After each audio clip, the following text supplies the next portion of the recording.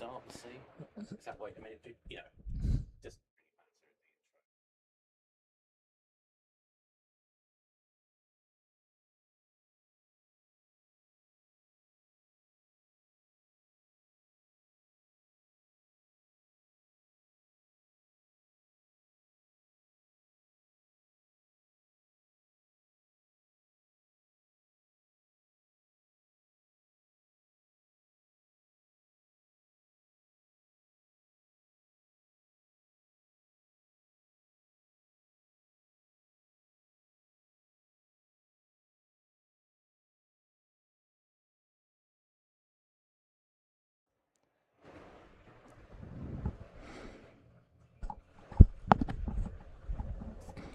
Well, hello, good morning, and welcome to live commentary of today's Metro Bank One Day Cup game between Kent and Somerset. Play due to get underway just under 5 minutes' time. My name is Fred Atkins of the ECB Reporters Network and the Spitfire website, and I will be commentating today alongside my colleague Cameron Ammonium Burns.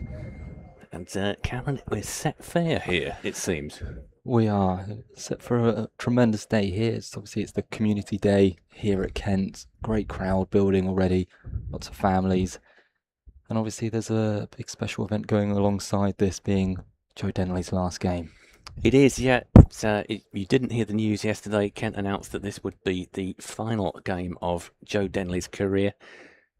It's an unusual arrangement, I think it's fair to say, sort of stopping in the middle of a campaign. There aren't too many precedents for it, but Joe Denley, of course, has been a terrific servant for Kent for the best part of 23 years. He had a 3-year spell at Middlesex, and this is going to be his final game today. So it's almost like there was a Darren Stevens Day a few years back, wasn't there? Mm-hmm. This is the closest we're going to get to a Joe Denley Day.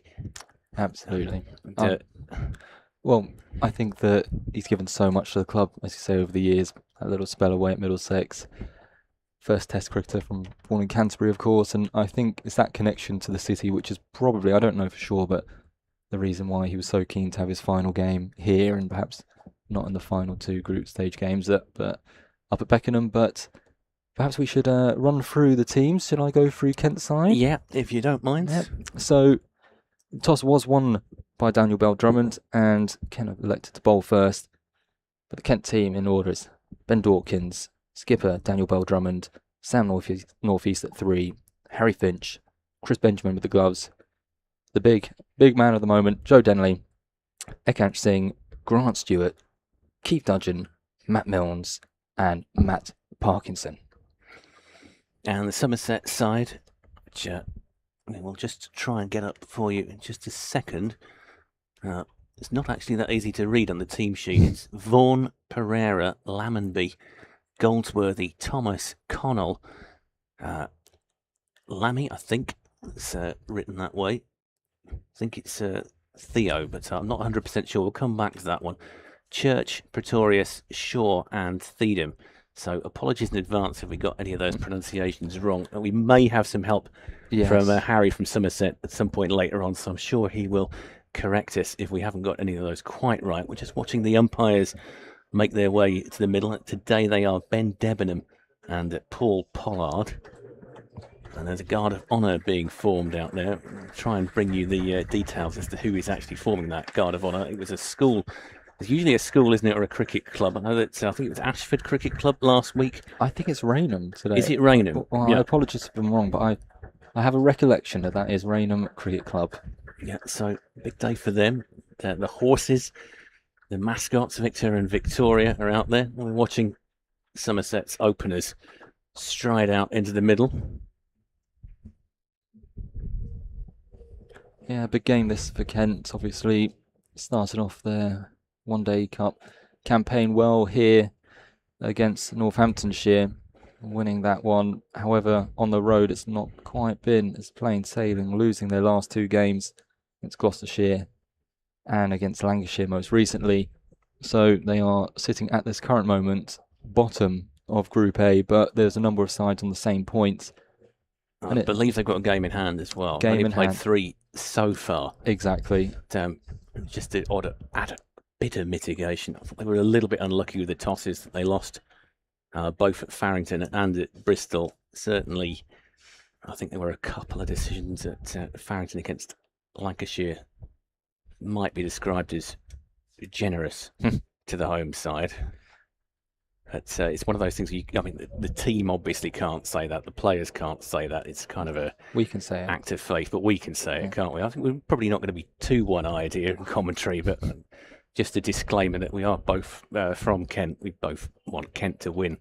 We'll try not to let that affect the way that we commentate on this game. It might get a bit, you never know, it might get a bit tense at the end. You never know. And it looks very much like it's going to be Matt Milnes to open the bowling and Vaughan to face the first delivery. So Cameron's going to take the first over for us. Yep, and his starting field, the 2-out protection is Grant Stewart at third man. It looks like it's Parkinson at a kind of deep backward square, quite a round fine leg. But here is Matt Milnes. And had a very sedate start and nice line length and left through to Benjamin. Yeah, Vaughan just leaves that one alone. Decides not to have anything to do with it. Probably sensible. 2 slips in for Kent, as Cameron says. Dawkins, the number 15, is one of them. And is it northeast? Second slip, yeah. 2 spectrums on the age scale there. Very much so. And carbon copy. Start this game off for Matt Milnes, who's back in the side today. Was missing the last game, where Lancashire, Kent are doing their best to rotate their seamers. Of course, still quite a busy fixture list left with some hope going into the county championship stint at the end, and they need all their. We haven't had the greats of luck, of course, of our seamers over the last couple of years, so they've been doing their best to rotate, and this year we've got a good battery of them. But Matt Milnes has certainly probably been the leader. Back in. Oh, and again, left through to Benjamin. A nice bit of carry. It's a different wicket. We were here on Sunday for the women's game, and they had a tremendous win, chasing down over 300 against Middlesex. But I believe, again, could be wrong, but I'm pretty certain it's the wicket next door to it. There was some nice carry in the women's game, so I'm not surprised to see that one go through. We are now pretty close to those flats, though. Yeah, it's a very short boundary, isn't it, on that side? Just a punt for some of these players if they get too straight. Well, the first instance of ball hitting the bat results in no run. Yeah, it's one of those where, in other circumstances, you might just flick that onto the stumps if you get lucky and catch the batter at the other end. In this case, Pereira not backing up. I think he was pretty safe there.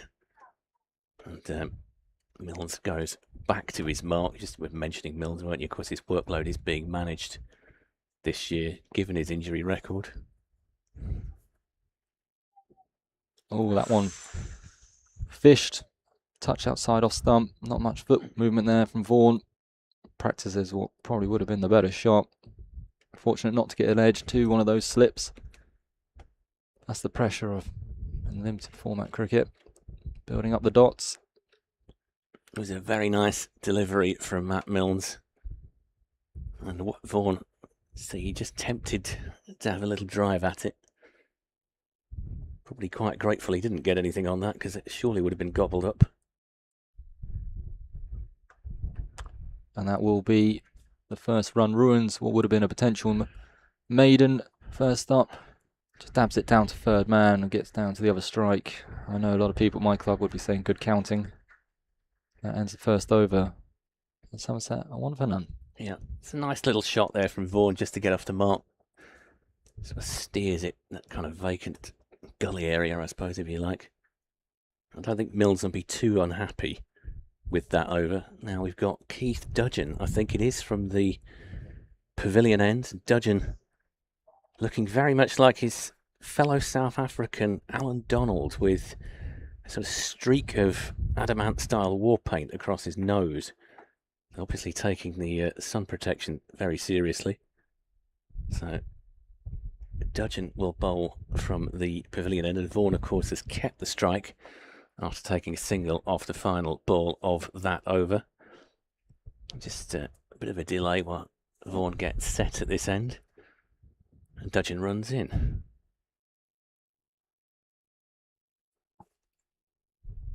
And that one is fended fairly comfortably by Archie Vaughan. Just prods that one back in the direction of Daniel Bell Drummond, who fields.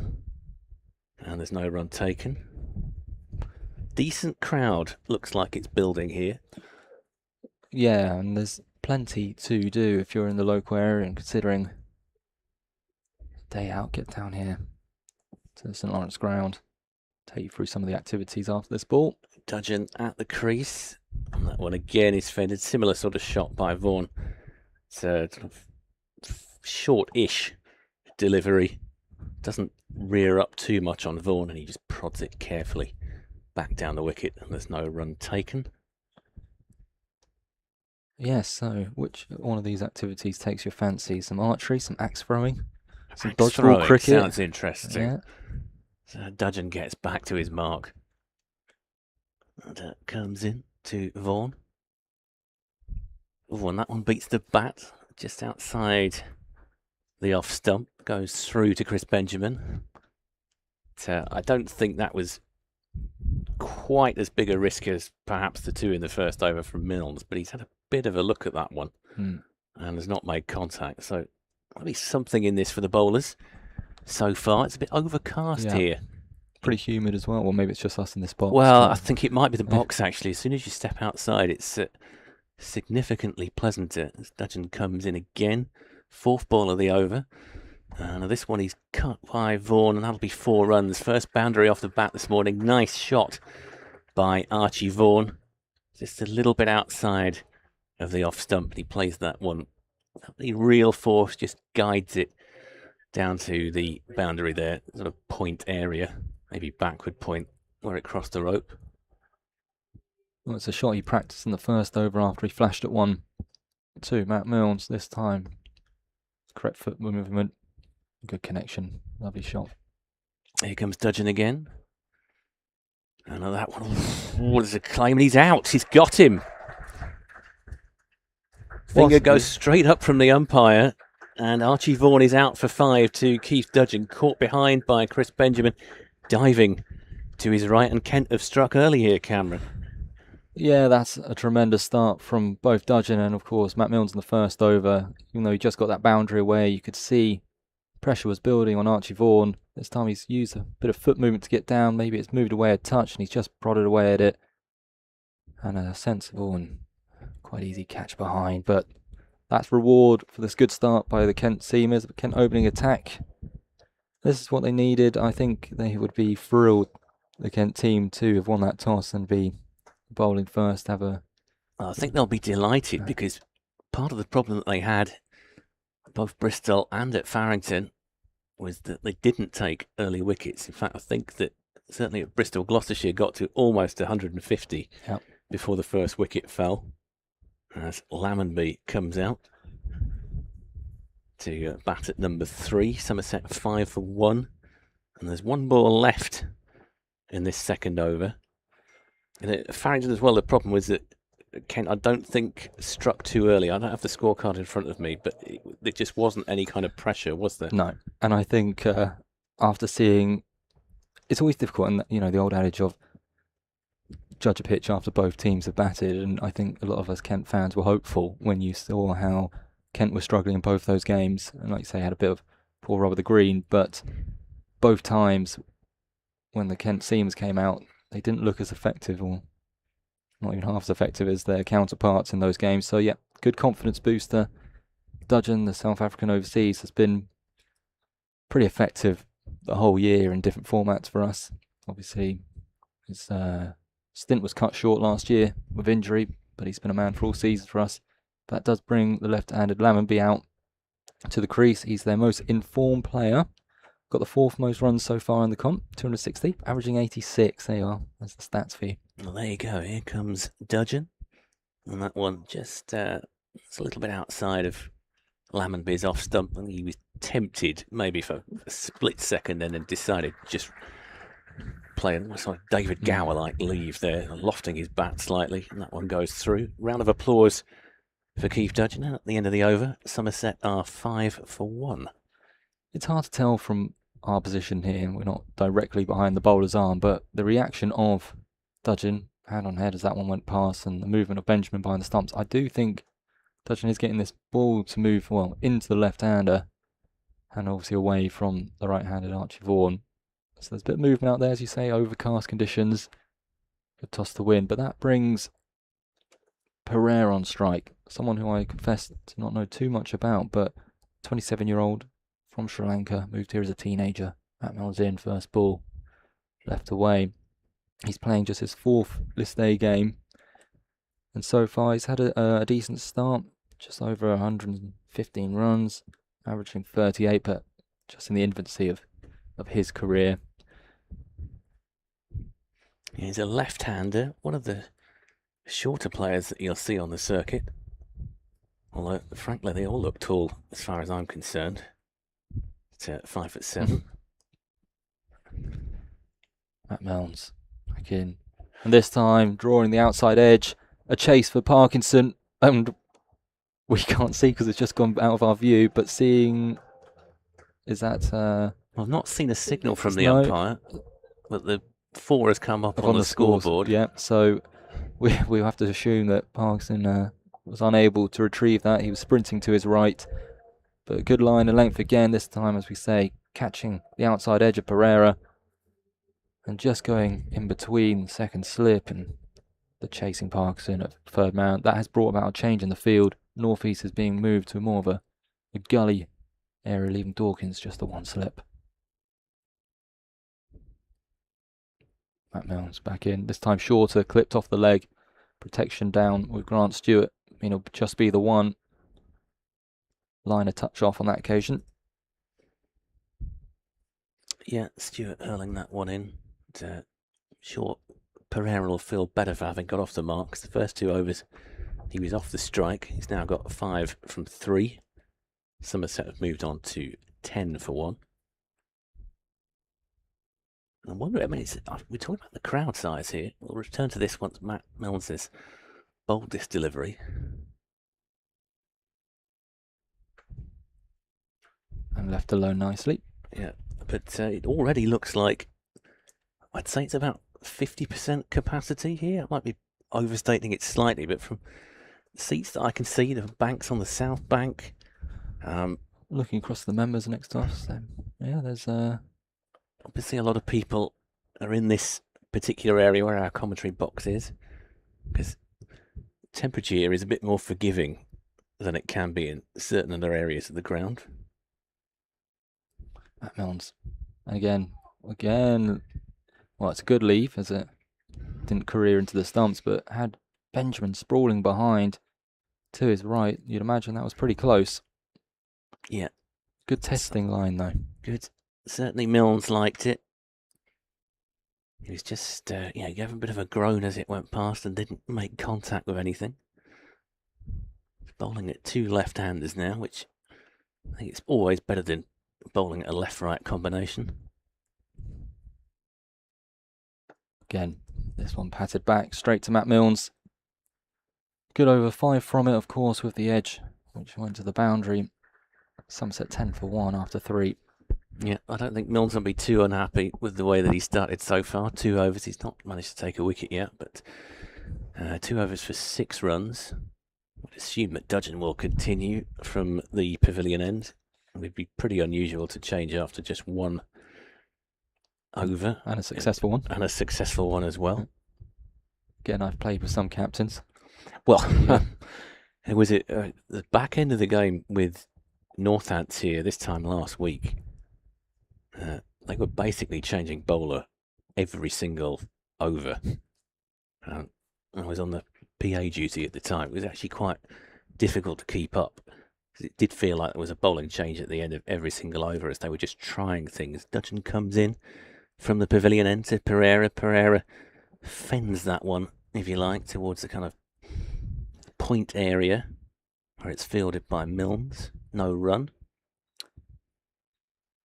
We'll probably find out more about the likes of Pereira and some of these names that perhaps the viewers aren't that au fait with from especially the Somerset lineup. But having a little read at his cricket info. He's playing for Middlesex, their twos, most recently Pereira, before having a go now at Somerset. And the dodging comes in, and that one again is fended, no run here by Pereira.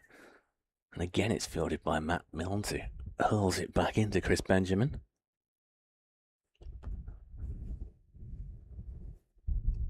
I know he was here watching the women play on Sunday.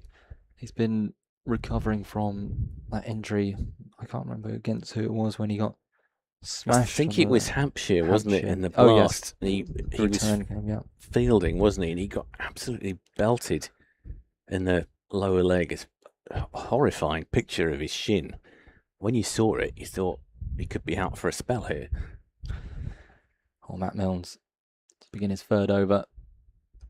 Clipped off the leg nicely. Lammonby, I think that will race away. Yep, Grant is not going to be stopping that. 2 straight this time onto the pads. Lovely balance to that clip. Lammonby's off the mark with his first boundary of the day. Yeah, it's a nicely timed shot, that one, by Lammonby. Stewart realised he wasn't going to get up there. Just decided to save a bit of energy. There's a lot of movement around this ground. We're talking about the crowd. Matt Milnes back in, corrects his line, patted back to skipper Bell Drummond.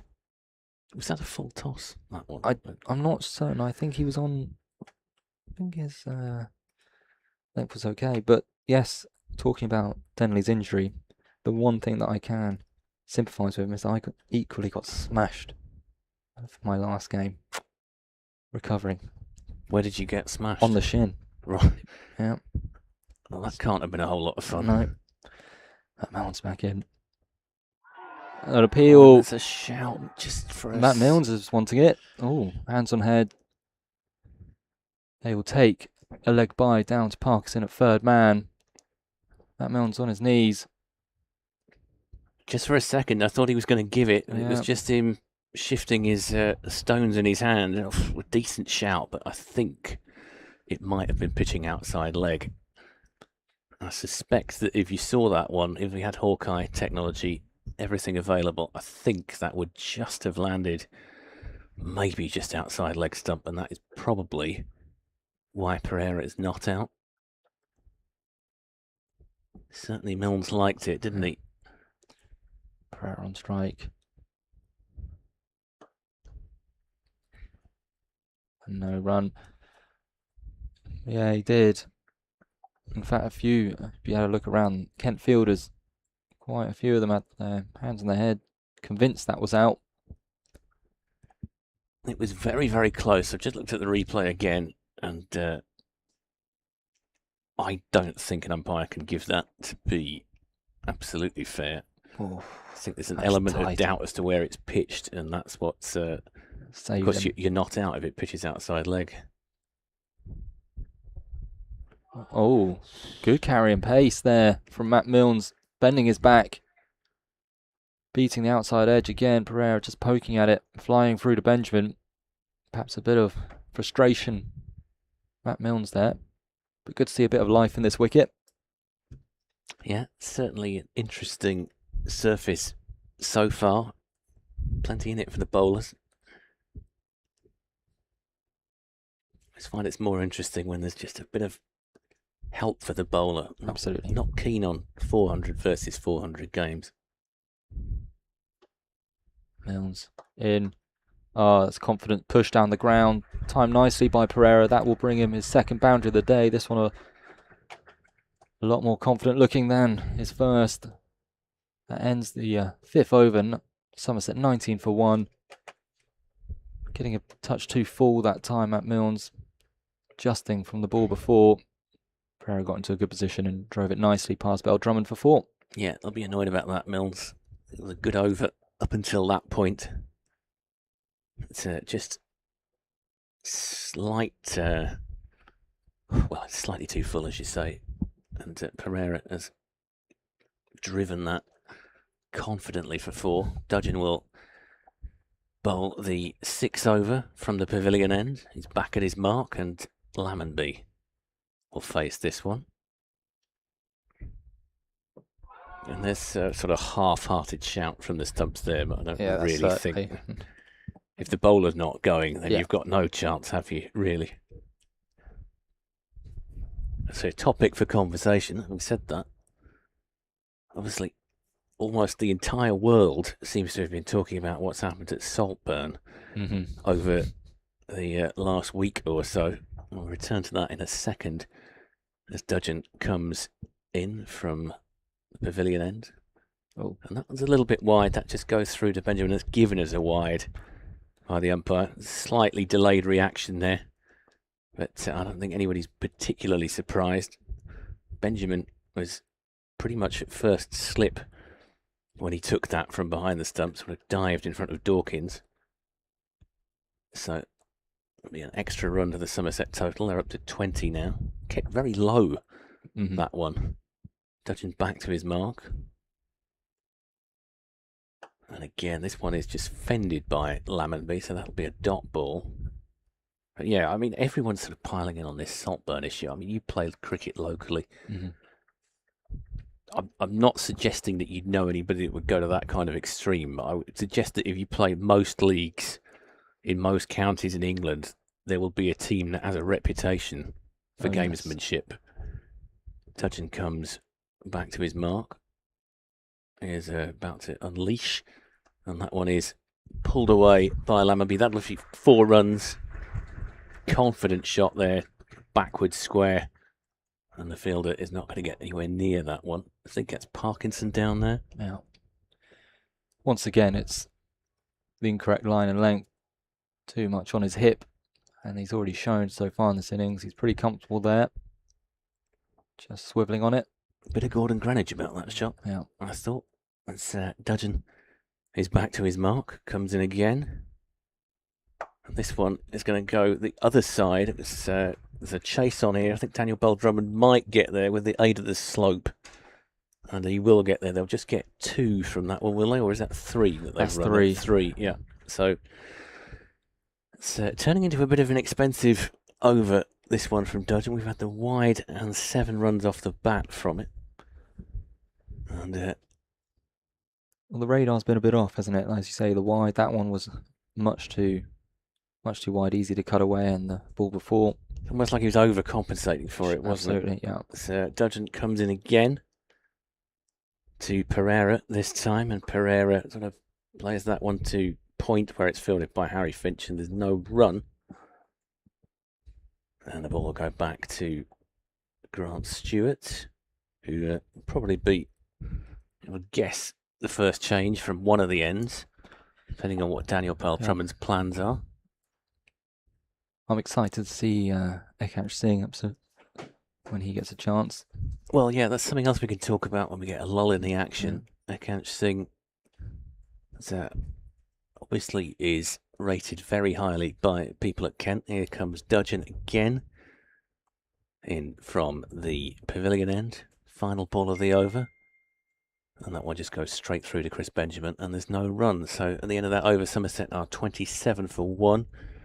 You know, we were talking briefly. We've got obviously all day to talk about all these subjects, so we don't want to kind of burn through them too quickly. But we go back to the Saltburn incident, which everybody has been very exercised by. I mean, it is cheating, isn't it? I do wonder if there's been a slight overreaction. Well, you see that they've had to concede their game this week. The player's been dropped indefinitely. They've lost sponsorship over it. It certainly caught the imagination of the public and even non-cricket followers I've had approach me about it. Yeah. Matt Mills to continue from Nacton Road End. Oh, yeah, goes through safely. It does at least explain something to me. A couple of weeks ago I was given out. I knew I was nowhere near it. And there was a sound, but I wasn't near the ground, wasn't near the... And my partner said, "You missed it by a foot." So... And you were still given out? I was still given out, so Mr. Clicky must have been around there somewhere. But to be fair then, Clicky Ponting, what a name that was given to him. Matt Milnes in for a second delivery. Again, good line. There's been quite a few, haven't there? But yes, poor... Click Ramasinger was one I quite liked. but as you say, it is at the end of the day cheating. I don't know if you saw the scorecard where the keeper's taken something like 8 catches in the game or 7 catches, and yeah, I mean, in hindsight, it is one of those it obviously reeks, doesn't it? They've clearly only just been caught doing it. It didn't just happen that day. Matt Mounds, oh, he aborts his run for some reason. Didn't like something he saw down there. I think something maybe has just got into his eye. He's just rubbing it now. Perhaps when he was getting up into his stride. But obviously cricket, I think more than I think of many other sports, these odd instances of cheating seems to be amplified even more. Of course, if your greatest example would be Sandpaper Gate, but it's not accepted at all as it shouldn't be. Oh, beaten, well bowled. That time again, nice carry through to Benjamin. Seems to be a bit more carry from Lackington Road end with Matt Milnes bowling compared to Dudgeon the other end. But yes, maybe the carry on has been a bit too much, but I've heard that now they've somehow proven that it's been going on for a while. It's not just that game.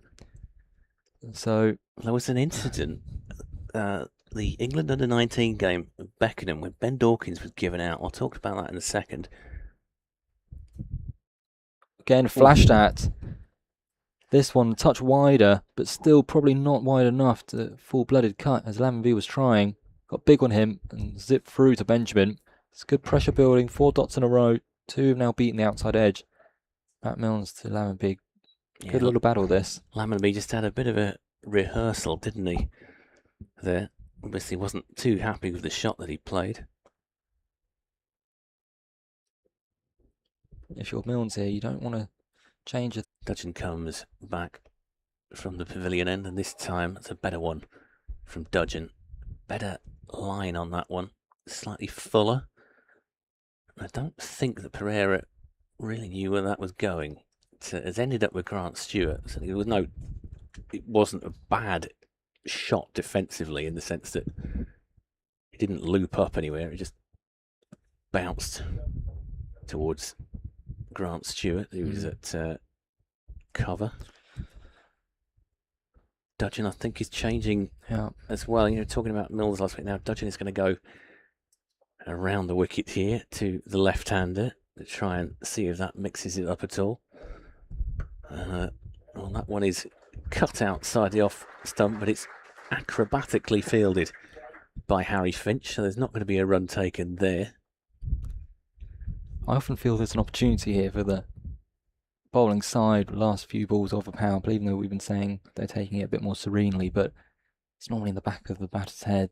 They've only got a few more opportunities with the field in. Might be a slightly looser shot on the way. So Dudgeon comes around the wicket again, and Pereira just drives this one back up to Grant Stewart. Stewart hurls that back towards Chris Benjamin. No run. Somerset 35 for 1. The ball currently with Joe Denley, who of course is playing his last game for Kent today. And I wonder if that has put a couple of hundred on the gate. People know this is going to be the last chance to see the Whitstable worn here. Dudgeon going round the wicket again for the 5th ball of the over. And Pereira just sort of fends that one, slightly fuller length, good line. And it's picked up by Finch, who's charging in from point. And there's no run. So since that boundary to open this over, Dudgeon has bowled 4 dots. So this is the final ball of the power play. Dudgeon gets back to his mark.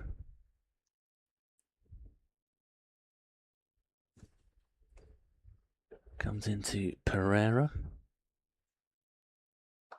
And Pereira just again steers that one. It's nicely played, but it's easily dealt with by Finch at point. And at the end of the power play, Somerset are 35 for 1. So you reckon honours about even there, Cameron? I think so. But potentially, if you're Kent, maybe 55-45. They've kept them pretty quiet. Or, 3.5s and over. They have taken a wicket, as we said. They have not been able to do so in the last couple of games. And they've kept the pressure on. It actually looks like our theory of them changing the openers post the power play might be incorrect. It looks like Matt Milnes is going to continue from Nacton Road end. Oh, that's interesting. I guess he's in good rhythm. Perhaps they feel like with the likes of Stewart and co, they have enough bowling, enough seam bowling at least to go out through the innings. I think we're going to get a change at this end because Dudgeon has just gone off and Jaden Denley has come on as a sub. He's fielding at the sort of fine leg area. So Matt Milnes first over outside the power play, and he squares up Lammonby, but it gets a thick outside edge and just runs away through backward point for one to Parkinson. I'm having a look. Correct me if I'm wrong, but I don't think they have placed any more outside of the ring. I think it's still just the two. I think it's still Parkinson and Jaden. Can't quite see every nook and cranny of the field, but I'll count 1, 2, 3, 4, 5, 6, 7, 8 currently inside the circle. So that is interesting. The power play is over, but I think that demonstrates where Bell Drummond's head is. He thinks Kent are ahead of the game. He's still attacking. Matt Milnes in to Pereira, subtly behind it. Yeah, I think that's a good indicator that Kent are pretty happy where they're at.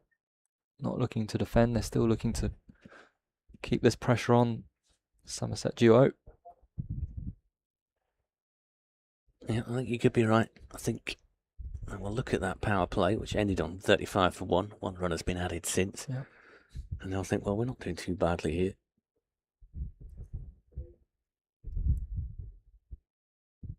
Milnes in. This time worked by Pereira onto the leg side. Chase for Stewart. He will catch it up, but it will be 2.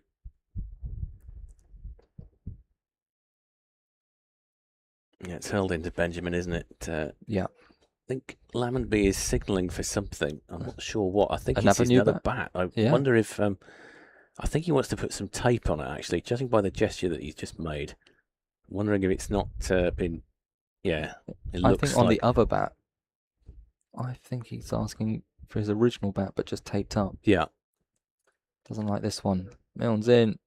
Again, hard length. Diminutive Pereira gets behind it.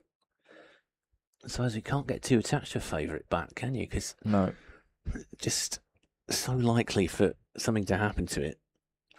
Snooker players and cues are quite particular, aren't they? It's obviously a sport with significantly less impact. Unless you walk into the wrong bar at the wrong time, I suppose.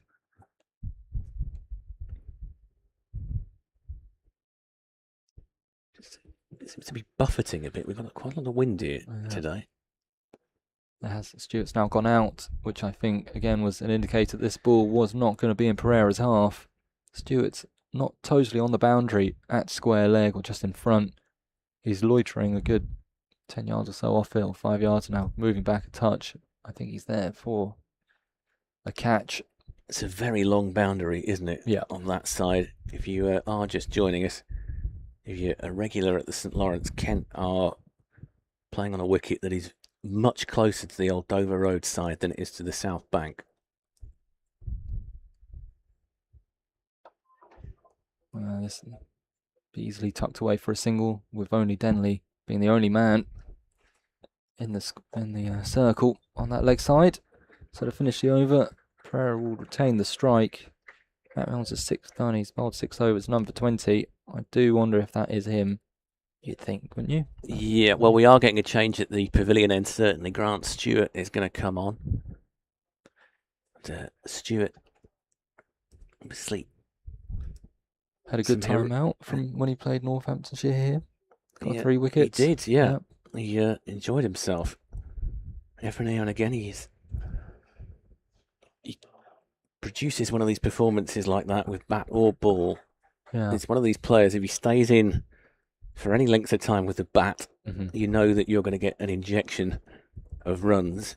It's maybe not quite worked out. Bit of a mixed season. Well, not even mixed. I think with the bat, he's not yet had one of those epic innings that he has, where he suddenly throws the bat and makes an epic 150 odd. Yeah. As we have seen them a couple of times. He's just talking with Bell Drummond about the kind of field that he wants. And yeah, it's more spread now for Stewart, isn't it? It's more spread. I suppose you call it slightly more defensive. There are no slips in anymore.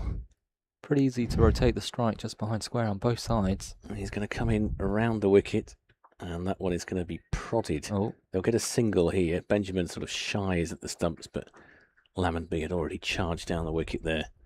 And Somerset comfortably home for a single.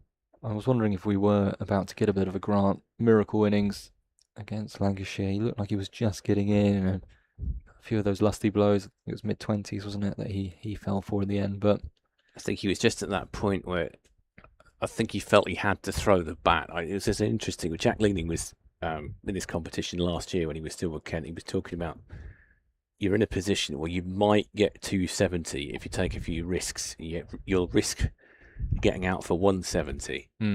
So Stewart comes in around the wicket again to Lammonby. Lammonby should get a single for this. They might think about coming back for 2, but they decide not to. It's hurled in by Ekansh Singh. Timed nicely again. I don't think there's much wrong with that new stick either. Yeah, and the logic behind that was you're not often going to defend 220 if you get that. So you give yourself a chance by taking a few risks and going up to 270. Well, you've got a significantly better chance. Stewart comes in again, and that one is steered. It'll be fielded by Harry Finch, and there's no run. There's Jack Leaning, I believe he hit a winning knock for Sussex against Essex at Arundel earlier in the week, I think. Yeah. Seems to be enjoying himself down there. Well, it's another well-trodden path. Obviously, the news this week. Increasingly well-trodden path. Yeah. So Stewart comes in, this time to Pereira, and Pereira is just going to steer that onto the leg side. It was a little bit down-leg, that one, and they'll take a single for it. So Matt Walker, the former Kent coach, is going to be coach at Sussex next year, and they signed Joey Everson as well, which I know is a subject that has exercised the membership, if we can call it that. What are your thoughts? I'll return to that in greater detail once we've had this from Grant Stewart that comes in, and that one is cut. It's well fielded by Harry Finch. Lammonby, pretty good shot there. It's Harry Finch, who himself is an ex-Sussex man, has made the reverse journey, if you like. Just gets a little fist bump from Chris Benjamin for that bit of fielding. And Grant Stewart, of course, had a loan spell with Sussex a couple of years back before he came back to Kent. He will go back to his mark. And he'll come into Lammonby, who's currently on 15. And Lammonby just is very watchful for that one. Just sort of dead bats it almost, doesn't he? And there could be buzzers here. They're thinking about it, and they are going to get an overthrow.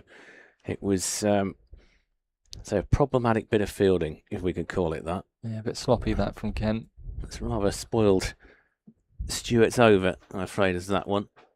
Oh, Lammonby's getting his old bat. I can see it is taped up at the bottom. Yeah. So he obviously feels more comfortable with that one. Talking about Joey Everson, when he arrived here, he obviously made a terrific impact. I think everybody remembers the one-day final, the Metro Bank, or as it was then, the Royal London Cup, where he scored 97, took a couple of wickets, and a very good catch. He was obviously a shoo-in for the Man of the Match award. We're going to get a change of bowling here. Ekansh Singh is going to come in, and it's Ekansh Singh who is effectively being backed as his replacement. Yeah. He's bats in roughly the same position, bowls. He's a homegrown product, if you like. I think he's got one more year at university, and Kent obviously like the look of him. And they think that they decided, he was picked at Beckenham earlier in the year when Kent were playing Durham, ahead of Everson. But the real moment that Everson, we knew it wasn't going to happen. I'll come back to that in a second. Yeah, I'm seeing his first ball, Acton Road End, coils. He's got really whippy action. He's put on a yard of pace, and I was speaking to Dave Fulton, the one during the blast, and he was mentioning that, Ekansh Singh put a lot of work into his bowling over the winter to get his speeds up. Wasn't just going to rely on his spot in the team with the bat. And you've seen that so far. He's our top wicket taker in this competition. I'd argue well, we'll see throughout this game, but could be our sharpest bowler. An exciting prospect. Again, this time clipped away. We've seen that a few times from Lammonby. Will just be the one with the protection out there now. Dudgeon out at deep square. And the contribution that Ekant made against Northants here last week was pivotal as well, because Northants were in a position with about 10 overs to go to really go for it. I've got a feeling they were about 210 for 3. And Ekant came on and took 3 quick wickets. Northants basically limped to about 250. Yeah.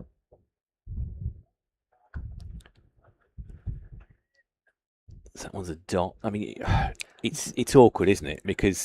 But they are different style cricketers. Okay, yes, right hand bat, right hand seam bowlers, but I would say Ekant is probably slightly quicker. Well, actually, certainly is quicker, and perhaps you'd consider him a bit more aggressive with the bat compared to Everson. A lot of Everson's top knocks for us have been in partnership with Leading or Stewart. Ekant again this time, 2 straight.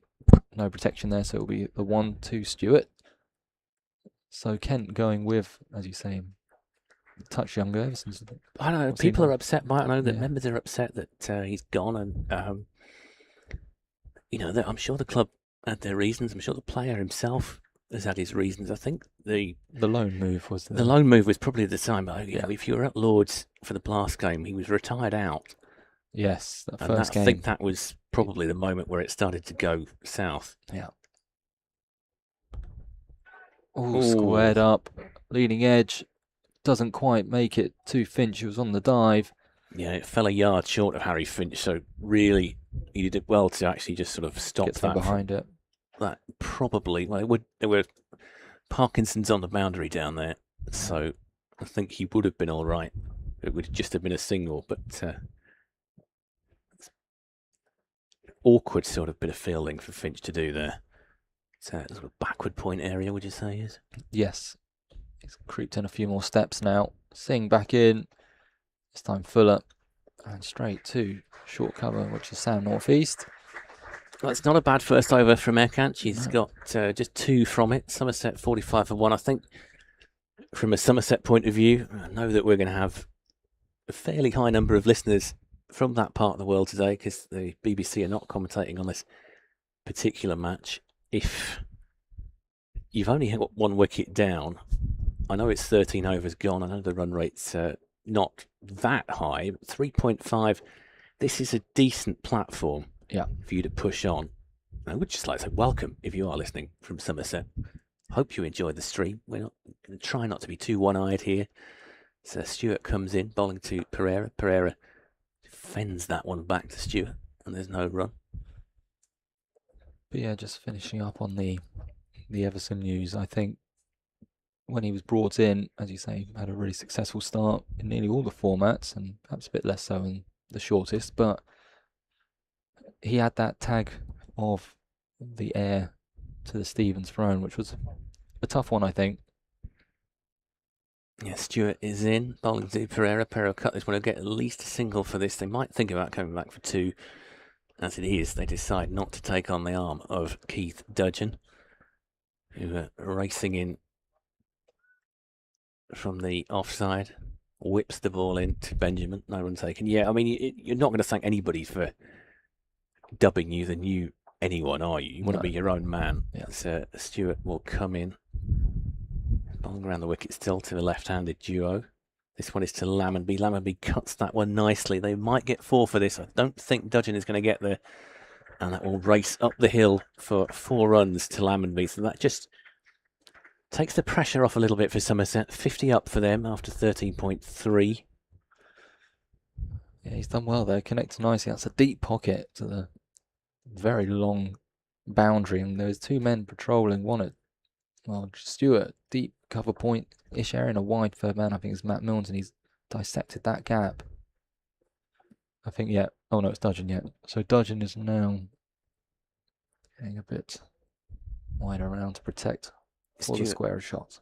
Is in to bowl around the wicket again. This one is driven straight back to the bowler, and Stewart just keeps him interested, throws it back to Benjamin. It's one of those things that bowlers do, isn't it? Just to keep the batter honest. He didn't look entirely comfortable there, Lammonby. He played it well enough, but he just looked very slightly off balance. And you just never know in situations like that. The batter might just tumble out of his ground. Well, Stewart's being given a word to, and Skipper Bell-Drummond probably about. I wonder if he said something there, or yeah, you're right. The umpire's saying something to him. I mean, it's fairly standard that a bowler hurls the ball back in at the stumps, isn't it? And I think he intentionally put it wide of Lammonby there. It was quite a limp throw, in fact. I wonder if he's just. He may have said something. We can't tell from here. So Stewart comes in again. And this one is played down the leg side this time. It's fairly comfortably fielded by Sam Northeast, and there's no run. Stewart will come in for the 5th ball of the over.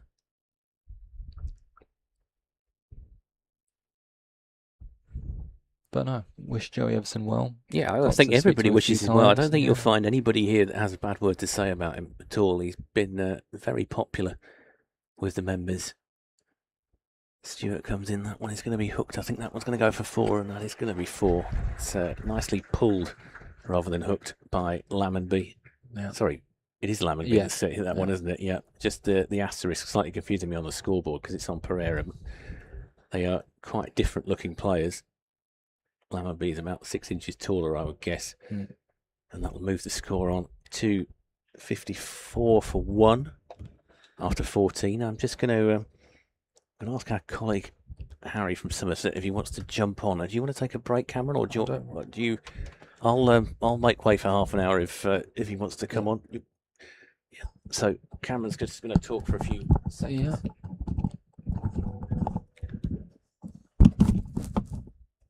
So, in a moment, I'll be joined by Harry Everett. If you are a Somerset listener, I'm sure you would have heard his dulcet tones before.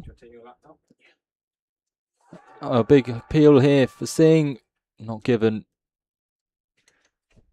I'd imagine going down leg. Pereira on strike, but he seemed rushed. Singh certainly quicker than the Italian stallion, Grant Stewart.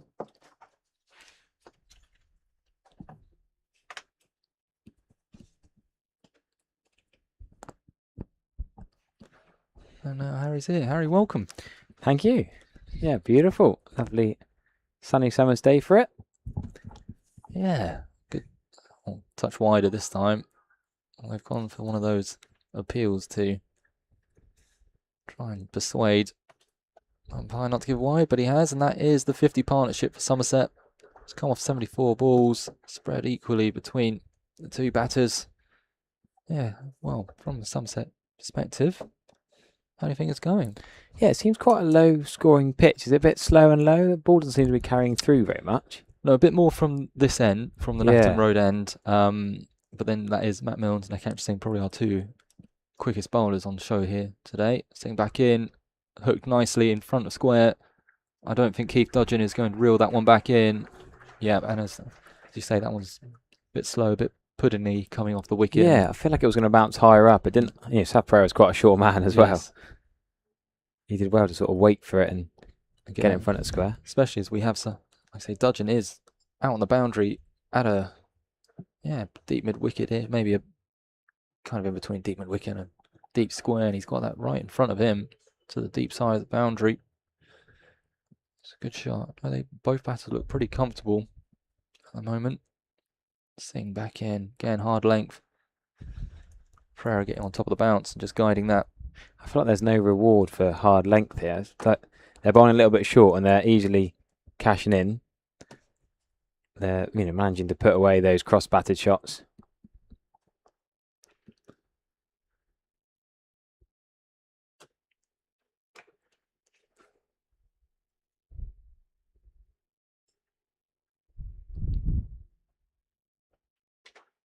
Now into Lammonby for the first time. This over. And he's right in behind it.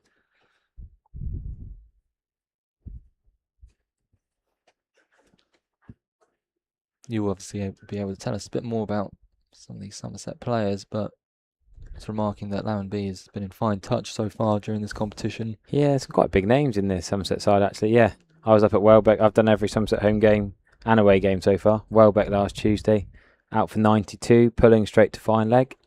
Batted well on Friday against Gloucestershire, and then ran himself out in the Warwickshire game as well. Got 50 as well. So, I mean, big 50s as well. He's not. Yeah. He's just kept going well. At number 3, Lewis Goldsworthy missed the first game, of course, with that concussion he suffered at Headingley in the T20 Blast. But he turned up, didn't he, in the last game? Yeah, batted nicely. Yeah, Lammonby 85 off 88 before he was run out by Malik against Warwickshire. 83 off 69 was quite an aggressive knock. He played on the Friday night, the Cider and Ale Festival, to the short boundary. He attacked that well.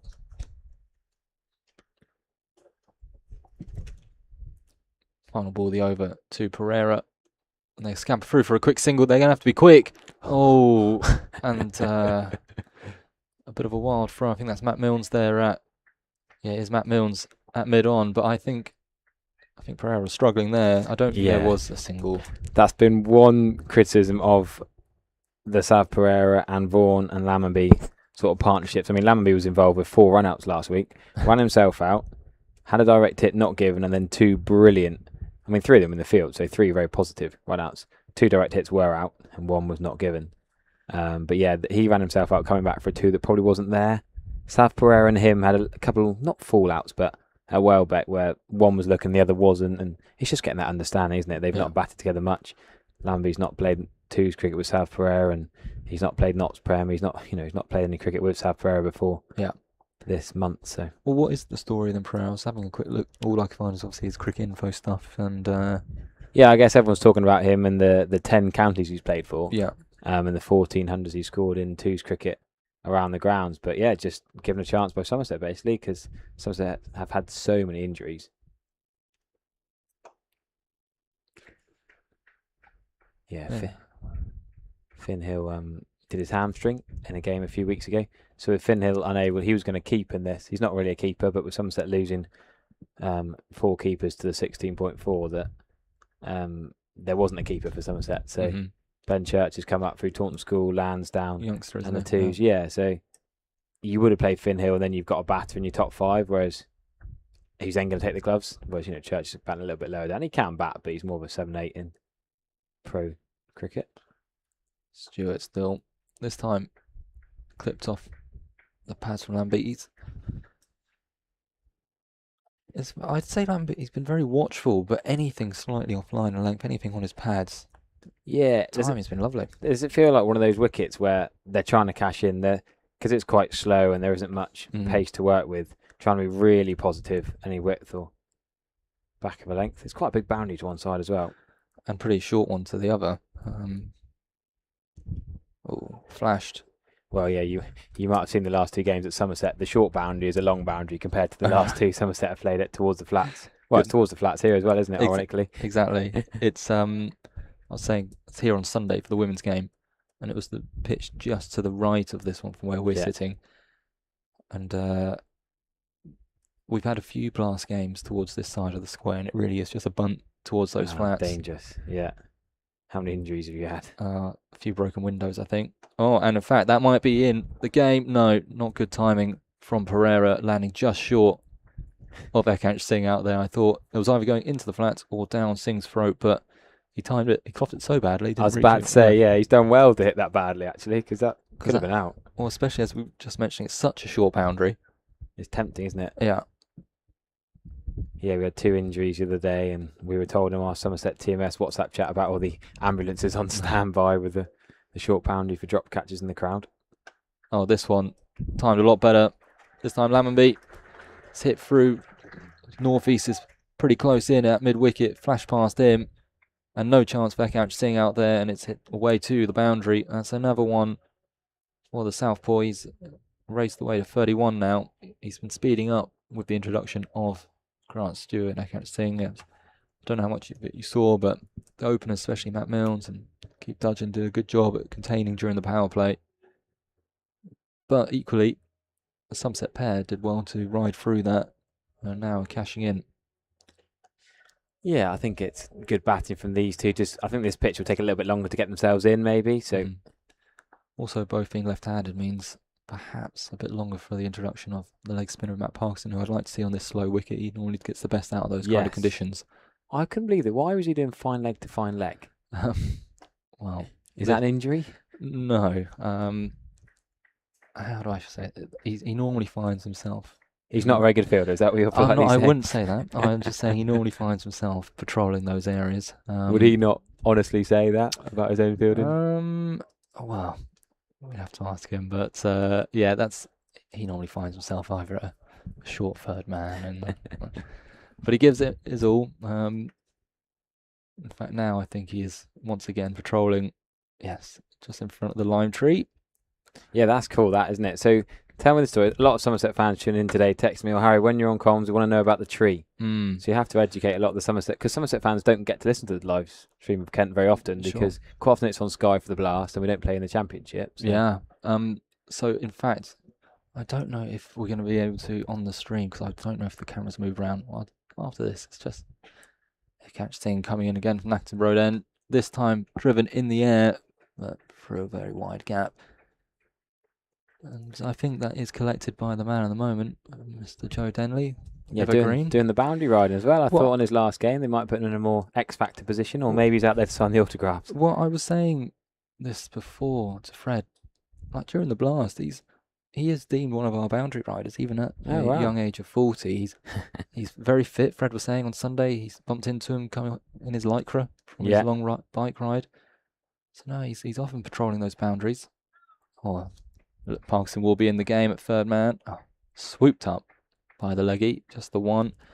So where our commentary position is normally for the Blast, there's a gazebo there.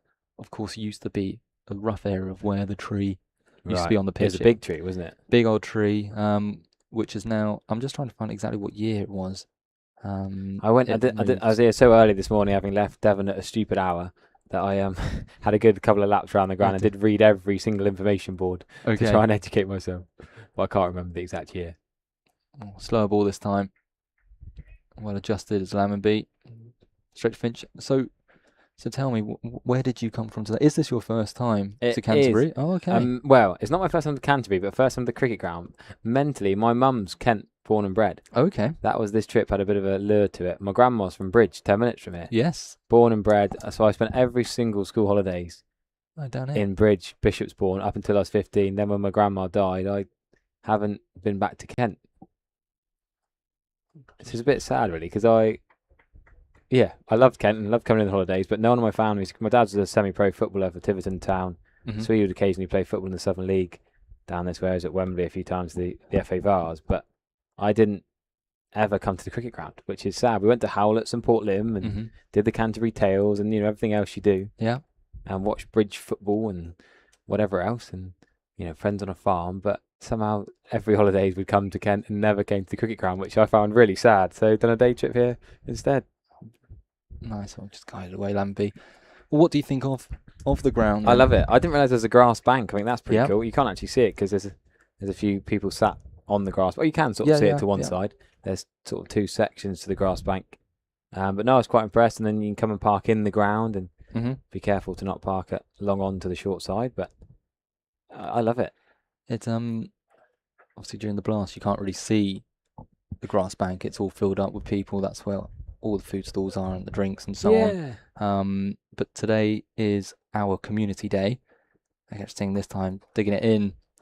Pereira again in front of square. No attempt there from Dudgeon. Yeah, he didn't fancy that Dudgeon, did he? That wasn't far away from him. Obviously from our position, but I think that was in reach of a dive. Perhaps the catch thing will have a word, but that's another boundary to Pereira. That takes Somerset 77 for 1 off of 17 overs. But yes, I don't know if you're aware, it's our community day here at Kent, so there's a lot of activities going on, and mainly on that grass bank. I was saying earlier to Fred, I don't know which one of these floats your boat the most. There's some archery, there's some axe throwing, some dodgeball cricket. I'm not entirely sure what dodgeball cricket entails. Hopefully it's not with an actual cricket ball. I was thinking more you throw a dodgeball and then bat it. That's probably more it. I've gone the safe version, you've gone the extreme version. I like that. Yeah, are you a bit disappointed? Would you expect a few more in? I thought it'd be full for family day and the school holidays. Friday, everyone's at school holidays now. Nice day for it. But I guess it's during the week. It's getting the parents to be off as well to take them in. But it's not tempting to be a 2 o'clock Friday start to get more of the evening punters in, or half day. Well, I'd assume they would have liked that. Obviously, I'm not aware of if they could have moved the time. Well, but a couple of teams are playing at 2 today. I think Surrey, Gloucestershire's at 2 today. Okay. Interesting to see that some are Fridays 11, some are 2.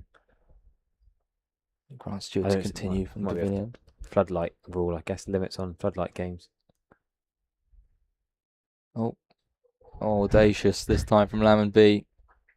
It will go away for 4 down to fine leg. Going on the scoop. He didn't quite get it as much as he wanted. I think off the edge.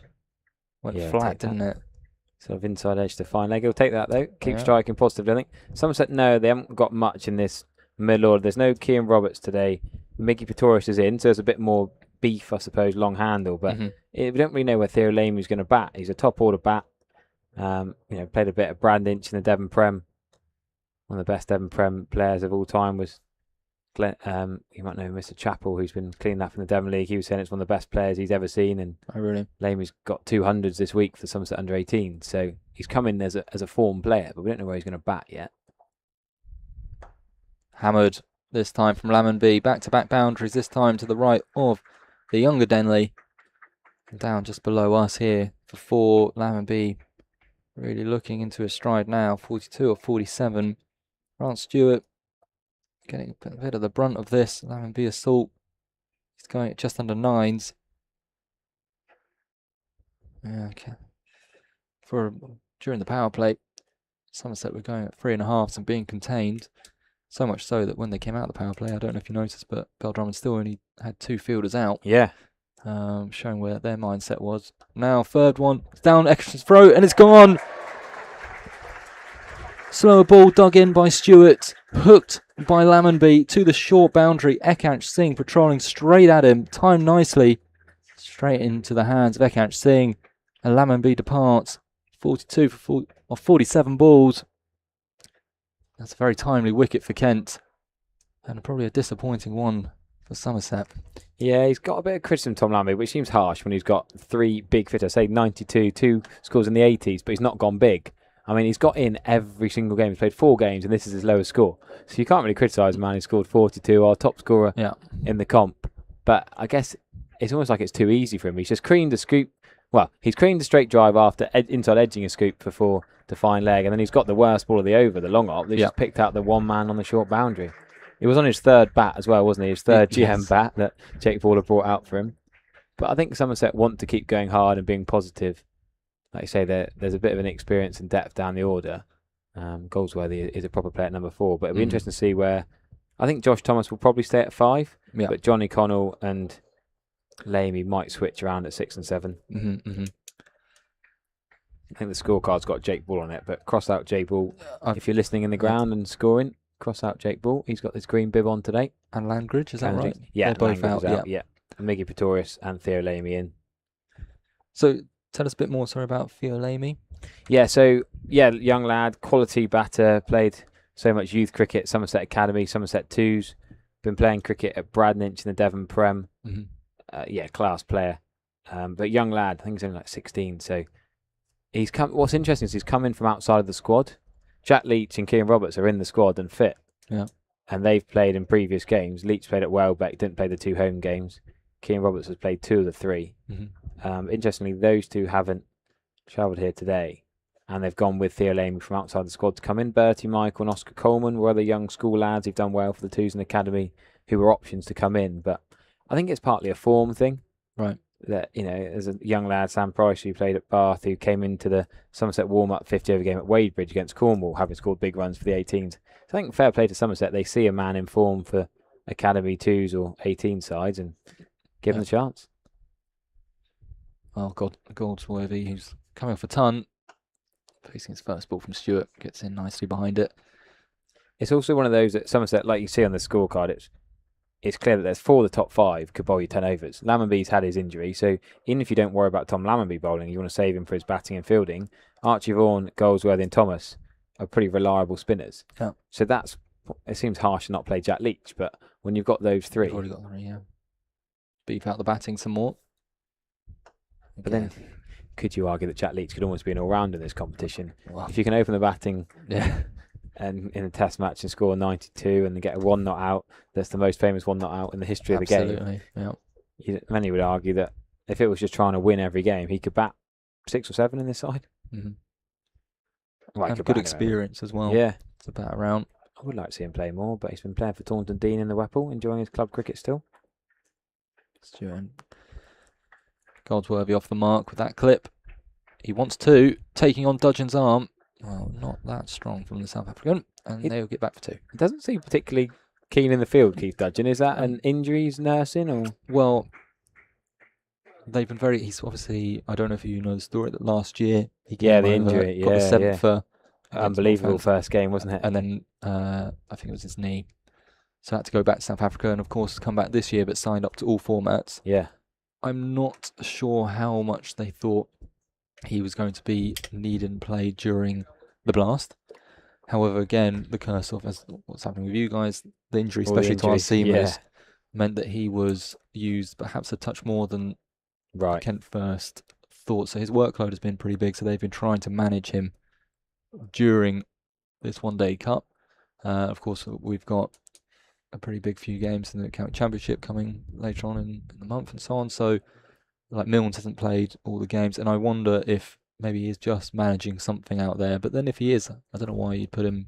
But we've just seen Jaden Denley on the field for Daniel Bell Drummond. You thought you'd imagine Jaden would be put out. Put a young lad to run around. Yeah, it's a big old space to cover as well. Absolutely out there. Well, we were talking about him before. It's the ever wily Matt Parkinson coming on from Nackerton Road End to the left-handed Pereira. He gets clipped away, this time just the one. Intriguing that he can bowl either end, of course, but he's coming from Nackerton Road End, of course, Canterbury, for those listeners or watchers from Somerset. Quite renowned for the slope here. Well, yeah, I was wandering around with a few Somerset fans, more slope than you realise. Yeah. You know, you can hear there's a slope, but I didn't realise, people talk about the slope at Lords, but I'm not sure how this compares. Do you know the degrees of angle? You've beat me there. Maybe when Fred comes back in, he can. he might know. I don't know the answer to that, but it is pretty comparable. Yeah. It does feel a bit of a slope. Now to the right-hander. Oh, beautiful start. See, as a leggy myself, I think I'd rather bowl with the slope. Well, that's what I was. So normally Parkinson would bowl from the pavilion end with the slope. Yeah. So, but I'd imagine the idea is with Pereira, the left-hander bowling with turn-ins with that short leg side boundary, they've opted to bring Parkinson on. But that's an interesting one, because South Pereira is probably the least aggressive of this entire Somerset top 6. So you'd probably be more worried about a Goldsworthy slog sweep. Well, but then that's against the spin, I suppose. Perhaps they wouldn't mind, but they don't. They've got, I believe, Denley at. He's a pretty square mid wicket. Actually, he's been moving even squarer. So if Goldsworthy wants a bit of a shot over the top towards Cal, that is open to him. That's turned a bit, though, isn't it? No, there's a bit of grip. Yeah. Well, one thing you can trust with Park is that you'll normally find some grip out there if there is some to find. Of course, he's renowned for being pretty slow through the air, and he relies on that. It's interesting that they got the deep backward square on the boundary, along with that mid wicket, but quite behind the square, as you said. Flatter this time, and I think that will be 2. Keith Dudgeon again in the action. Yep, coming around to it. See, as a bowler, do you not think that shouldn't be 2? As a bowler, you've got a deep cover back. You feel like if they're punching it, you don't want 2s there. I know certain bowlers at my club had to be in the air. Yeah, you'd be absolutely fuming. I just think that it's a big old too space. Deep. Why is he so far back? That is what I would agree with you there. I don't think Goldsworthy's not going to smash it off the back foot. Yeah, through for 4. You're not going to get 4 through the offside. Also, because Parkinson's pace. I was about to say there's no pace on the ball. Yeah, I can't really see how Goldsworthy's hitting Parkinson for 4 through the offside. Straight maybe is different, or reverse sweep, but actual square. Does he have a reverse? He does, but not going to absolutely nail it like a Thomas Rue would, for example. More sort of, but yeah, he's going to play more orthodox. Use his feet, maybe sweep. Well, the man of the moment is actually coming on to replace Stewart. It will be the South African Keith Dudgeon from the pavilion end. Maybe he's saving himself an amazing another 7-fer. That's it. Well, from a Kent's perspective, we wouldn't mind. The Dudge. Yeah, he's a great story, wasn't he? Come out of, didn't even do that much in South African first class cricket, really. Wasn't like ripping it up, wasn't knocking the SA door that much. He's played the odd game, hasn't he? Yeah. No, brilliant. I remember when he came in, he was a fantasy cricket dead set pick for Yeah. a couple of weeks, then he got injured. Oh, what? After 1 week, you thought you got to pick him for round 2, and then he got injured. I know. Dodging in. First ball of his second spell. And driven comfortably to Bell Drummond. Yeah, we haven't had the best of luck with our seam overseas for, well, the last couple of years. Yeah, A lot of injuries. Did the PE teacher ever come back? The Melbourne Renegades PE teacher? Rogers. Yes, he did come back. He played a bit of blast, didn't he? So he played, obviously, the season before, the whole campaign, and then he came back this year and got a hamstring, I want to say, but came back for the final few games. Yeah. I think by his own admission, struggled this year in comparison. But then he came in with hardly any cricket because he didn't even play in the winter, didn't play in the Was he Big injured Bash. throughout the Big Bash? Yeah. So he came off the back. When he came to us the year before, he was in the team of the tournament for the Big Bash. Yeah. He was pretty awesome with both ball and bat. He was contributing down the order for us last year. And then in the first game against Middlesex in the Blast, he took a forfeit. Yeah. Got a bit of tap, but he got a forfeit. Which was, to be fair, something that Kent have struggled for the last 2 years, is taking wickets in that competition. So thought good signs there, and a game or so later he was out, but he remained in the country, healed up, touching, and played the last few games. But I don't know if you were just checking. He played the 12th of July. Yeah. We thought he didn't want to extend the contract for the One Day Cup. I guess that maybe was a money saving device. Give a youngster a go. I would imagine so. He wasn't in it for the previous year, so he's not rushing off to anything in Australia. I'm not sure. I don't think he's a PE teacher anymore. I think he's probably. I think the cricket's taken over the teaching. I think he's done all right. I just remember being out in Australia when he made his Big Bash debut, and it was a great story being the teacher. Right. From teaching one day to playing in the Big Bash the next. I think he came in as a great story that he just came sort of out of nowhere, it seemed, for Melbourne Renegades. And gives it a bit of a whack with the bat, left-handed as well, doesn't he? Well, that was it. He became a bit of a fan favourite. Also, for a long period of last year, he was our only left-handed batter. Nice. So he would then get promoted sometime when... It's like a pinch hitter hit the side. Precisely. Shorter, yeah. And he was quite effective. But this year, again, there was a bit of all sorts was going on with our overseas, as I have one of them, Dudgeon, runs in. This time, digs it in, but not a lot of pace off this wicket. Goldsworthy's easily... that around. You got me racking my brain without meaning to. You just give me a trivia question to think of Kent left-handers over the years. Yeah, you're right. There aren't many in recent times, are there? No. Wow.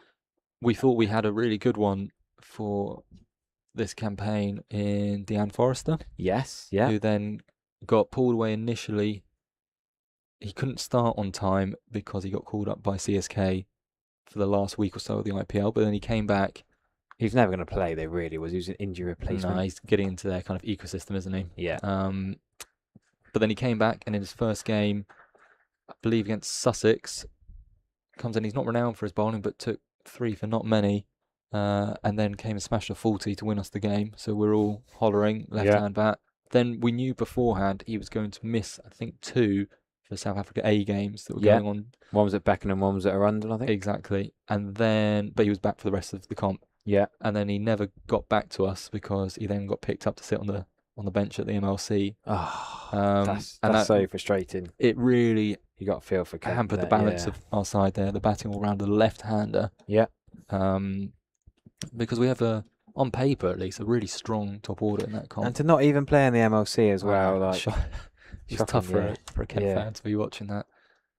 Oh, you think it's a Mickey Mouse new competition as well, but the money talks, doesn't it? It does. And park it back in. I think as that shot just demonstrated, we were mentioning the over before. There you go, yeah. It's just going to be knocked into that area for just the one. So perhaps not needing to be quite as deep out there. It's now Stewart replacing Keith Tudgeon out on the boundary. He was a bit closer in, wasn't he? Attack the ball, keep it a 1. Now left-handed Pereira. Driven. Again, they're just happy to sit on Parkinson for now. He is a wicket taker, of course. So that was quite a big blow for us and the balance of the side. However, the success from that is, have you seen our Bangladeshi paceman? Yes. Mahmood, he's an exciting talent. And so we were able to get him in for the last few games of the Blast. He had a great start to his campaign, didn't he? Yeah. and he's coming back for the championship. For all 5 games?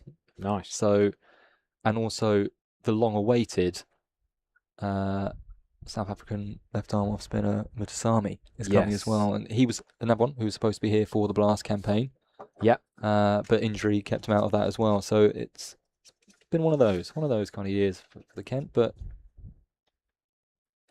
we muddled through. I enjoyed as I arrived this morning. I enjoyed looking at the pronunciation guide you have. We don't have this at Somerset, so I'm going to try and use it. Senuran Mutusami. Yeah, that's. I wouldn't have said Senuran. I would have said Senuran. I think, I would have based on the spelling. But yeah, we don't have that at Somerset. I mean, we've got some pretty standard names, to be fair. And actually, looking down it, I can see another man, Glenton Sturman, who started the season for us.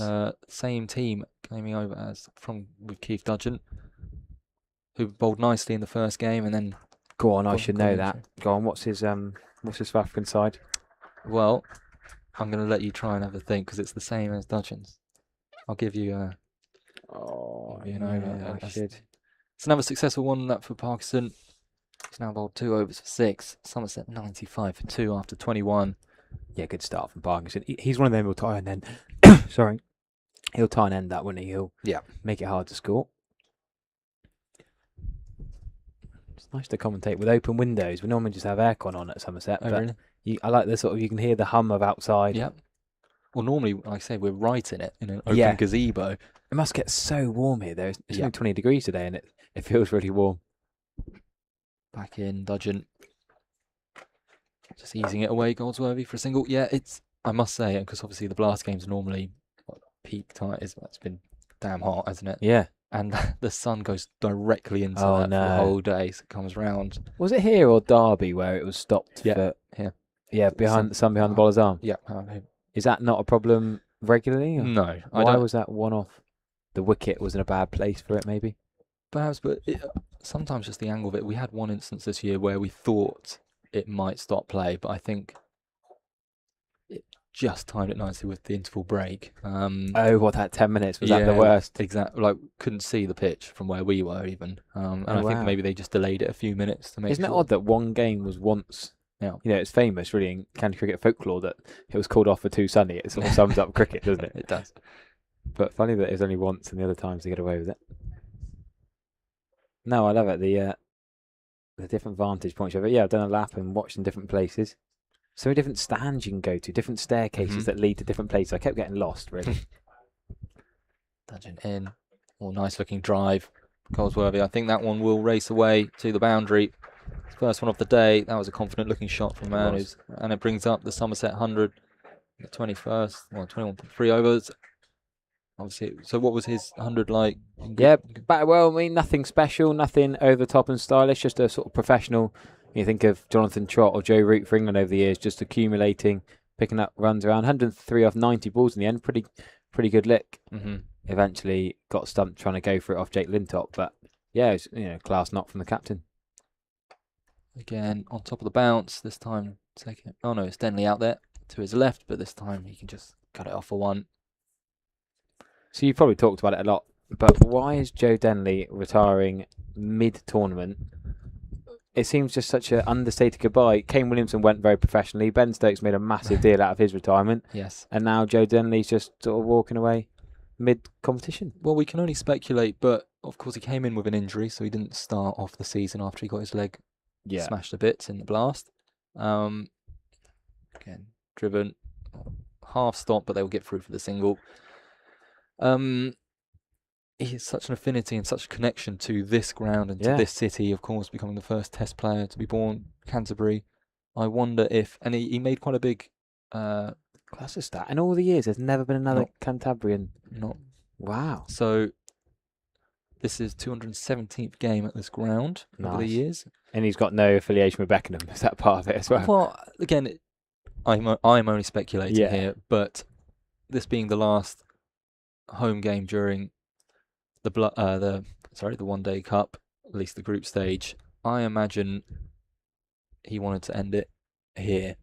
Yeah. And he was quite hot on giving the youth a go. If you think about it, Well, one of them's related to him. One of them's rated, and he's now not playing in this game, which I was a bit surprised about. Not playing, maybe Joe's taking. Yeah, maybe he's taking his place. I'm not That's sure. I have no idea. But well, there he is. As we say that, he comes on. He pops up. Yeah. Very talented as Jade, and obviously different left-hander. Spells his name oddly as well. That's what gets me every time. But it is. I don't know if you would have seen. There was a bit of video we put on our social media here at Kent. His kind of announcing it to the team in the dressing room. Yeah. After the blast, and he was very, very hot on. It's now time to give the youth a go, and he loves this competition. He said a number of times for that. Yeah. So I wonder if his thought process was he didn't plan with the injury as well. He's not going to start the campaign. Give the others a go, not take up a spot of theirs, but obviously wanted to say goodbye to the Kent faithful and do it at Canterbury, and this is the last opportunity to do so. Again, I'm speculating, but that's what I imagine it would be. On the sweep, Pereira this time, Parks to start his next over. Be just at one with one of those two youngsters, Dawkins, out at deep square leg. I just thought, if I'm Dawkins, as a young or under 19, really exciting prospect, so many people saying the new Zach Crawley, etc., etc., the perfect two people to have in your top six is Denley and Bell Drummond, along with 3 or 4 youngsters. Mm-hmm. Well, I guess this year they've been able to somewhat North East, I suppose, replace that experience with North East in the team. I suppose, do you need 3 experienced pros in the top 6? Maybe not. But and the other man who I guess is taking up that spot, because he's not got the gloves on, is Harry Finch, and he's been our most informed. He's got the most runs for us so far in the comp, which is a surprise, really. You'd have thought one of the other 3 names I thought would have been the top runs. If we're being frank, that's been where Kent have been let down so far on the start of this competition. They haven't got enough runs on the board. Yeah.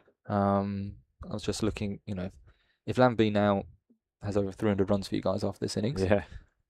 Our top run scorer so far is Finch with 114. Oh wow, that's a big discrepancy there. Yeah, that's worrying, isn't it? Deebs has got 104. He got 15 last game. Well, have you looked at his record against Somerset? I don't know officially, but I don't. Every time Deebs comes to Taunton, he seems to get runs. Yeah. I know obviously the Millfield connection. Mark Davies, I know very well. Mark Davies, I commentate with, and he coached Deebs for ages and always catches up with him. But there's this thing about Deebs at Taunton. And it used to be the 50 over and the T20, then sometimes the championship as well. And that one-handed catch, I don't know if you remember that one-handed catch at Long On a few years ago. Yeah. Absolute screamer. And just a lovely, humble bloke. Honestly, I've had the privilege of speaking to a number of the players, doing the podcast and interviewing them. And camera off, microphone, he's equally as lovely. Yeah. Bell Drummond. I don't have a bad word to say about him, asking about everyone. This was just as he was taking over as club captain. Yeah. Asking about how the charity initiatives were going on just as I was walking in, and taking a real interest in everything that was going on in and around the club. So, yeah, a real credit to the county. And he's not bowled his seamers much recently, has he? No. I missed them. He bowled them at Taunton the Championship not long ago. Yeah, well, he's also suffered with a few niggles and injuries, and I think we'd rather not risk it. Bit like Tom Abel, similar, I think. Mm-hmm. Useful bowler, but save it for the batting. You guys must be. I was just thinking when you're mentioning Tom Abel, of course, both the Rue brothers. How many are you guys missing for the 16.4? Yeah, must be quite. I could probably go through them. Yeah. Abel, Cadmore, Banton, Rue, Overton, Gregory. That's 7 without thinking about it. Singh now on from the pavilion end. It's a lovely looking drive from Pereira. A bit of a loosener. It won't go all the way. Skipper Billings. It slows up. Yeah. On Sunday, it was precisely. Do you see? It's like a darker patch. Yeah. I don't know if we'll pick it up on the stream. It's a very lush outfit. The greenest outfit I've seen in weeks, actually. Well, I cannot believe it. You go around the heat county. Wave. Everything's bare. My club. Is there no hosepipe ban here? No. Well, Bell Drummond was grateful for the grass being long and slow there. Well, because these are the practice wickets. Yeah. They're very green. Yeah. So done a good job down here. Make it lovely and lush. Sink back in. As I wandered around, people said how low scoring it generally is here, the average score being more like 230, 250. But the outfield's got to say a bit of a part being a bit slower and lush, okay? Well, guess. Or are you saying it's going to be just been the bad batting? Yeah, well, we've only had the one game in this competition here. Yeah. And that was, they were able to keep Northamptonshire down to around 250. And I think that's probably a good barometer, 250, 260. Right. Deck is a bit slow, but it's got no demons in it. Yeah, yeah. And flicked away in the air. Well, again, no timing behind it, so no real scare. What you said strikes me with that shot as well, actually. Yeah. A bit like Tom Lammonby's dismissal. It's got no demons in it, but you get yourself out. Yes. There'll be a slow ball that you think you got to hit for 6 to the short side, or it's a slow outfield, so you try and overhit it and get out. Exactly. There's not. I think how you just mentioned it there, a lot of batters get themselves out rather than the other way around and being got out. Not seen many beauties beat the batter. No, well, so the first one, Dudgeon's too. Vaughan, I think it moved a little bit. Used his feet, and of course that's the first second over. So there was a little bit of movement. Vaughan has struggled, and he's a bit susceptible to that. To be fair, so of all the players, you think he has been caught behind a few times, nicking off. Down the leg side, that one won't be cut off. That's going away to 4. Wrong line this time from the youngster. Goldsworthy having a pretty simple job of just clipping that one away, and it flies away. There is someone down there at fine leg, but no chance stopping that. Up to 19, Somerset 115 for 2. Yeah, and also I think it plays in their mind with that short boundary. Yeah. If Lammonby, maybe he'd hit those 2 fours and he premeditated he was not going to go hard again, but then when it was that short balloon-esque ball, he couldn't resist it. But then if he had just gone through it with a touch more aerially, that would have cleared Eckhart Singh easily, but he hit it hard and flat. He'll blame his third choice bat, won't he? I think so. You don't normally see someone use 3 bats in 20 overs. And I think he timed all of them nicely. I wouldn't mind having 3 that high. Yeah, I might go down and see him in a bit and say, can I have the one that's broken? I'll get it refurbished. Yeah, absolutely. Could do with something decent like that. But have you, going back to a question of before, have you been able to remember the club? Oh, no. No? Okay. The South African club of Dudgeon. I'm going to give you a clue. And the clue is Aussie fast bowler. Current fast bowler. What, the name of his stateside in South Africa? Just the name of the... Think of who was effective against us in the Ashes this year. There was a few, but nearly all of them. Boland, Nessa, Doggett, Boland. Oh, Boland. Yeah. There you go. Sorry, I went straight past it. Yeah. Scotty B. Yeah. Boland. Yeah, okay. Yeah. So both... also Boland Park. Yeah. In Pal. So both Dudgeon and Stowen. Yeah. Originate from there. Nice. Shame we couldn't see more of him. Yeah, South African connection. We've had quite a decent one with them this year, of course. Like I say, with Dean Forrester, Sturman. I thought Hollyoak might use some Aussie connections. I thought that'd be more likely. We haven't. Well, just apart the from Rogers. Yeah. We had Wes Agar for a number of seasons up until this year. He was good. Well, nicely played this time from Pereira, getting it down to one leg, lapping it again just for a single as he creeps up to what would be his second to stay 50. I think he's being clever here, the paddle sweeps from Pereira, but he's struggling to get 2s or 4s. It's just 1. He's playing good shots for 1s. Mm-hmm. Like I say, with no pace from Parkinson, it's quite hard to paddle him for 4. Well, he gets a hand on that one. Not sure if that would have run away for 4, to be honest, but possibly a single. Yeah, we're approaching halfway, aren't we, for this innings? And I think Somerset are well set. If I was saying, if you're looking around that 260, 270, maybe 280, I think you're on course. Just checking the scorecards the last 2 games. Somerset, after 25 overs, were 124 for 2. Okay. Cut away nicely. Chase on Stewart, and he does well. So very similar, actually. That was the Warwickshire game where Somerset posted 337 for 8. I mean, at Taunton, you can really accelerate. You know, they used to say A.B. de Villiers says double your score after 30. Yeah. Steve Kirby was saying you add on 10% of that at Taunton probably as well. Again, touch leaf straight from the leggy. Easy little tickle around the leg side for Pereira. He's up to 48 now. I think Pereira's paddle sweeps have got in Parkinson's head a little bit. He's not bowled quite as well since those couple of paddles. He's not got his line quite right. But I wonder if Kent are aware. You know, there's not too much information out there about Pereira, as you were mentioning that he's probably the least likely to go. Yeah, I just guess a lot of these guys would have played against him, having played for 10-2 sides. Possibly, Kent lads. I'm just surprised that Parkinson's remaining. He's bowling nicely, but from the Nacton Road end. Yeah. Or they're not that worried about Pereira batting through at the moment. But as you say, I think I would have liked to have seen Parky been given the go of going up against Goldsworthy with the slope, all the conditions in his favour. Well, Joe Denley has to bowl, surely, on his farewell game here, doesn't he? You would think so, wouldn't you? It's is he the 6th bowler? Yeah, you'd like to. Yeah, so yeah, all the main boys have had a go. So yeah, Denley's the 6th bowler. So I'm pretty, and if he does, he'll most likely be from this pavilion end. I'm looking forward to his standing ovation when he comes on to bowl. The stadium announcer's going to give it some oomph I and hope gusto. so. Oh, the members are in actually, and what you also find is it will grow throughout the day here. Oh, okay. People will come in after work, members, whatever. Yeah. Yeah. I suppose it's quite central in the city, aren't we? It is just walk, and in fact, most people do park just outside or in the centre. Nice. So this crowd will grow.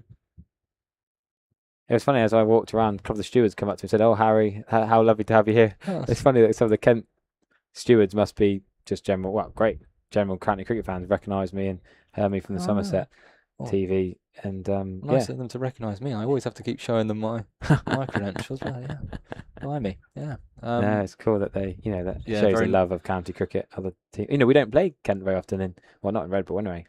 Very knowledgeable, the Kent faithful down here.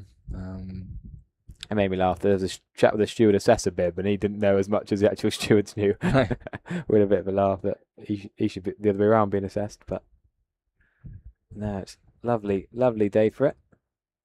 And I presume the fire engine is over there for something to do with the kids, not just in case there's a fire. Yes, I hope so. I think there's a bit of a gazebo up there for maybe the police and some other bits and bobs. So, but if anything does happen, they're on hand. We had the Somerset Family Day on Sunday. It was brilliant. The petting zoo, the nice animals, the face painting, all the different things you can do and keep the kids busy. I do love this competition. Oh, absolutely. Me too. I really look forward to August. Well, it's July now, I know, but it feels like it's the August competition every year. It probably will be August next year with the Ashes, pushing because the Ashes will dominate next summer's calendar, and the One Day Cup will probably go back to August rather than a bit of July. We'll probably have 4 championship games at the end rather than 5. Yeah.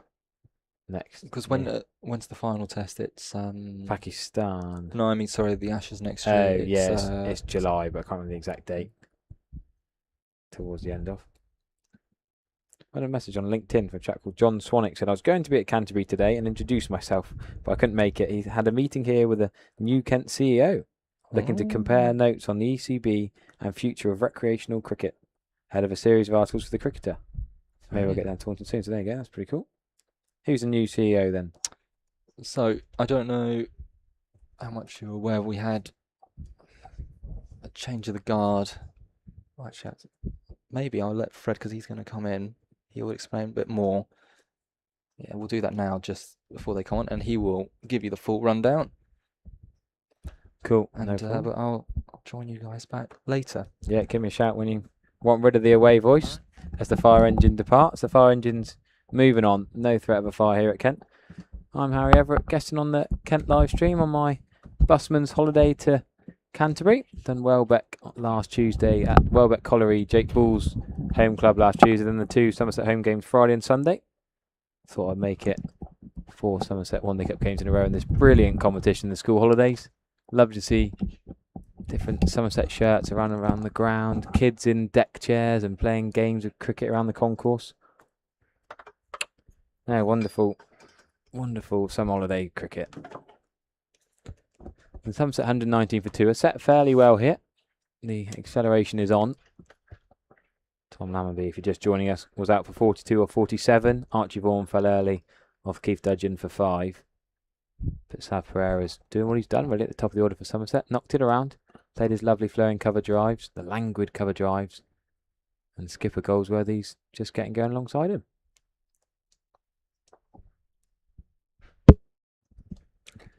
Well, Ekant Singh is going to bowl from the pavilion end to Lewis Goldsworthy. 21 not out. Ekant comes in. And Goldsworthy just drives that one. It goes a little bit past the fielder. Daniel Beldrummer just picks that one up. They get a single there. I don't know if Ben Dawkins could have had a little dive for that. Yeah, I was initially a bit surprised he didn't go for it. But may have been the angle that we're watching from.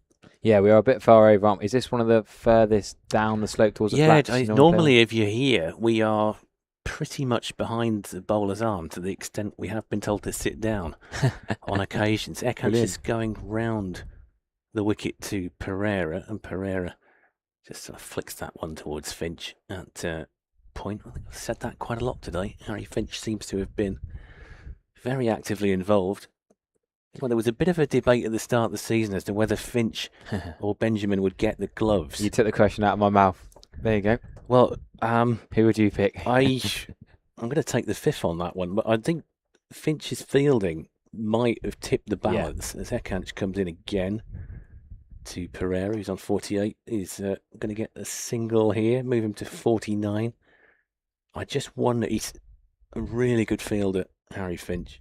He continually reinvents himself. Yeah, well, he impressed me in a couple of T20 Blast games. I remember looking at the Kent lineup, I thought, surely you want Grant Stewart coming in for a bit of long handle. Even with 6 overs to go, I'd give Stewart a go, but he impressed me in a couple of Blast games, Finch, that he's got more shots to his game than he used to have. As Ekanch comes in again, this time going back over the wicket to Goldsworthy, who flicks that down the leg side, and they'll take a single, so that'll get Pereira back on strike for the 5th ball of the over. He's on 49 from 65 balls. He played a very measured innings so far, Pereira. He had 1 or 2 alarms early on, but since then, he's looked pretty well set. So I don't know a huge amount about it. There was a rumour that he'd been involved at some stage in the Kent Academy group, but we haven't actually managed to get that confirmed yet. As Singh will come in again, this time going back around the wicket to Pereira, and that should be his 50, and it's been achieved in some style. He's carved Ekanch Singh over on the leg side, the mid-wicket area, and that is 53 now for Pereira.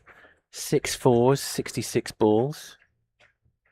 And a very well played, very confident shot to bring up his half century. Yeah, he's been a brilliant signing for this comp for Somerset. Got runs in every game so far. 19 is his lowest score.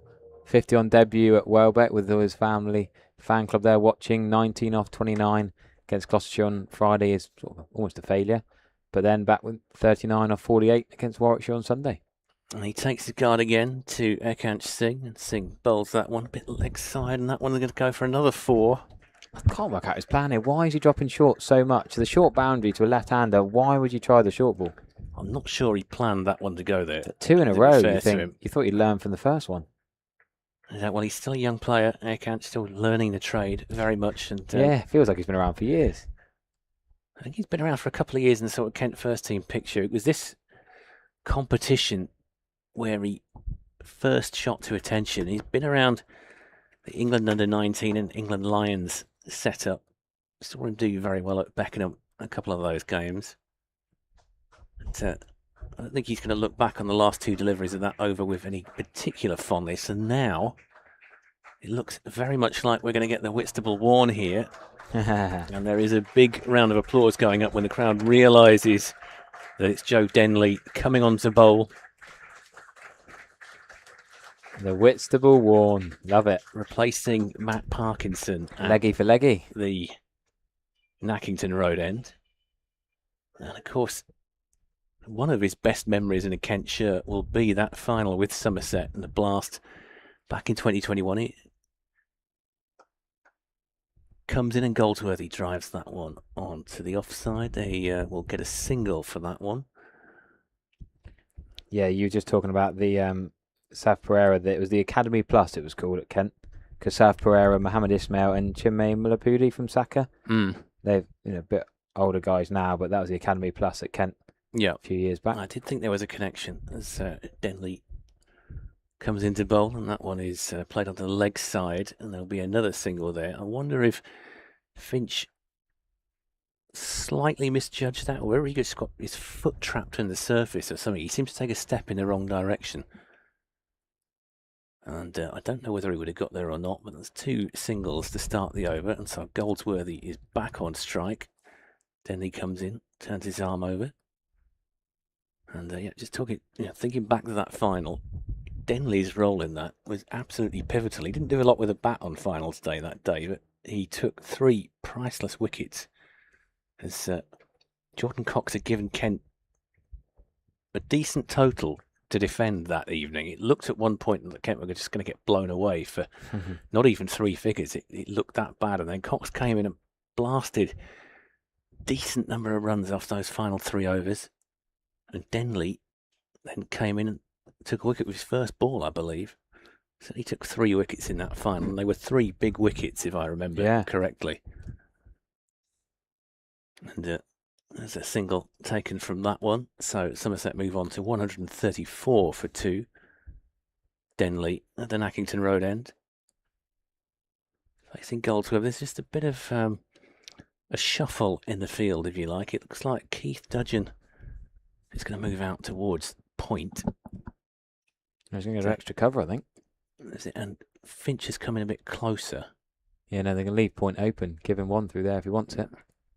Here comes Denley in again, and as you say, that's given him through that area on the offside. Stuart Fields, and they'll take a single. It's a 50-run partnership up for Pereira and Goldsworthy off 57 balls in 37 minutes. Just been strolling around the boundary while I was off air, and I've been told the crowd here is 3,000 today, which is extremely good news. Is that a good figure for? It's a very good figure for Metrobank games. I've seen various numbers. It looks like there are a lot of people in, but I'm told that there was a big spike when it was announced yesterday that this was going to be Joe Denley's last game. Yeah, I wondered if you might fill up. You might get 5,000 or 6,000 because of the whips were worn, his farewell, his servants, the club. I guess. I think you're only likely to get a sort of sellout 5,000 crowd if it's on a weekend, really. Right. But for a weekday, 3,000 is really good. Here's Stewart. And that one is steered onto the leg side by Goldsworthy, who scampers through. They're thinking about coming back for 2, and they should get it to the misfield there by Matt Milnes, I think it is. Sort of deep backward square area. With Surrey and Gloucestershire not kicking off till 2, I spoke to a few people around the ground who'd come down from London, actually. So that earlier start, make the most of it. Yeah. You could even go back to the Oval later on, do 2 in a day. So, you probably could. I might find the roads are a bit clogged. If you're on the train, it might be all right. It's Stewart again from the pavilion end, and that one is blocked. You're so well connected here, I guess. You've got so many transport options with all the it's probably compared to the rest of the country, we quite possibly are. It doesn't seem that way sometimes. I had a day at the County Championship at the Oval where I watched the morning session, then reported for, I think I was on BBC Radio Kent for Gillingham in the afternoon, and then back to the Oval just for the close of play. Well, that's some achievement. Stewart in, Fuller, and that one is just played back up towards Daniel Bell Drummond by Goldsworthy. Of course, some of your fans might remember me being BBC Radio Kent just a couple of weeks ago at Cardiff for Sophia Gardens for the Kent Tier 2 Women's Finals Day. You were probably busy here with the T20 Blast. I was at Beckenham, actually. I was triple booked that weekend. Wow. I was at Beckenham for the under-19 test with South Africa. Stewart comes in, bowls, and that one is steered down the leg side by Goldsworthy. They'll get 1 here. Oh, so you missed Kent's final Blast game for that? Yeah, it's just the busiest time of the season. When it was bad planning, wasn't it, on the Sunday? Because the women's test was on as well, wasn't it? An awful lot going on that Sunday. Obviously, it sort of coincides with everything. I mean, Kent's women have done tremendously well. They had a very, very good win here on Sunday against Middlesex when they chased down about 307, I think it was. Rachel King scored a terrific century. So that was a really very good game of cricket. As Stewart comes in around the wicket, one is rather chopped by Pereira. It's fielded by Finch, and there's no run. But yeah, I mean, I was hugely impressed by the way they chased that down. Apparently, it was the highest ever run chase in List A cricket, and certainly since the 2-tier system come in, it was a really, really impressive performance. So Stewart is in again, and this one is steered just slightly on the leg side. It's going to be fielded by, I think it's Ekansh Singh there, around about the mid-wicket area. And that'll be the end of the over. 139 for 2, Somerset. And I think they'll be, from your Somerset hat, I think they'd be pretty happy with that, really. They've got platform to push on from here. I mean, I guess Lamy's been brought in to be aggressor alongside Connell in the middle order. It'd be interesting to see the exact lineup, who slots in where, but Josh Thomas has to come in next, I think, right or left, irrelevant. I think he'll come in and he'll accelerate. He's been brilliant, number 5, got that 97 the other day against Gloucestershire.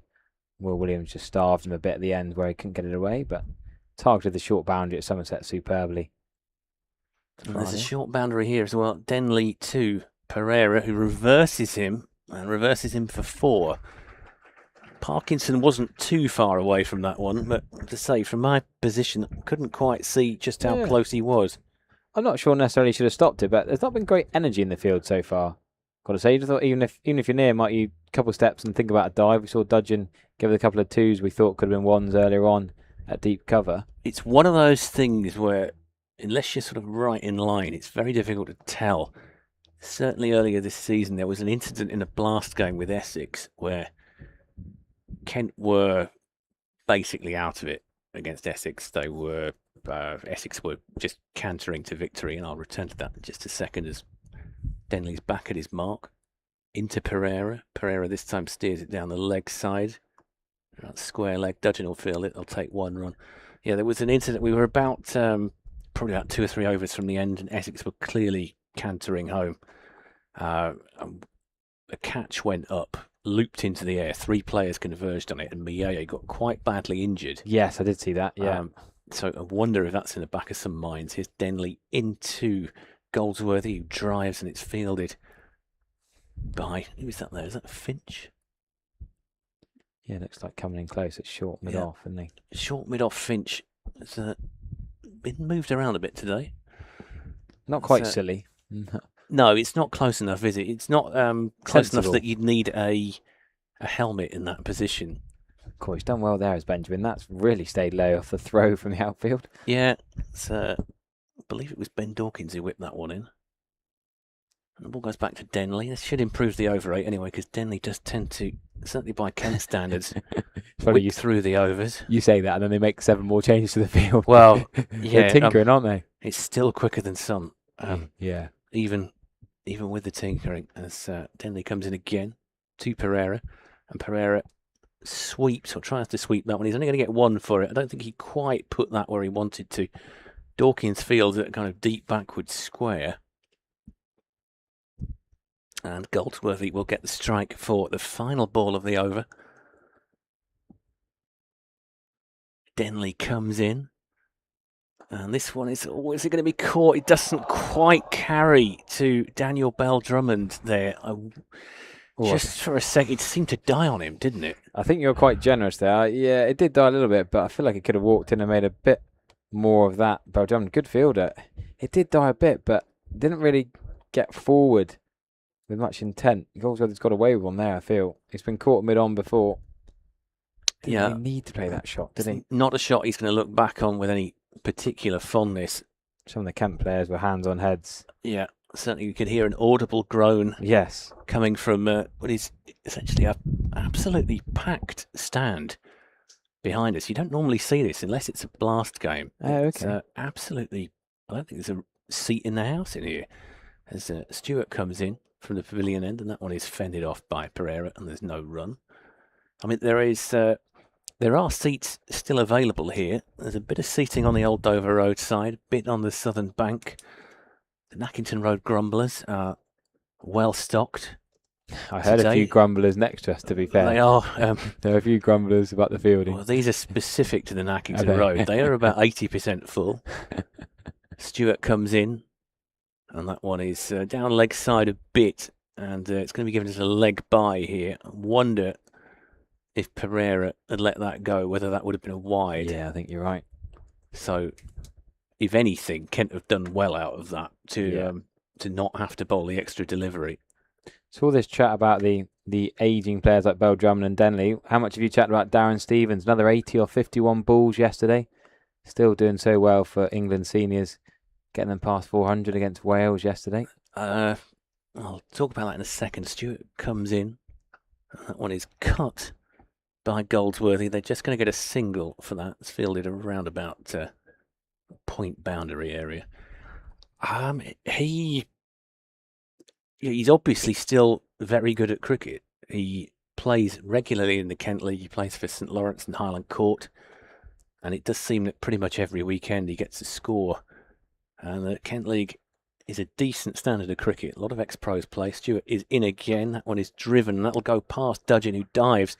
Doesn't get there. There's a chase on for Dawkins. He will pick that up before he gets to the boundary.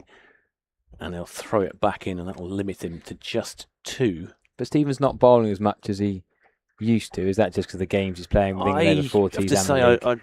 I don't follow it that closely as the 150 is up for Somerset. I do sort of look at the Kent League. I don't sort of study it quite as religiously as some do. But I know Do you play or score or I umpire Saturdays? definitely don't play. No, No. I just watch. I'm normally busy covering Kent, to be honest, at this time of year. Stuart is in. And there was a shout for LBW. I wonder if that was going down leg. Yeah, I think so.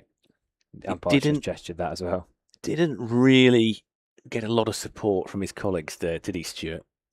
No. He went sort of full-throated, but I think when even your wicket-keeper's not convinced, then you're going to be lucky to get that one.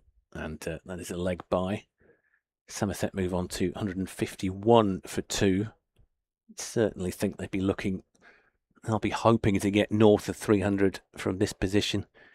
20 overs remaining. Stuart in again to Goldsworthy. Goldsworthy drives that one. They won't get a run for it. It's fielded by Aircanch. And at the end of the over, it remains at 151 for 2. I mean, what's the equivalent competition down your part of the world then? Kent League here is basically, you've got, if there's a hierarchy, you've got first team, second team, and the second team is a whole separate issue we can come to later. And then you've got the Kent League where players like Ben Compton are playing for Sevenoaks Vine, Ben Dawkins plays for Tunbridge Wells. Most of the Kent players have got club cricket that they play on a Saturday. I mean, it's the same sort of setup. Yeah. There. The Wepple's very strong. Some of the lads go down to Cornwall for a bit of money in the Devon Prem, but most of them play in the Weppel, one of the best in the country, and it's on the doorstep. So many strong club sides around. Denley is in from the Nackington Road end, and that's sort of chipped, and Pereira will get a single from that. And in fairness to him, I think that was actually a better shot than perhaps my initial reaction gave him credit for. Finch has gone to where the catch would have been. He's about 2 yards to his right. Denley is in again. This one is pull. That's going to be a 6, is it? It could be into the PA box, and that is a 6 from Lewis Goldsworthy. Yeah, we were talking about this earlier in our previous stint. The risk of bowling leg spin, Lewis Goldsworthy, yes, it's against the spin, but it's not turning that much. He plays the slog sweep particularly well. And that, with a short boundary, was a 6 from pretty much the moment it left his bat. Here's Denley in again. This time Goldsworthy plays it on the offside. It's driven to Keith Dudgeon, who fields. And there's no run.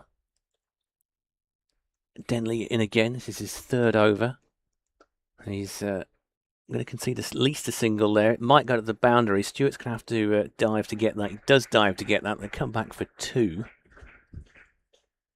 So up the slope there. So the fielder's always got a decent chance. And it goes up the slope. And that is a huge boundary on that side today. Yeah. Not going to be many boundaries up there through the offside. Denley comes in. One again goes on the offside. This one is it's a sort of double misfield, if you like. Finch didn't get there to start off with, and I think it was Dudgeon who is... Yeah, he's not had a great day, Dudgeon, in the field. He looks knackered, the poor bloke. He just... He's I wonder wonder whether Finch got something on that and it slightly wrong-footed him. He's not running particularly healthily, is he? I think he looks cooked. There's Denley in again, and that one is a better ball. That one causes Pereira a few problems. And there, Denley has just done about 7 keepy-uppies. He's good in there. Talk me through his football career. I've heard before, but he used to play for Whitstable, I think. That's it, Whitstable Town. Whitstable Town at age group level, and his family have got connections certainly in the Kent football. So he might sign on next month. Well, he might be pre-season training and playing next week at this rate. Well, season does start fairly soon. Stuart's going to continue from the pavilion end.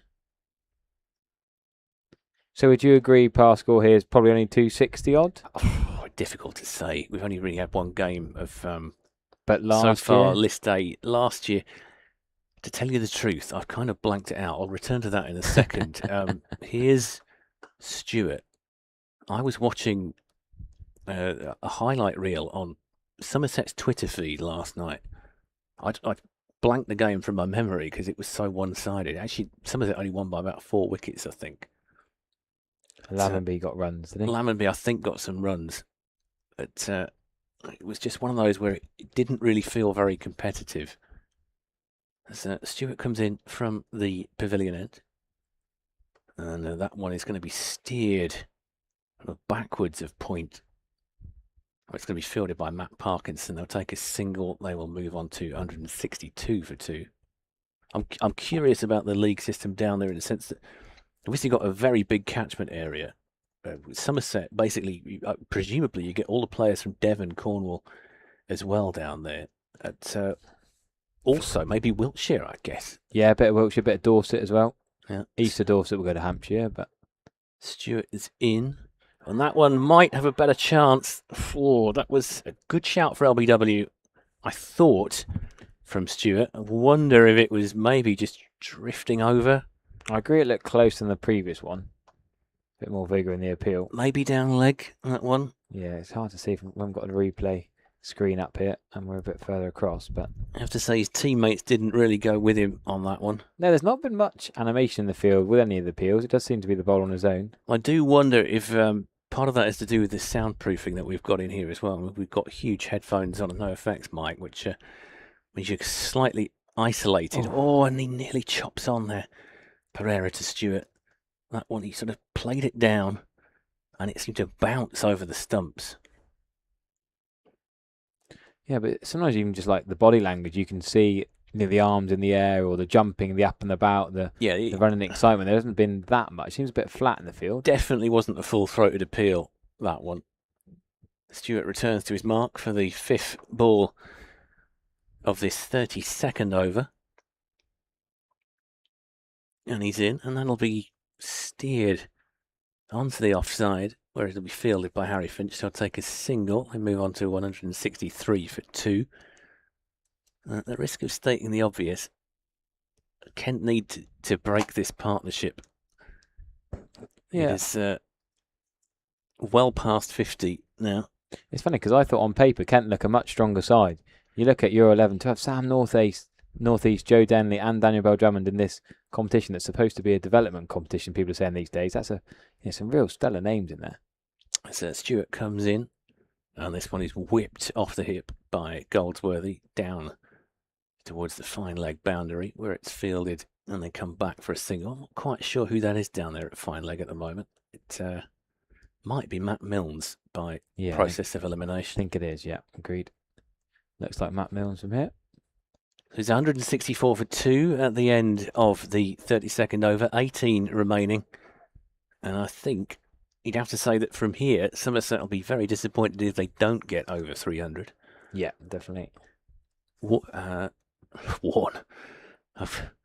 Denley is going to continue. Called him Warren there because of the Whitstable Warren nickname. No, I like that.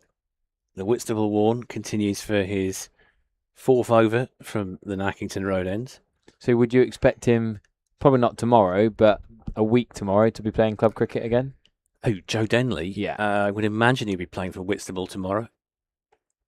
He comes in, bowls. Goldsworthy, bit of a cut shot there, fielded by Finch. He'll get 1. Goldsworthy homing in on 50. He's on 43 at the moment, so he's just a couple of blows away. Oh, fair play if he plays 50 overs today and tomorrow. I honestly don't know. He normally does play for Whitstable. He's with his brother and Jaden also play there as well. As he comes in again from a Nackington Road end, and there's a bit of a step down the wicket here.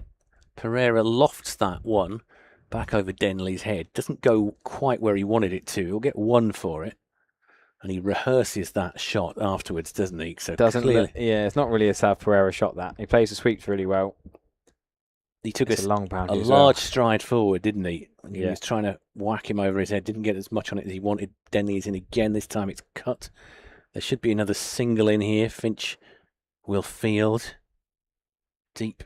Not probably about 20 yards in from the boundary on the offside. You wonder if they might bring Long on 10 yards off, really. It's still a fair hit out there. It is. Let's see what happens here. 4th ball of the over. Denley is in. This one is sort of swept, if you like. Slog sweep, I think you could call that, and that will get him a 4. Yeah, another great shot. Pereira moves in to 79. I feel sort of guilty calling it a slog sweep because in my head, slog always seems a slightly derogatory term. Yeah, I would say a slog sweep normally goes to mid-wicket. I'd say a slog sweep's normally from outside off to fetch mid-wicket, whereas that was with the spin through backward square leg. He was definitely in control of it all the time that he played it. Here's Denley again. Comes in, bowls, and that one is just dead batted, if you like, by Pereira.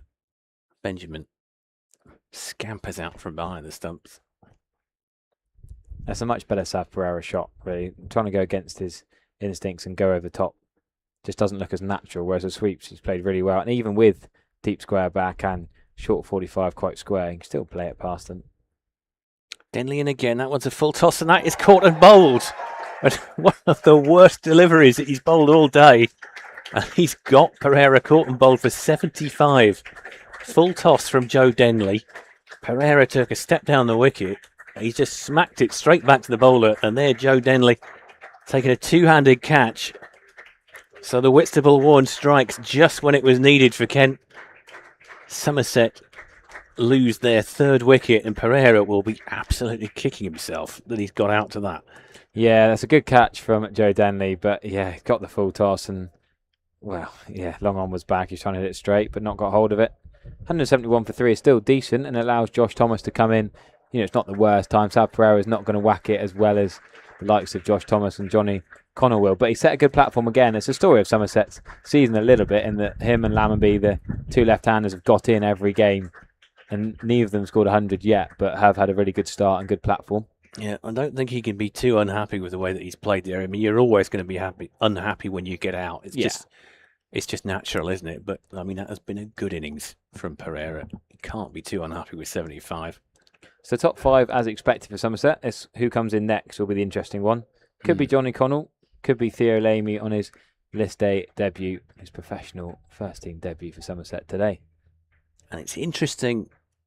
Denley did a really good interview with David Fulton on the Kent website and the Kent social channels when it was announced that he was retiring, and David Fulton was talking him through some of his career highlights, some of the best games that he played. He was talking about the time he hit a century at the Oval and it didn't look like it was going to be enough.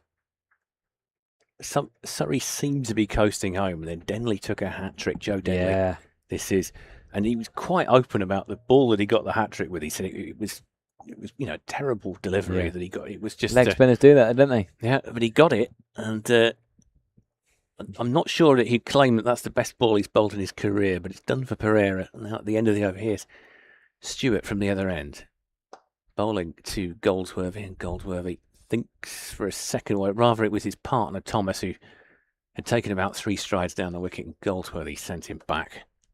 Pretty firm, no. Good for North East there, good fielding basics there. If you're at mid-wicket, extra cover, running across on that angle, even if you can't get there, it stops the striker from being able to call that one wide of mid-on. Saved a single for his bowler Stewart there. Stewart in again. Second ball of the over. And this one is sort of flicked off the hips by Goldsworthy. He'll get at least 1 for this, and they will come back for a fairly comfortable 2. So Goldsworthy just 4 away from his half century. 54 balls he's faced so far. Stewart is bowling in arm with it. A lot of the players are bowling in long sleeves today, which is a reflection on the weather. It's about 5 degrees cooler than it was here at this time last week. Stewart into bowl from the pavilion end. Goldsworthy flicks it, and that should be his 50, I think, and it will be 50 for Lewis Goldsworthy. Well played, young man. 55 balls, 3 fours, 1 6. It was always going to have too much on it for Milnes there. Just sort of flicked it down to fine leg, didn't he? Yeah, real testament to his knock. He's only scored 4 boundaries and he's still got to 50 or 55 balls, a strike rate of over 90. He's picked up 1s nearly every ball. He's run hard for 2s, pushed the pockets well. Top knock from the skipper so far. Stewart into bowl, and again flicked off the hips. And that'll be just a single this time. That one does go towards Matt Milnes. And Benjamin will throw it back to Sam North East. Somerset now 178 for 3. 33.4 overs. again, we're talking about platforms. Not a disaster from a Somerset point of view that they lost that wicket then, but we have seen straight. I mean, all Kent can do is take wickets to slow this down at the moment. You talk about building pressure. Here's Stewart. That one is biffed away on the leg side, so Thomas will get off the mark with a single. But I mean, the only surefire way to stop people from scoring runs is to take wickets regularly, isn't it? And Somerset, of course, bringing in that extra batter today, so they've gone with one less out-and-out bowler. No JT Langridge or Jake Ball. Still no Jack Leach and no Cian Roberts. So we've got Theo Lamey in, but a lot of the bowlers do bat. Josh Shaw scored that 100 in that Lewis Gregory testimonial game a few weeks ago. James Thiedem's decent swinger with a left-handed bat. Here's Stewart in, and that one is sort of short-pitched, and wonder for a second if it was going to be given as a wide, and it is going to be given as a wide. I think actually the square leg umpire has given that one, because... It's pretty obvious from here. Yeah, it got completely stuck in his hand. Yeah, whether it was a discussion whether it was a wide or no ball. I wonder if it was for head height. I thought that was only a debate as to which way it was. Yeah, I'm trying to look at that one on the replay. That might be the worst ball we've seen today, mightn't it? Stewart is in for his next delivery. And that was better, but it's flicked down the leg side. Milnes might get there. He does get there, so he'll restrict them to 2. And Goldsworthy just got a bit of a hurry on, didn't he, there? I don't think he was ever in any real danger. No, he's run really well. Really good running between the wickets from the Cornishman. Yeah. Talking of a catchment area, so you've got Cornishman playing for Somerset. Kent's only one today, yeah. Kent's completely hemmed in. So the talent pool in the south of England, it's you've got Essex to the north, Surrey to the west, Sussex to the south. It's completely landlocked. Yeah, good point, actually. Can you nick anyone from Guernsey or Jersey? Ace to try went Cardiff first, of course, but... Well, I suppose in terms of European cricketers, there are a few. Fred Clarson, I suppose. Fred Clarson.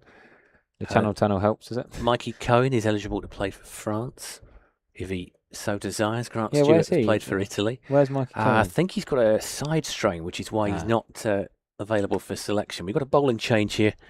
Matt Parkinson is going to come on from the Nackington Road end. Interesting. There was on the other side of the ground last week against Northants. I'll come back to that in a second as Parkinson comes in, and Thomas doesn't get what he'd like on that, I think, but he's going to get at least 2 for this. Dudgeon is off in pursuit. It was, how would you describe that shot? Well, I think it's one of those where it's actually a better result than if it hit it off the middle. If it was the middle, it was probably 1 to deep point, but outside edge gets it past short third for 2, so he'll take the bonus run. Yeah, he's not going to be too unhappy with that. Gets 2. Parkinson comes in again, and this one, it'll be a dot ball. Yeah, Parkinson was fielding over by where the PA gazebo is. Yeah. Which is just on the Old Dover roadside. So I actually got a chance to sort of hear him talking to some of the punters last week. He comes in again and bowls, and this one he goes straight back to him. There was a gaggle of Northants fans that were gathered right by the contrary position we were at then. And one of them was going, Parky, trying to get his attention as he comes in again. And this will be another dot ball. And he went over and said, yeah. In his northern accent, yeah. And they just went, oh, well bowled. And he looked quite surprised. And he went, oh, I normally get abuse when people are calling my name. So he comes in, bowls again. This one is steered. There's no run there. Good tumbling stop by Sam Northeast, who was a decent number. I think he got 85 at Bristol, but it was in a team total that wasn't really competitive. That was on Sunday. Parkinson is in again. This one is, again, that doesn't really go where Thomas, I think, wanted it to go. So it's not a bad over that from Parkinson. Just 2 from it. And Somerset move on to 184 for 3. Which Somerset field is like a bit of chirp on the boundary. Only like very close boundaries at Taunton, isn't it? Yeah, well, Tom Curran was a famous one at Surrey. He had a bit of an altercation with the Somerset fans, I guess. You know, Steve Kirby, the coach now, bowling coach, he was one who would always have a chat and always have a good laugh. Craig O would have a good giggle, but they're sort of all pretty similar, quite polite and friendly and enjoy a bit of chat. But it's not quite like the good old days where you might have a sip out of your friend's pint in the front row and have a bit of a laugh like that. But I can remember watching Tim Wren here the day that Kent won the Sunday League, sipping a glass of champagne by the Ames building, I think it was. That was once Kent found out they'd won the Sunday League. And because Worcestershire, I believe, were the opposition and couldn't play. And I think it was Tim Wren. So Matt Mills is coming on to bowl from the pavilion end. And that one is going to be flicked down the leg side. It looks like it's going to be Denley. I think it is down there. Who's filled it out? Or is it? No, not Denley. It might be Stewart. Yeah, Stewart. Grant Stewart. Big man, big arm.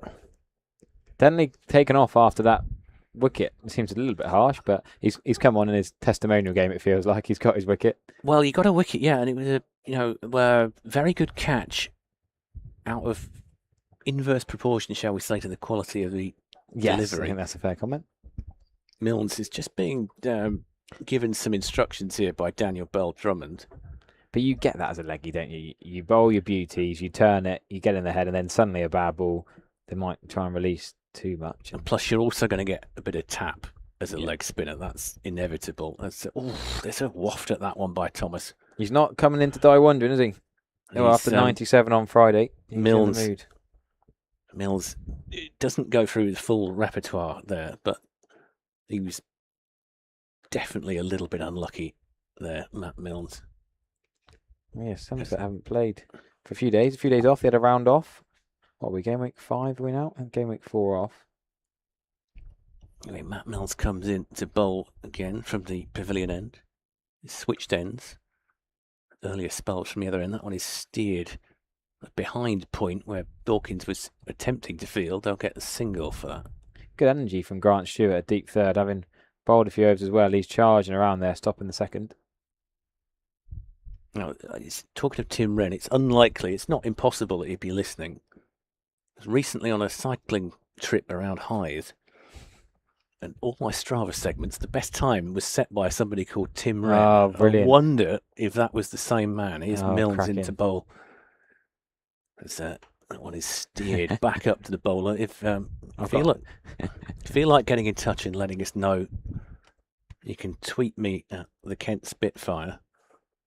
Yeah, I've got a few professional cricketers on Strava. Yeah, always entertains me the levels they go. Who's the best athlete Somerset have got? I think you'd probably have to say Tom Abel will be up there. His hamstring's been a bit of an issue, so I had to go careful with that. Here's Milnes into bowl. And that was a short pitched one. It's sort of swatted, if you like, for a single by Goldsworthy. Just goes to square leg. And there's no run. Yeah, it was talking earlier when the camera was on at the start saying Joe Denley was in full cycling gear. So a couple of days ago when we were here for the women's game, he was seen leaving the St Lawrence in full, looked like a pro, frankly, Tour de France level gear. Maybe that'll be what he does next. As Milnes comes into bowl from the pavilion end. Oh, there's another waft at that one by Thomas. He's, as you say, he's not going to die wondering here, is he? He's tried to give that the kitchen sink, didn't connect. It just sailed through to Benjamin. Yeah, I caught up with Matt Pryor down in Brisbane in the winter around the Ashes, and he's still doing a lot of his cycling stuff. Yeah, that's right, isn't it? Loves I can remember reading Kevin Peterson's autobiography, where... God, I bet that's controversial. Well, he was talking a lot about Matt Pryor in that, and not necessarily in glowing terms. No, I think they had a fallout, didn't they? They did. I mean, Peterson... In the England circle. I'm not sure that if you fall out with Kevin Peterson, that's necessarily a stain on your character. Can I put it that way? I think Swan was involved as well. I think it might have been Pryor and Swan against Peterson, what I've heard. Peterson, from what I... Against the world, yeah, you could argue. Got another very useful partnership here, Somerset. Kent needing to take wickets in clusters. Haven't really done that so far. That was a feature of the game with Northants last week, where Stewart took a burst of 3 wickets and then Ekanch came on and did likewise. And the way that Northants fell away, Darren Lehman was really annoyed about that afterwards. Stewart is in to Thomas, and that one again is sort of wide-ish. Thought for a second it might be given as wide. It was a fair way outside of off stump, and it was pretty much full, wasn't it? Yeah. Almost like it landed on the crease itself. And normally, limited overs cricket, when you see something like that, you see the umpire step back and signal, but it must have been just inside. I do wonder as well if Thomas just did that little step back as well to make it look wider than it was. Here's Stewart again. That one is a better length than that one. Is going to be 6, I think. No. Just bounces inside the rope. It's a lovely looking stroke, though. Yeah, and Kent are going to be ruining those chances. They weren't really chances, were they? But when Thomas played and missed when he was still in single figures, he didn't look comfortable at all. Well, he looks comfortable enough now. He's on 25 from 22. That one just died on it slightly. Bounced out a foot inside the rope. Stewart in again. Now there's a bit of a reach again from Thomas. That's very similar to the ball that we saw just before that boundary. It's wide. He sort of stepped back in his crease, was reaching for it. Didn't get signalled wide. Probably missing by about 2 sets of stumps, you'd say, that one, Yeah. maybe. Stewart back to his mark, is adjusting the field. He wants Ekanch to come a little bit further around, a bit squarer, maybe. No. Stewart into bowl to Thomas. And that's short, a slower ball. Not a great delivery, but he's got a dot out of it, which... Well, Oh, it's very late wide, actually. well, that one, Thomas came a long way across before the ball came down. I wonder if that's the cumulative of... I wonder if it was given by square leg for height. Okay. Possibly, because it did seem to take a long time to signal that one. I know we'd see umpires give wides. It does always seem to take a long time. Sometimes it's only a split second, isn't it? It's the way that it feels. That one felt very late. It's probably only a couple of seconds. Stewart will come in again to Thomas, and Thomas will try and drive that one. It goes straight to northeast. There's a shy at the stumps by the fielder, and they'll come back for an overthrow. So Stewart at the wicket didn't. I think he was waiting to see if it hit the stumps, wasn't he? Yeah. But it's just another bit of a lapse. It's another one for the total. I wonder if he's gambled and thinking, well, if there's a direct here, then he might be out, and therefore it might just be worth letting it hit. Probably hoping that he was going to get. But you'd hope you'd be backed up. Yeah, I think you would. I think he's Probably hoping that perhaps dudgeon there at mid-on would have got round. But Parkinson is going to continue at the Nackington Road end. 7 over so far for 35, no wickets. A reasonably economical 5 and over. compared to the game against Northamptonshire, was there much life in that wicket as well? Or Yeah, it was very difficult to score at times, I thought. For both sides, there was a lot of pressure. Certainly during the chase as well. Parkinson in. And there's no one there. It's an easy dab onto the leg side. Do you feel this pitch is a bit more docile? Well, the evidence of the way that Somerset have been scoring, certainly lately, say it seems to have a bit more life in it, or rather a bit more in it for the batter, rather than the bowler. Seems to be a bit more skewed. Might just be that they have better batters than Northants. Now to the left-handed Thomas. Oh, he wanted to hit that into the hospital. Did not connect. It's a big old boundary out there if he was wanting to clear it. It's a moral victory for the bowler, if you like, to use a well-worn cricketing cliche.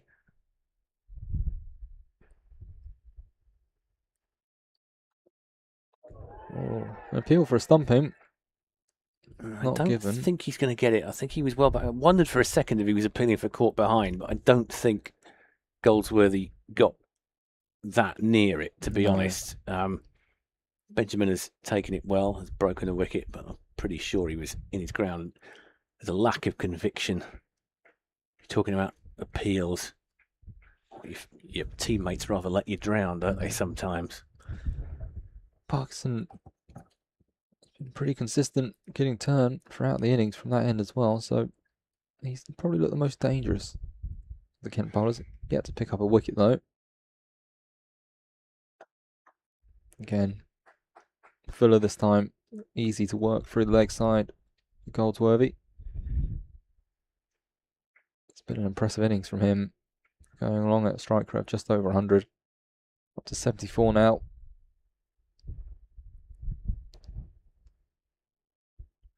Tidy over so far from the leg spinner. Flighted up, hit in the air, fair distance away from skipper Bell Drummond at mid wicket.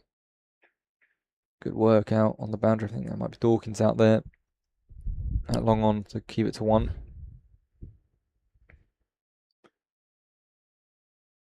Now, can he keep it tight for this last ball?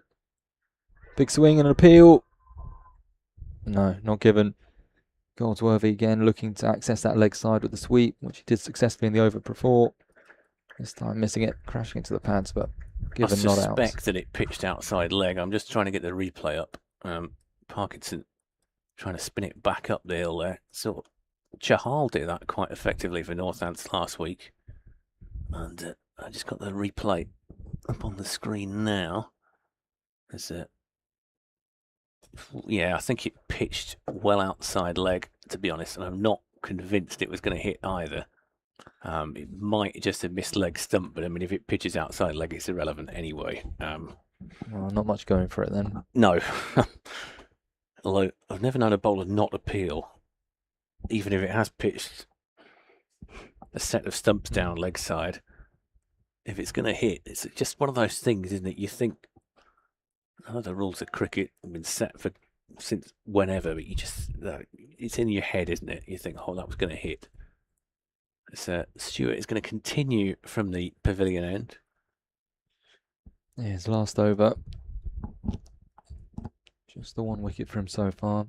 Yeah, what's on the theme? It wasn't a great ball that got the wicket, was it? 2 of the wickets that have fallen so far have fallen to suboptimal deliveries, if you like. Stewart is going to go round the wicket for this last over to Thomas, who is on 29. And again, it's going to be wide. Yeah, I think you were talking about Cameron in the previous over. You wonder if it's cumulative, if you like. If it's a deliberate strategy, it makes sense, but the margin for error is really, really small. Yeah, it's very tight.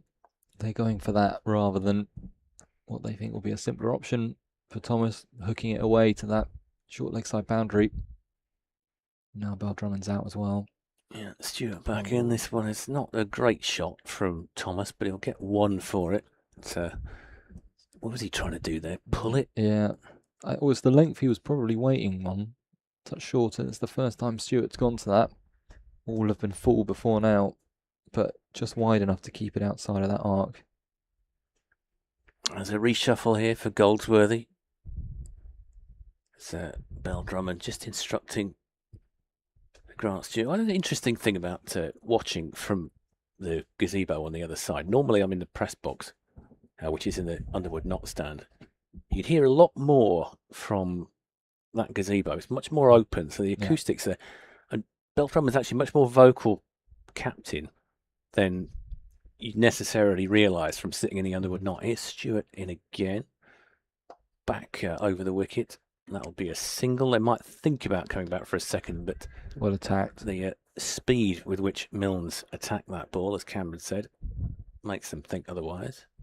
I mean, it's just strange. The acoustics in the ground, like you're not necessarily any further away, but you could just hear that much more in that position. And he was much more vocal, it seemed, when he was there.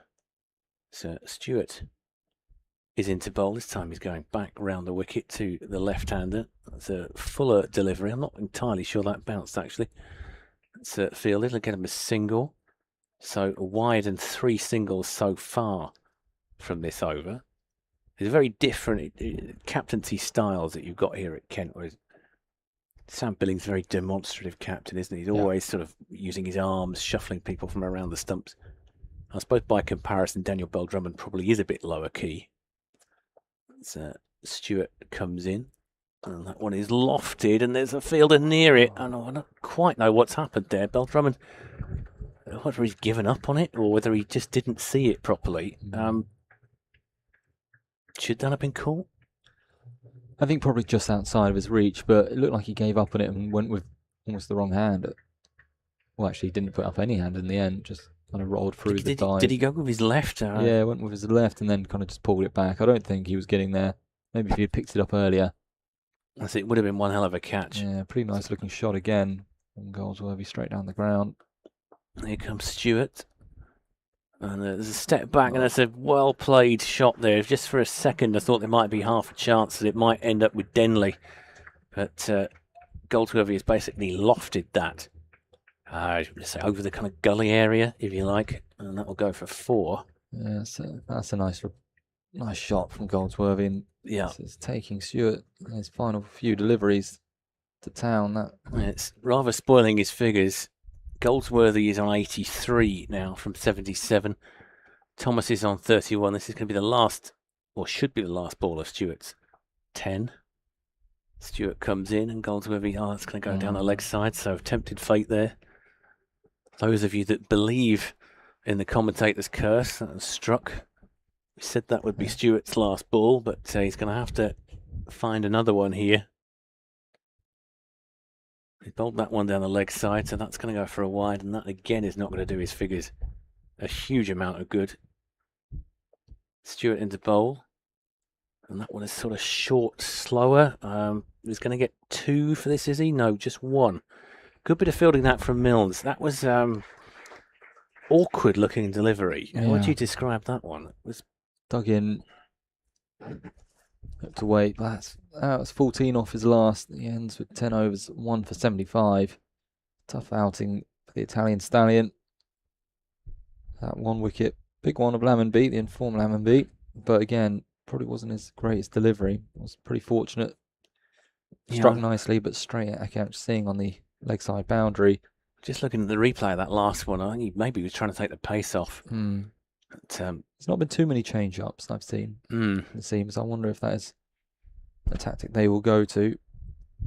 Parkinson will continue from the Nackington Road. And he was a bit unlucky in that last over, I thought, Matt Parkinson. Yeah, he's bowled nicely today.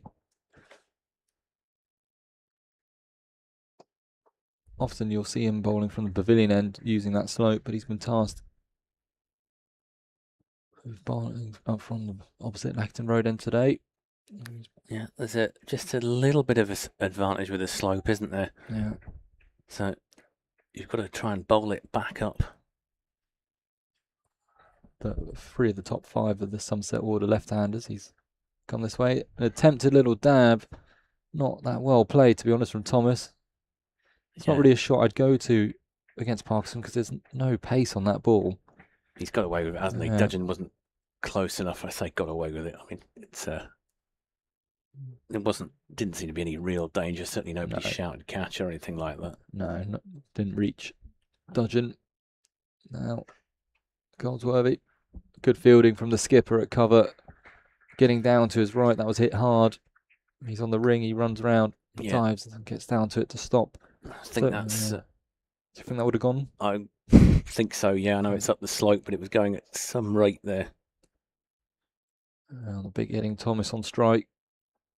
He goes for a sweep. All on the ground, so only be the 1. And that's the Somerset 250 up. Yeah, and that keeps saying the word platform. 250 after 42 overs, so 8 overs remaining. It will be a real effort for Kent to drag them under 300 from here. I think the only way they're going to do that is to take wickets. Again, hit hard and straight. Should be just the 1. Looks like that's man Denley down there, sweeping up. All singles so far in this over from the leg spinner. He'd like to just get out of this over. Not too much damage.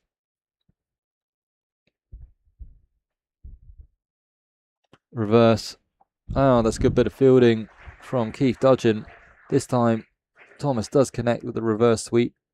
And Dudgeon has to get down smartly to prevent that one as well from going to the boundary. So 6 off that Parkinson over, all in singles. Now, who's going to be brought on? Oh, it will be South African overseas Keith Dudgeon. After that good bit of fielding, he will be brought on from the pavilion end. Yeah, said earlier, Dudgeon is sporting the Alan Donald face paint. Got that big white stripe across his nose, and that Alan Donald used to bowl with. There's some footage online recently showing that fantastic duel that Alan Donald had with Mike Atherton back in 1998. And Donald, of course, was a coach here for a spell. Mm-hmm. It's not a bad role model, Alan Donald. If you're going to model yourself on anybody, if you can play like he did, it was frankly terrifying sight at times if you were an opposition batsman. Here comes Dudgeon bowling to Thomas, who is on 34, and that's well wide. He sort of steps out to it, and he might get 4 for that. And in fact, it's been pretty well fielded by Grant Stewart down there. So there's only going to be 2. I wonder if that would have been given wide if he hadn't stepped so far across. Well, they've just brought up a fielder who was at backward point protecting the boundary into the ring. And so Grant had to sprint around and did well. Again, it's difficult here for the Kent seamers with that very short leg side boundary. That's where they've got the protection, but I fancy if Thomas even half connects, it's going to be clearing them. Yeah. Kent missed a chance to get him early. Those plays and misses. Dudgeon is in again, bowling over the wicket, and that is a huge 6. That has gone high. It's bounced, I think, on the portable toilet behind the PA gazebo off the floodlight. It's an enormous shot from Thomas, that one. Well, he's got into the same position as the previous delivery, right across his stumps, looking to access the short leg side boundary. This ball a lot straighter, and he's been able to get underneath it. And as you say, that's gone a long old way. Yeah, premeditated. Just looking at the replay now, and he has whacked that one, and that landed, I think, on a portable toilet, which may or may not be symbolic.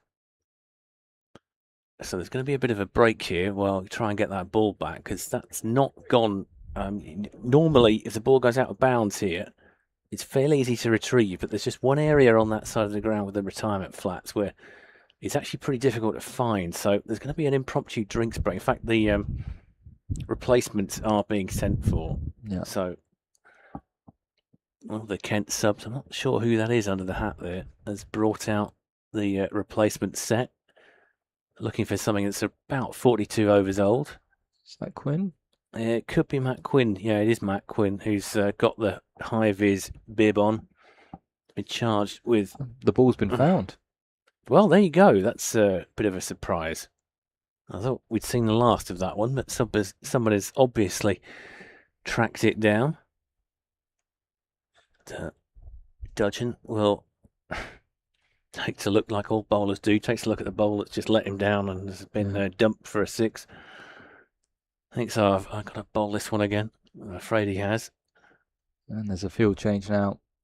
Deep, wide, third man. He will be going full and wide, I believe. Dudgeon in again. Only the 3rd ball of the over. And there's a ramp, and it's a successful ramp by Thomas. That's going to get him 4 runs. Dawkins was the closest fielder to it. He ramped it over Benjamin's head. Dawkins was, as you say, was short 3rd. And that's a well-placed ramp there for Thomas, who moves on to 46. Now, just 34 balls. Pretty costly not getting him early. But shows you can score runs out here if you come with good intent. Yeah, it's Dudgeon again. 4th ball of the over. Been an expensive one so far, and is he going to get a wicket there? No, he's not. It didn't quite carry to Finch. Finch, I think, decided that he was only really going to be able to try and stop that rather than catch it. Maybe landed about a yard short. It was superb, actually. He's still gone down and collected it on the half bounce. He attacked it pretty nicely. So, from the bowler's point of view, only one from that one. That's after the previous balls in this over went for 2, 6 and 4. 2 remaining for Dudgeon. 6.2 overs remaining for Somerset. Looks like they might be on course for, well, I'm sure they're going to be hoping to get up to about 350. And might be a wicket here. That one's gone towards Mills, and Mills is going to take the catch. And so Goldsworthy is out for 87. Desperately needed wicket there for Kent. It's Keith Dudgeon who has broken this partnership. Matt Mills sprinting in from the boundary takes an awkward looking catch at long off. Dudgeon makes the breakthrough. Goldsworthy goes for 87, caught by Milnes. Yeah, nice innings that from Lewis Goldsworthy, coming off the back of a ton in the previous game. He looked pretty set to double up, but it took a smart catch. Matt Milnes running in on the boundary in front of us here. And Kent will take some relief from that partnership. Well, it's already done quite a bit of damage, but it looked like it was going to be doing some more. As you say, the only way they're going to restrict this total, well, it looks almost formality that they'll get around 300, but as close as 2 is by taking wickets. So that's the first of one of the set batters gone. Keith Dudgeon with his second of the day. Now, who are we getting out here? Number 22 looks like it's Johnny Connell. Yes. When speaking with Harry earlier, he mentioned that after this top 5, there's inexperience in the top 5, but a lot of inexperience after that. So I guess you'll never get a better chance if you are a young batter. This is your chance to break through in a first-team environment. There's not really any pressure on you in this situation. You're 265 for 4, so I think whatever happens from here, Somerset are going to get something they think they can defend. I'd say 300 always gives you a really good chance in this kind of format. Yeah. And it's just a little bit of a delay here. I think Thomas is looking for a replacement glove. He's possibly got a new pair of gloves on. We've had multiple change of bats. We've had change of gloves now. We have, haven't we? Yeah. We've a few stops, finding the ball from the portable loos. The most famous glove change I can think of was that one at Jimmy Addison at Cardiff in the 09 Ashes. Motives were very different in those circumstances. Ricky Ponting describing that one as ordinary. There's Dudgeon coming in. And that one is just sort of steered onto the leg side for a single by Connell, who looked like he might, which is telling you the truth, he might actually have got 2. Let's say it wasn't an optimal throw-in by Milnes, but at that point he'd already been told no by Thomas. So at the end of that over, Somerset will be 266 for 4. 6 remaining. What do you think they're going to get from here? It's I think a lot rides on Thomas. If Thomas remains till the end, I think that total could be looking north of 325. Yeah, I think maybe I was getting carried away when I was talking about 350 a few moments ago, but you never know. If Thomas really does get stuck in, I wouldn't say it's out of the question. That it would be pretty catastrophic for Kent if they did concede that many off 6 overs. But Parkinson is in. To the new man, Connell. That's a nice looking shot. It could be a chance. No. Dawkins going for the dive to his left. Instead of perhaps getting round and stopping the ball, went for the catch and he's missed it. And that's 4 for Connell. It was a nice looking shot. Second ball. I wonder if Dawkins has just very slightly misjudged that. Yeah. His runs seemed to be a bit slowed. Like he thought it was perhaps going to go one place and it didn't quite make it. And then he seems to have curved his run slightly. Yeah. And it rather died on him in the end. Parkinson might be just a little bit unhappy about that. Back in. And again, similar play, similar opportunity, same man, and gone this time. No mistake made by Dawkins. Parkinson has his first of the day. Connell goes for just 5 off of 3 balls. He looked to repeat the dose of the ball before, this time closer to Dawkins, and safe pair of hands. Yeah, Dawkins definitely did not want to have to explain that one to his bowler. He's taken that pretty well. In fairness, the ball before was a difficult one. Wasn't the easiest of chances, easy to misjudge. That one much more straightforward. Wouldn't say it was down his throat exactly, but he's made no mistake. We were talking about Kent's need for wickets, and, well, they might just be clawing their way back into this. 270 for 5, Somerset. Thomas is still there, of course. But, Connell has gone for 5. See if we can work out who is going to come in. I've got Church on the scorecard to come in next. I think it's either Church or Lammy. It looks... It is Lammy. 53, so that is... I think it's Lammy. Yeah, Lammy, who is... I believe, is he only 16 years old? Well, Lammy. he was saying he's been brought in from outside the squad, said Harry. Yeah. And, but it's coming in off some good form. Yeah, Theo Lammy. Another one of these youngsters coming through at Somerset. And again, you know, there's no pressure on him in this situation. They're in a pretty strong position. 270 for 5, still 5.4 overs remaining. It's not out of the question that Kent could keep them to under 300 if they keep taking wickets. Again, I think the key is that left-hander and Thomas. If you get him soon, then yes, you're right. Maybe under 300 is a realistic target, but... And I'm pleased for Parkinson because I think he's deserved a wicket. Yeah. He's bowled pretty well. He has. It's 1 for 49, but been a number of chances, half chances. The delivery beforehand arguably deserved a wicket and didn't get one. And now he's got 4 balls remaining to try and do some more damage. Interesting. Tempting the young Lammy. With Dawkins now coming in halfway between the rope and the ring. And it's a full toss which he decides to knock on its head and to get off the mark. Yeah, Kent looking for more wickets here, which is the correct way to go. Now, Thomas, what do you do? Big leg side boundary. He's been using his feet to access the shorter one. It'll be a lot more difficult against Parkinson. Now, is it too early to go for a heave here? I think so. I think with 5 overs remaining after this, 3 of them being the short boundary to you, being the left-hander, that's the end which you attack. Don't have to go after Parkinson here. And he doesn't. He looks for the gap. It could be 2. It should be 2. Yes, and it will be. I think that's all he needs to do. Yeah, I think you're right, especially if he's got fairly junior partners coming in. It's a lot of pressure to heap on a 16-year-old. We don't know. And talking about junior, I think he's only 21. Yeah. It's Joshua Thomas.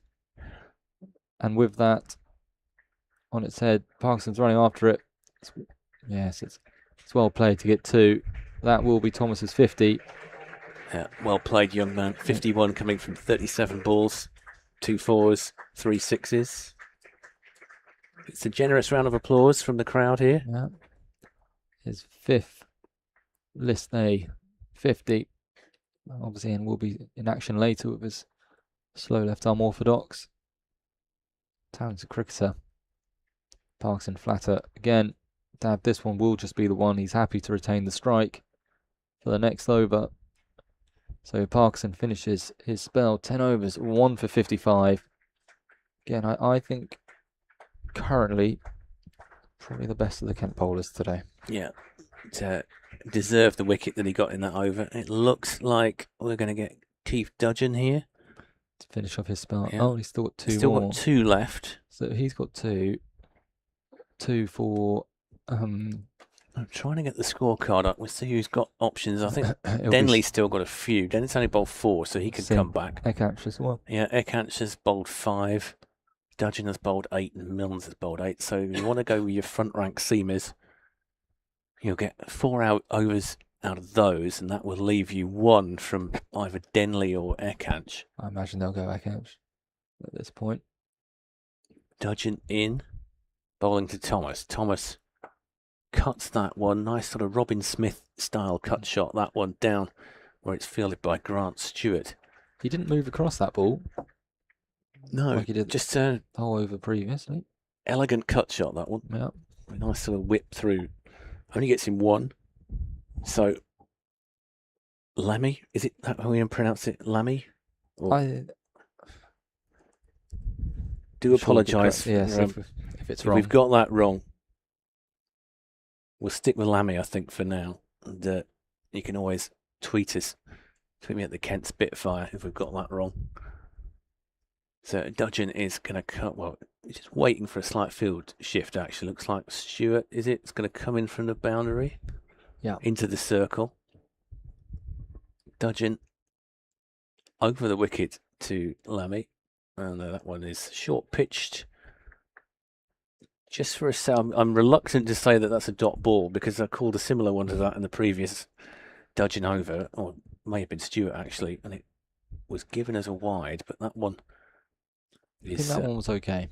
Yeah, that was more of an intended one, I think. Yes, to welcome the young man to the crease. Here comes Dudgeon again. Slow. That one's Fuller, and the 16-year-old reads that well, clips that off his stump. Is it going to be a leg by? Thought for a second the ump was going to signal a leg by there, but no. So that's another one for Lammy, who is, well, it's both by Suryavanshi terms. They're both ancient, aren't they? Dudgeon back to his mark, comes in, bowling. Still over the wicket to the left-hander Thomas, and Thomas doesn't get as much on that as he wants to. And since that sort of flurry, since those wickets have fallen, the run rate has dropped a bit. It's currently 6.1. So from that point of view, you can say that Kent have done a reasonable job of reining this in the last couple of overs. We're talking about wickets. They are the surest way of slowing a scoring rate because, of course, Thomas was well set but doesn't want to run out of partners. Dudgeon is in, and there's that little step that you're talking about. This time it's Lammy. Takes a little step to his left. Tries to sort of, almost like a tennis shot, that one, if you like. Gets a single for it. Gets Thomas back on the strike. Well, he's going through his repertoire of slower balls here, Dudgeon. Yeah, he's got one left in this over. 4 from it so far, but Thomas is on strike, and I imagine Thomas is going to be keen to make sure that he gets something on this. And he has a bit of a heave, and he's going to get 4 from that one. Not the most attractive shot that he's played this innings, but very effective. That little step that Cameron was talking about, he's just made a bit of room for himself. As I say, not elegant, but effective. I think quite a clever shot, though. And if you have a look, the deep mid-wicket is pretty far around, and so if he does get it anywhere past, and I think that's Matt Parkinson there at square leg, anywhere past him, it's always going to be 4. So even though it looked like he was stretching. Oh, how interesting, though. They have not gone to Matt Milnes. Well, they have gone to Joe Denley. Yeah. So Joe Denley, who's only bowled 4 overs so far, took a wicket in his last over. And he's going to come on from the Nackington Road end. And this could be the last over of his career. Is he going to go out on a high here? Yes. Bowling to a man under half his age, or yeah, significantly under half. Gets a single off that one, does Lammy. Well, Matt Milnes is going through his repertoire of looseness, so maybe from the other end into the left-handed Thomas, who looks to guide it. They'll scamper through for a quick single. I don't think Kent will be that upset to see Thomas get off strike. You're right, Milnes is. I wonder if he's switching to the Nackington Road end because he looks like he's very much ready to come on. Denley back into the right-hander. I mean, content to hit it straight and hard, but just for 1. Well, maybe the ploy is just after seeing Parkinson from the Nackton Road end. It's the way Bell Drummond sees it. Take the pace off. Actually, of course, Dudgeon's got one more, hasn't he? So I've got my ends wrong there. He's going to be, if he does come on at the next one, it'll be at the Pavilion. Now, thinking of 2. No, again, well attacked by Akansh Singh. That's interesting that they didn't go for that. I wonder, Perhaps at the stage of things, we might be worth going for a second one there. Maybe they're thinking right-hander, the short leg side boundary. Onus is now on the youngster, and he went for it. Inside edge onto pad, quicker through the air from Denley. Saw him come down. They'll still get through for the single. Now, last ball after Denley over. Will it be his final ball of his career?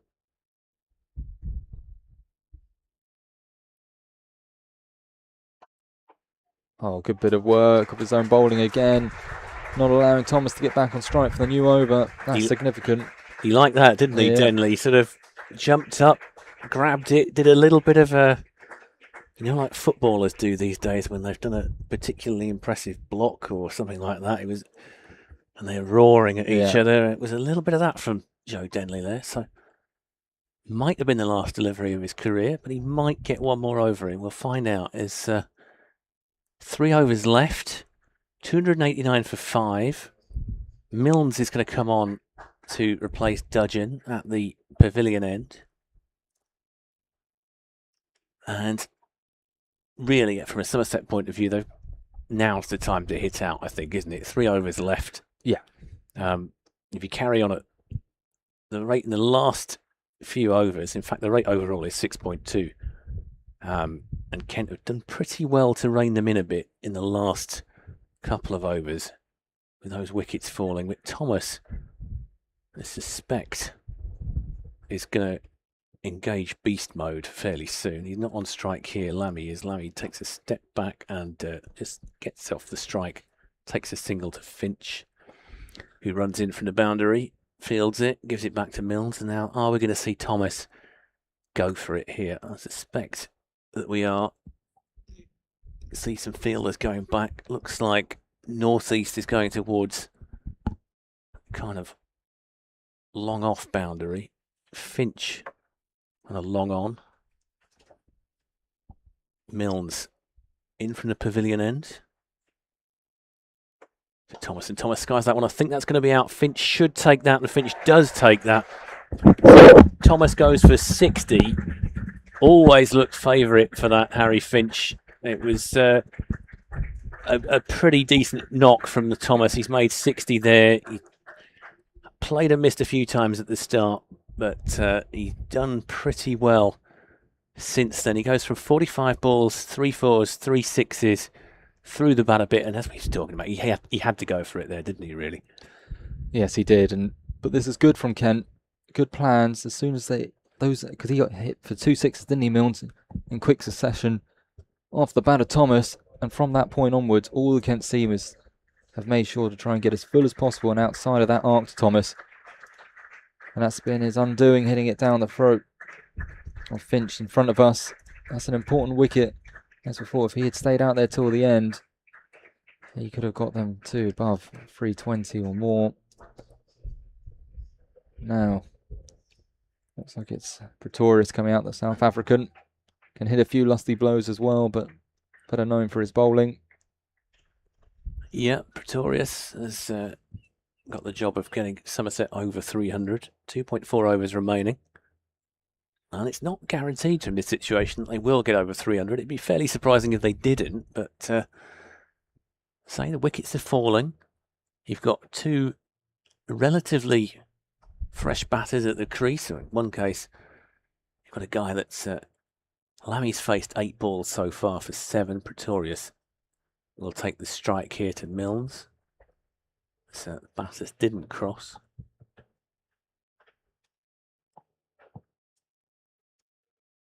Finch is being brought up, which I think is possibly a reflection of that, the fact that we've got 2 new batters at the crease. Milnes comes in, and that's a short one. It hits. Does it hit Pretorius on the back of the? I think the helmet. Back of the helmet? Yeah. Or back of the shoulder. If it's a helmet, then we're going to have a delay here because there'll be a concussion check He sort of ducked. It was a short-pitched, slower one from Milnes. It reared up. I think it might have hit him on the back of the neck rather than on the helmet, because if it had hit him on the helmet, we would now be having a concussion check. I'm just looking to see. Physio is coming out, if that's a Somerset physio. So I think we are going to have a quick check here. So it's going to roll the cut-off back. Kent are actually, believe it or not, well up on the over rate today. It's 42, isn't it? My eyesight isn't great, but yeah. So I think they should be well within that. Yeah, they will be. Which is those of you that have watched Kent over the course of the last several years will know that the run rate has been, rather the over rate, I should say, has been a persistent problem. It's resulted in all sorts of difficulties, points deductions, etc. Fielders having to go inside the circle. It's not going to happen today. So there is a check. Pretorius, the new batter, is hit. We think on the back of the helmet. It looked innocuous enough. It wasn't going that quickly, although, to say, I'm not sure I want to be hit by one of Matt Mills' slower balls, let alone one of his quicker ones. It did balloon, though, so I'm going to say it was helmet. Yeah. Yeah, I think we can deduce it must have been, because otherwise they wouldn't be out there, but it looks very much like Pretorius is going to be okay. And he will go back to his marks. We've only had a very brief delay there. And we've got 2.4 overs remaining. Milnes will continue. He's got, I think it's 3 left on this over. On the scoreboard, it's just saying 1 wicket. Ah, yes, they've corrected it now, so the dot has come up. So, yeah, 3 left in the over, so 2.3 left rather than 2.4. Milnes with a Yorker. That one is, well, it eludes 2 fielders, I'm afraid. A bit of a suboptimal fielding, if you like. To say, it was right by the pillar for me, so I couldn't actually see. It looked like northeast dive for it, didn't get there. And Bell Drummond, it might just have been a very well placed shot. I think so. We'll give the credit to the batter there. It looked like it was between both cover and mid off. Although I'm surprised he went against his ploy of digging it in, slower balls, floated that one up and allowed Pretorius to get his hands through it. Milnes again, slightly shorter. They're going to get a single out of this. Milnes is chasing after it. They're going to come back for a second, and they should get it fairly comfortably. Milnes takes a shy at the stumps. And this time there's no overthrow because Northeast is backing up. So Somerset move on to 296 for 6.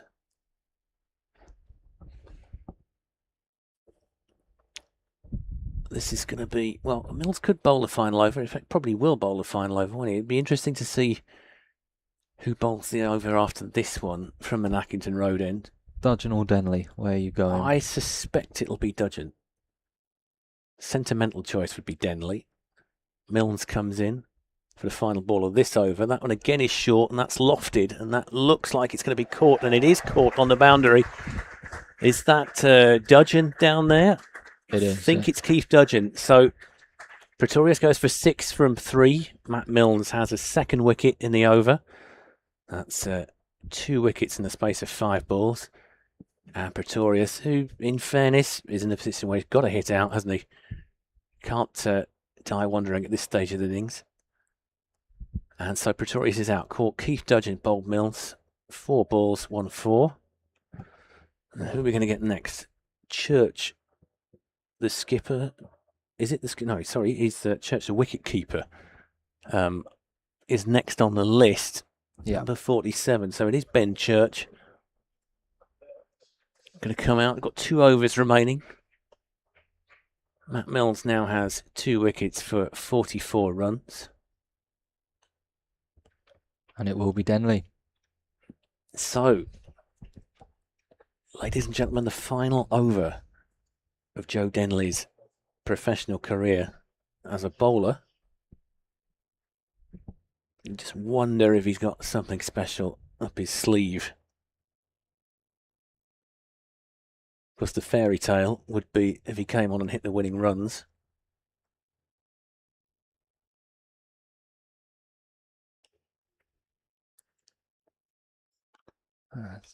To the youngster Lammy. Oh, and he very nearly got a wicket there.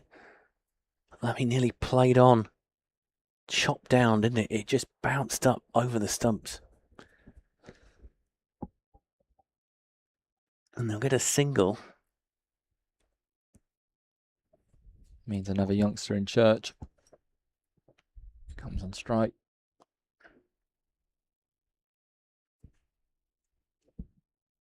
Denley in the air. This could be a chance, and it is. Denley's got a wicket in his final over as a professional cricketer.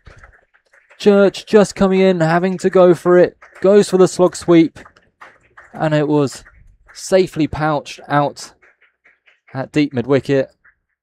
Looks like it's Harry Finch that took the catch. Yeah, I think so. I think they've got their safest pair of hands out in front of the flats. It is. Yeah. Oh, and Will Young serenades young Church off. Excellent. Yeah, you've got to feel a little bit sorry for the young man coming in a situation like that where he's got 2 overs left. He's basically got to hit out, and he's fallen. Well, he's fallen without scoring, as they like us to say when we're announcing. But I'm sure he'll get other chances. And you never know, he might be in a Hall of Fame. Joe Denley's potentially the final wicket of Joe Denley's career. That's it. Not necessarily sure that'll be any consolation to him as he walks off here. But Kent are doing exactly what we said they needed to do. They've taken wickets at regular intervals. They are going to keep this down to something that's gettable rather than daunting. The new batter, It's Josh Shaw. yeah, number 5, Josh Shaw. Pretty sure I saw him for England under-19s or England Lions at some point earlier this season. So coming in at number 10, you wouldn't expect him to be necessarily the pick of their batters. Denley, can he get another? This time they're scampering through for a single. Not cleanly picked up by Bell Drummond. Will allow him to get through. So the next youngster is Lammy, who's had a go at Denley before and it didn't quite come off. Denley in, reverse. Oh, that's the sign of the talent there. He has middled that, gone straight through the gap and has gone for 4. That's a lovely looking shot, and it's brought up the Somerset 300 with 8 balls remaining in this innings. And that was a terrific shot, wasn't it? Yeah. From Lammy. Where did he just... No, there was nothing false about that. Knew exactly what he wanted to do. And he reversed that. Sam Billings would have been pleased with a shot like that if he'd pulled that off. Thinking of other great reversers.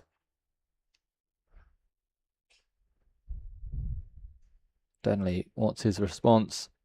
Fuller, it's up in the air. Is it another chance? It's not, it was clothed.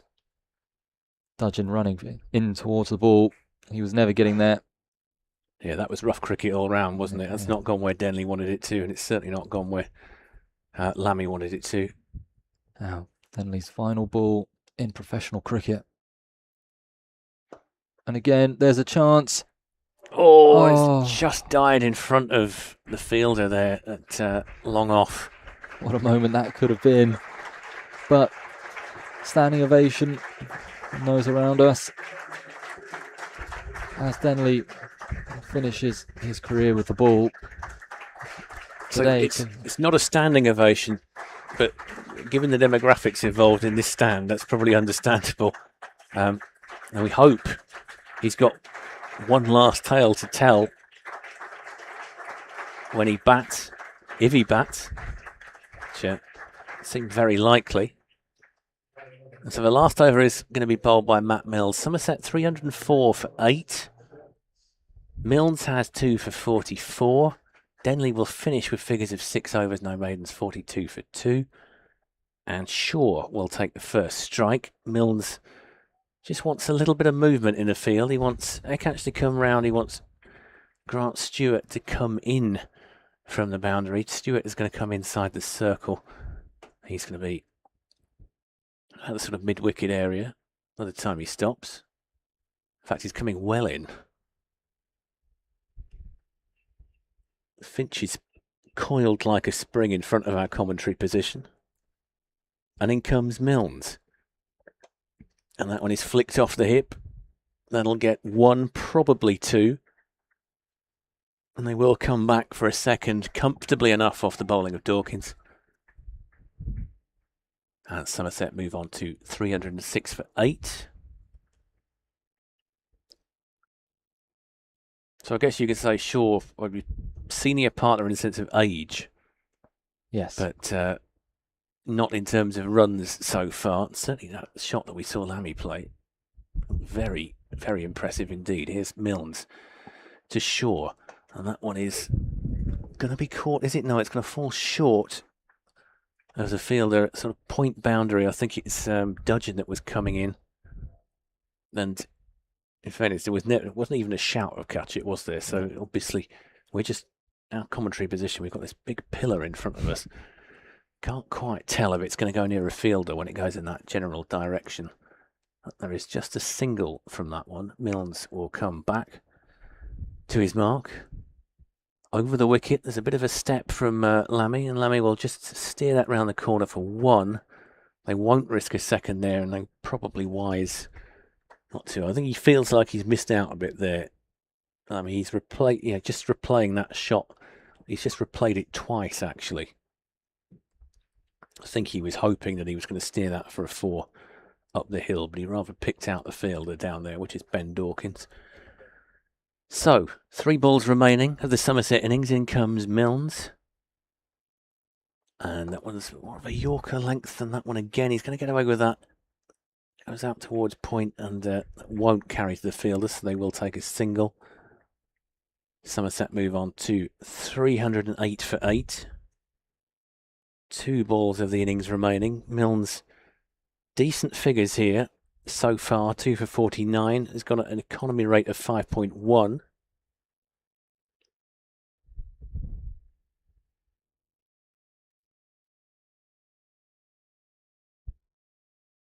Milnes for the penultimate time in this innings. An attempted reverse. There's a shout for LBW and it's given. So Lammy is out for 14. He's been hit on the toe, I think, by a Yorker from Matt Milnes. I'll just try and look at the replay to see exactly what happened there. I'm pretty sure he's been given LBW. Yeah. And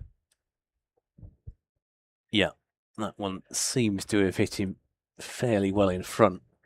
I'm just going to look at it again on the replay. Milnes came in over the wicket and, well, I think it probably would have hit the foot of leg. It's just a suggestion. It might have gone down the leg side, having looked at that again. But, in the book, it'll say that he's out LBW for 14. Well, he went to the well of the reverse sweep again after playing it so effectively against Denley. This time a touch harder against the pace of Matt Milnes. Good change up because he was going pretty consistently short and taking the slow ball off, and this time getting the Yorker in. That was much fuller, wasn't it? Yeah. The number 93, who is James Theedham, to face the final ball of the innings. Somerset 309 for 9. And it's Matt Milnes to bowl.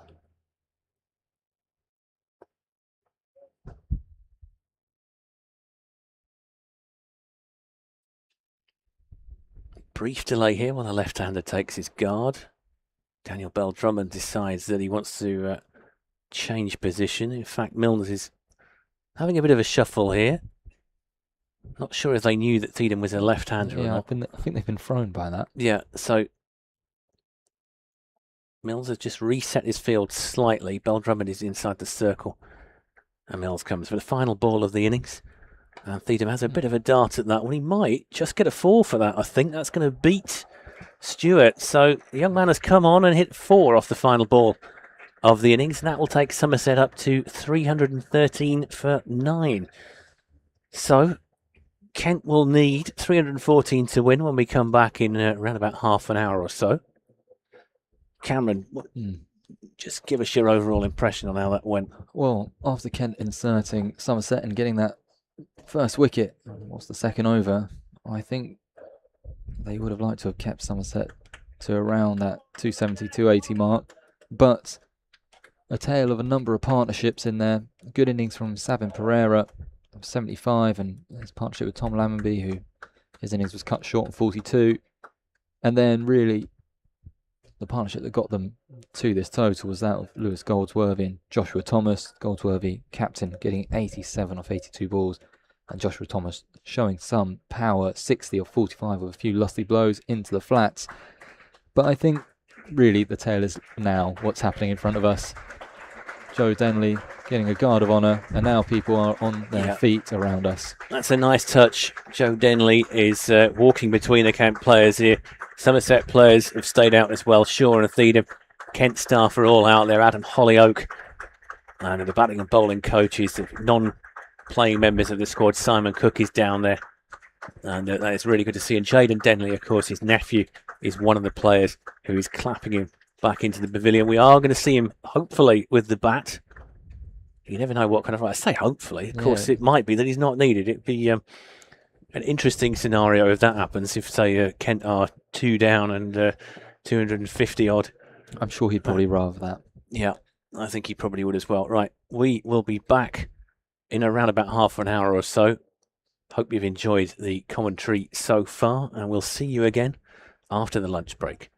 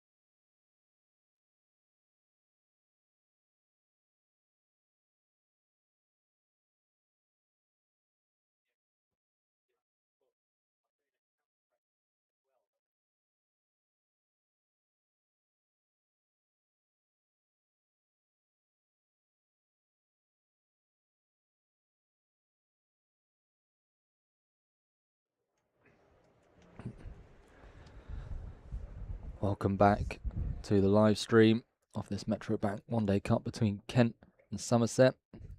This live stream is proudly presented by Clubly. Thank you very much for them making this all happen. Should be able to see on your screen now both the openers, Skipper Bell Drummond and young Ben Dawkins taking guard, who will be facing up first. He will be facing Shaw from the Nacton Road end, looking to chase down. It's a pretty decent total of 313. Would you say right now I'm joined by Fred Atkins still in Somerset's favour right now? You'd rather be in Somerset's camp? I think it's about 60-40 Somerset from here. I think that when you've got north of 300, that always gives you a very good chance. Having said that, the run rate is only 6.3. It's a fairly deep batting lineup. Yeah. And only really takes one big innings and a few 50s around it to get you up there, but I still would just about rate Somerset as favourites. Short in for the first ball. Dawkins gets forward. And behind it, Dawkins hasn't really had as successful a start to his campaign as he did, especially last year. He had a very good knock in the championship match at Durham, where he made a century. He also made a century for the England under-19s in a list A game against South Africa, where he won them the game from a very difficult position. In this competition, I agree, he's not had a great start. Again, in behind that one.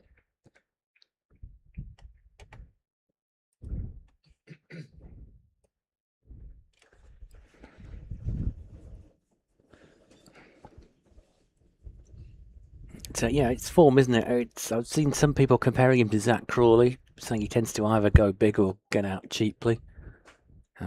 Certainly, physically, in terms of his size, he resembles Zach Crawley. He's the same sort of height, although they do look pretty different up close. Short in, cut away, bit of fielding by diminutive Pereira, backward point. Yeah, it was a nice little shot that by Dawkins for no reward. It's well steered, but fielded well by Pereira, who made 75 in the first innings. It's the second highest scorer. Goldsworthy, the top scorer, with 87. And we were talking a bit, I'll come back to that in a second. And again, happy to get solidly behind that.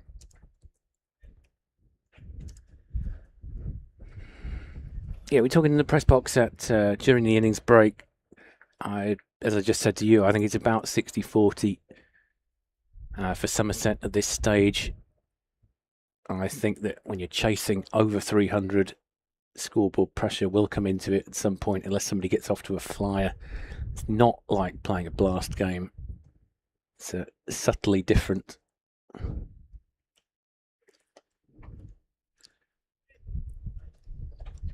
Yeah. And I've just seen it too many times. You know, it's very rare. Well, not very rare.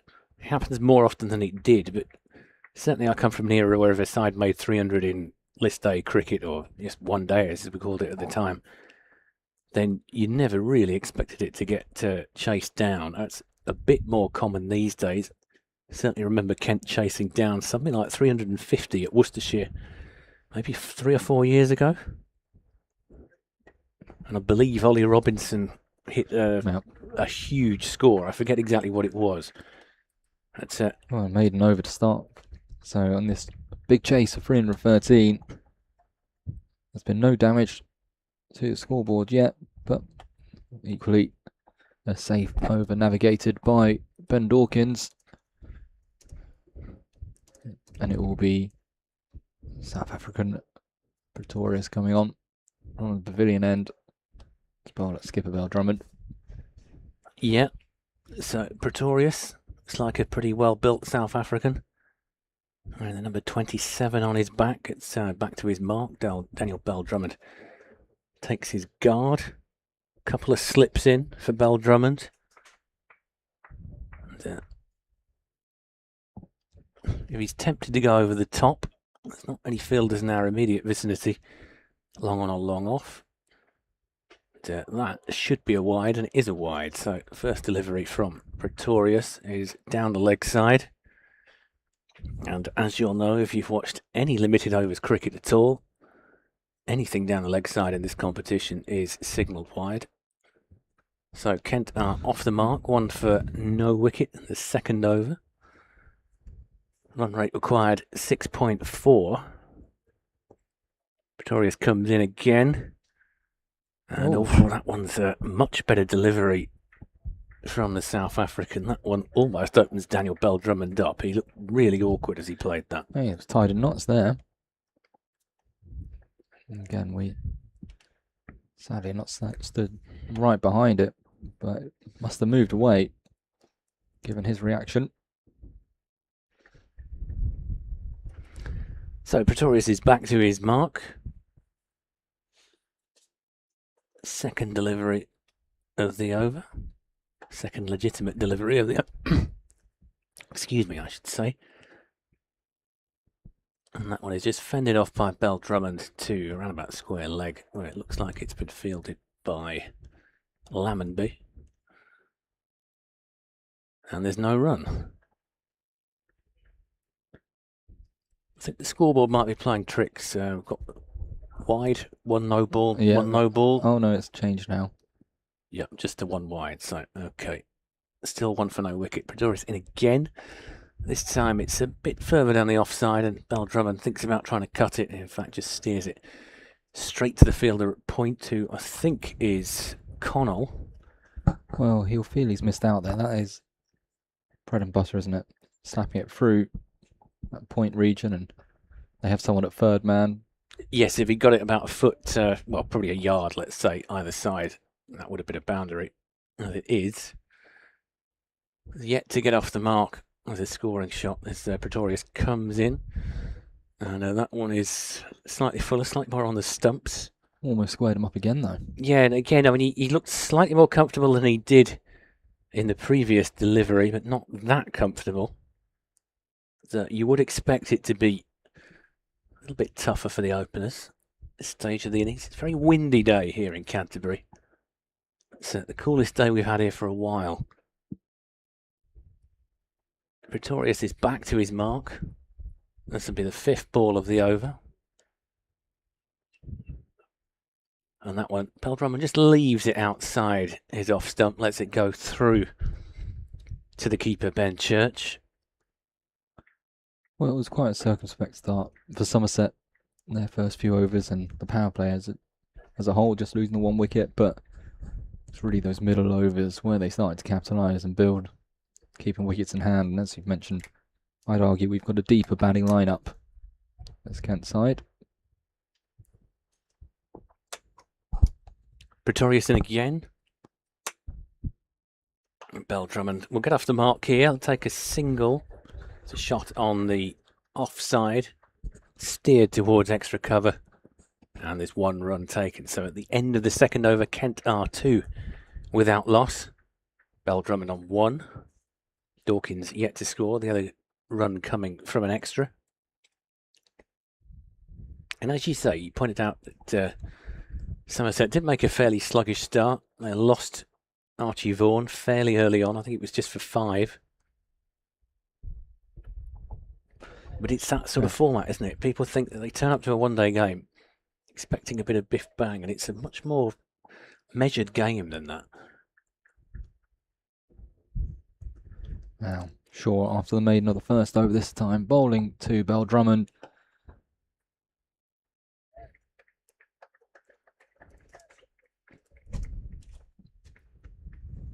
Yeah, the power play has definitely seen more about setting up the remaining 40 overs.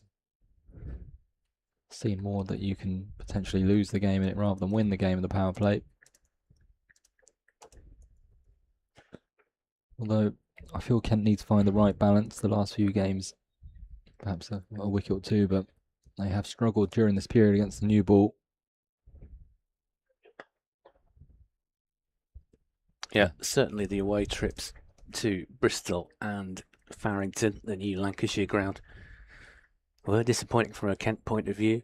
Didn't get the runs that they really needed to challenge. We were talking a little bit earlier on during the first innings. I thought there were mitigation on both occasions. Gloucestershire, it was clearly not a toss that you wanted to lose.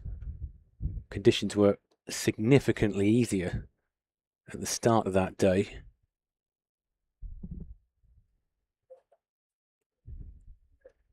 It's a lovely looking shot from the skipper. Beautifully driven through cover, and that races away to the long boundary for 4. First 4 of the day for Bell Drummond and his team. Kent 6 for none. Yeah, that's an absolutely elegant shot from Bell Drummond there. Beautiful drive through a point area for 4. Takes him to 5. And that's as stylish a shot as you'll see all day, really. It was no brutality to it, just finesse, if you like. Yeah, it was lovely movement into the ball and really silked through, as you say, cover point region. No catching up with that. He's coming off, of course, a 50 against Lancs. There's Bell Drummond. He is, and I mean, that's what I was going to say before I paused for that delivery. The mitigation at Gloucestershire was that Kent lost a bad toss to lose, and obviously you've still got to compete from there, and they didn't really. Whereas at Lancashire, Bell Drummond was pretty unlucky to get out LBW to one that was, I think, going well down the leg side. We're watching it on the stream at the time and muttering something.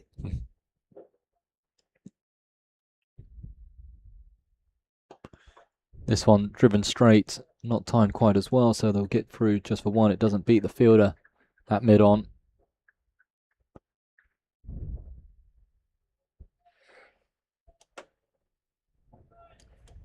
Yeah, well, the players can't really have a go at umpires. Well, they definitely can't have a go. You get into all sorts of trouble for that sort of thing. As commentators, you do have the luxury of being able to say if you think you've had a bit of bad luck. And I thought that Bell Drummond was very unlucky at Farrington.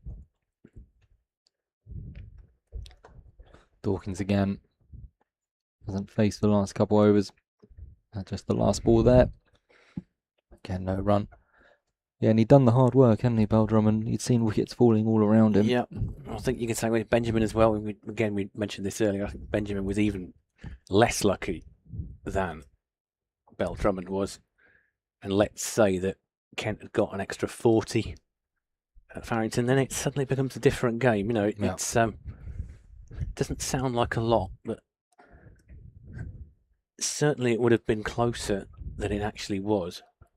As Pretorius will bowl his second over at Bell Drummond, who's on 6. And that one is dealt with comfortably enough by Bell Drummond. Cameron was saying he was squared up a couple of times in that first over.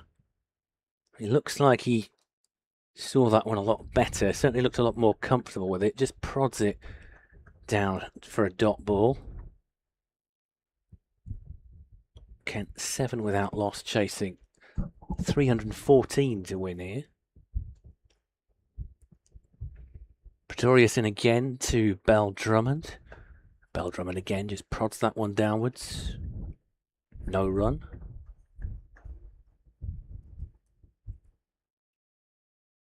Getting back to Dawkins, I think last year was his batting style at least was a bit more comparative to Crawley. I think even in the championship and what we've seen of him during the short start of the Metro Bank, he's been a lot more measured. And I think last year he's taken time to get into his innings. He's been good, especially with the red ball. Yeah, there's Pretorius again into Bell Drummond, and that one thinks for a second about a single. He just sort of steers it onto the offside, and it's fielded by the number 15 Lammonby. And there's no run. Yeah, I agree. I mean, I've seen a few of his innings this year where he's really taken his time. Yeah. And from memory, the century that he got against Durham, I think possibly fitted that bill, although I don't have to check how he scored during that game. He's learning all formats of the game. Still only 19, I think. Pretorius comes in again. Bell Drummond leans forward. He'll get a single for that. He'll scamper through on the offside. It's fielded by, I think it's Goldsworthy that fielded that one. Yeah, Skipper Goldsworthy. Just behind that little pillar that causes us commentators a few issues here. We can't quite see every corner of the ground. What we can see is that there is a very good crowd in, and to the extent that Kent were actually sent an email out earlier on saying that tickets are still available for the second innings, which is quite enterprising. Last chance to see Joe Denley bat. We've seen him bowl. He took a couple of wickets, including one in his final over. Possibly a bit unlucky not to get any more. Is Pretorius into Dawkins. Dawkins fends that off, and it's fielded by Theedham.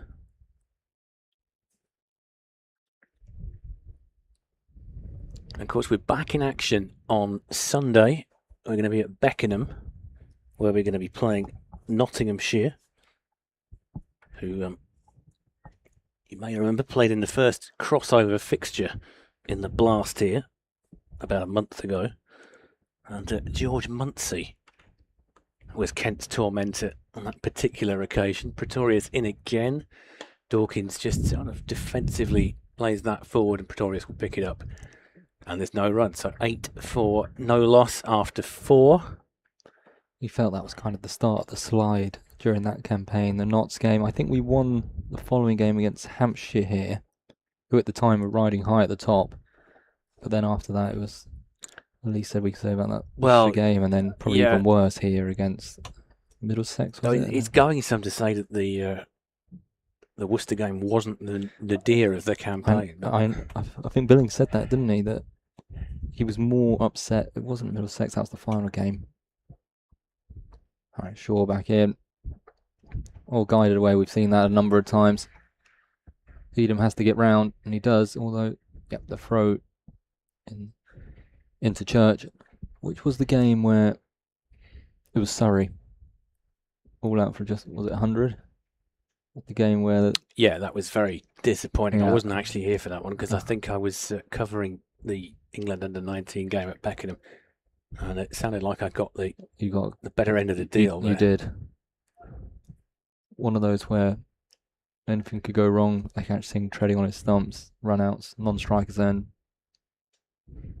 Dawkins. Again, comfortable, just seeing himself in.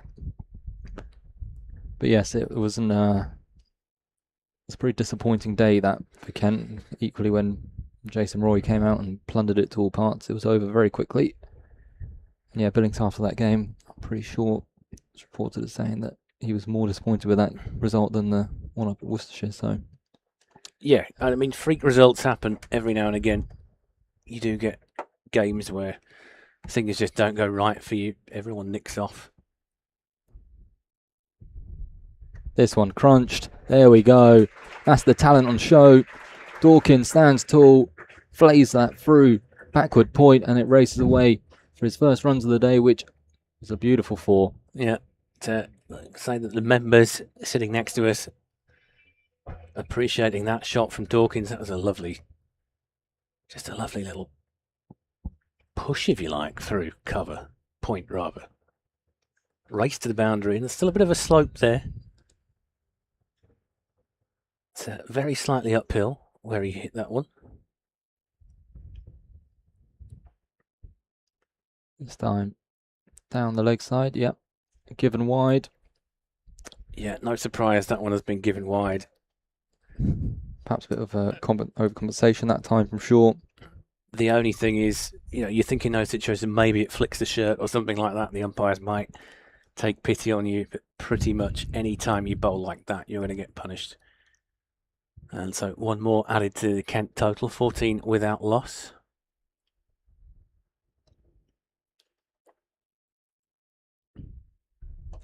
Clipped nicely. Should be cut off. It is. So short down there. You fancy if he got it 3 yards either side of him, that would have been 4, but straight to Pretorius, who's manning the boundary near the Lime Tree Cafe. And it brings the skipper, Bell Drummond, back onto strike.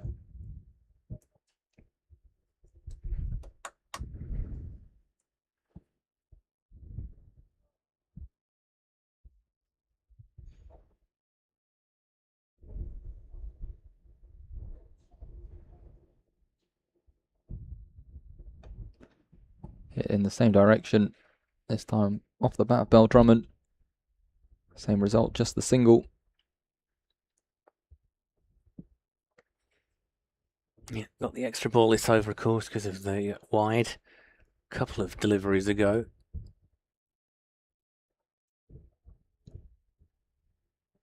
So yeah, the crowd here over 3,000, we're told, and I'm not surprised because it's not quite approaching blast levels, but it's not far off it.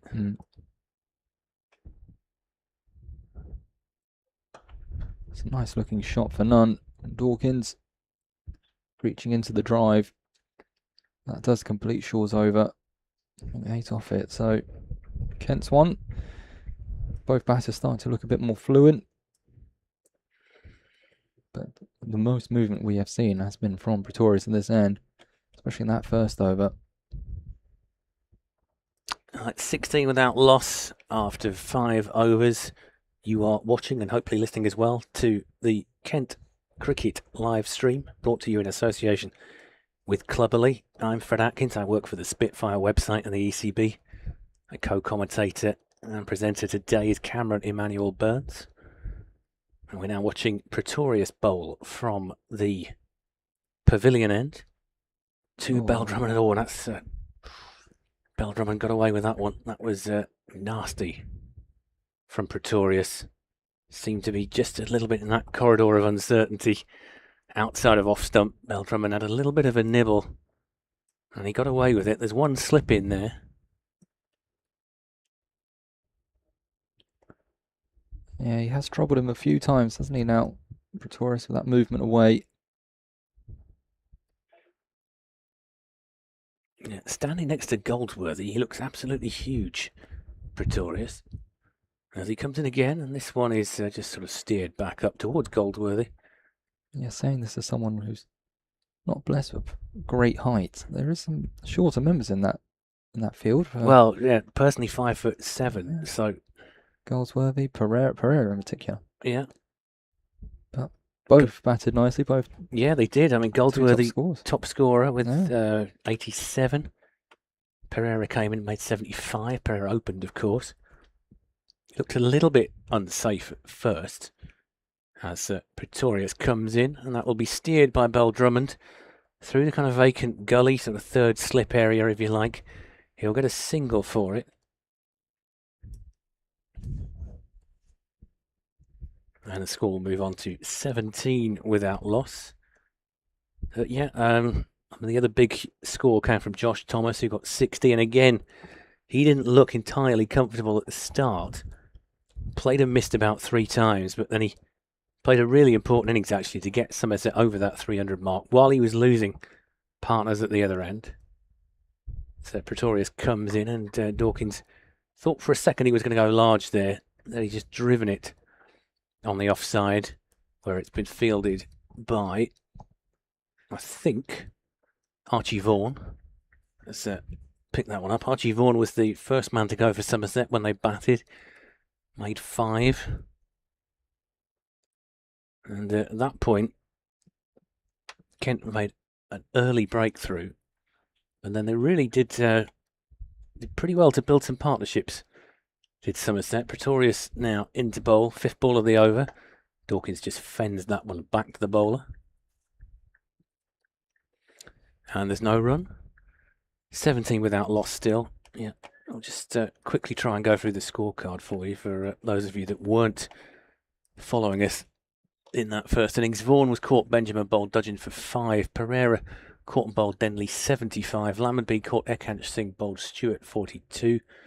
Goldsworthy caught Milnes, bowled Dudgeon 87. Thomas caught Finch, bowled Milnes 60. I'll resume this in a second. Pretorius for the final ball of the over.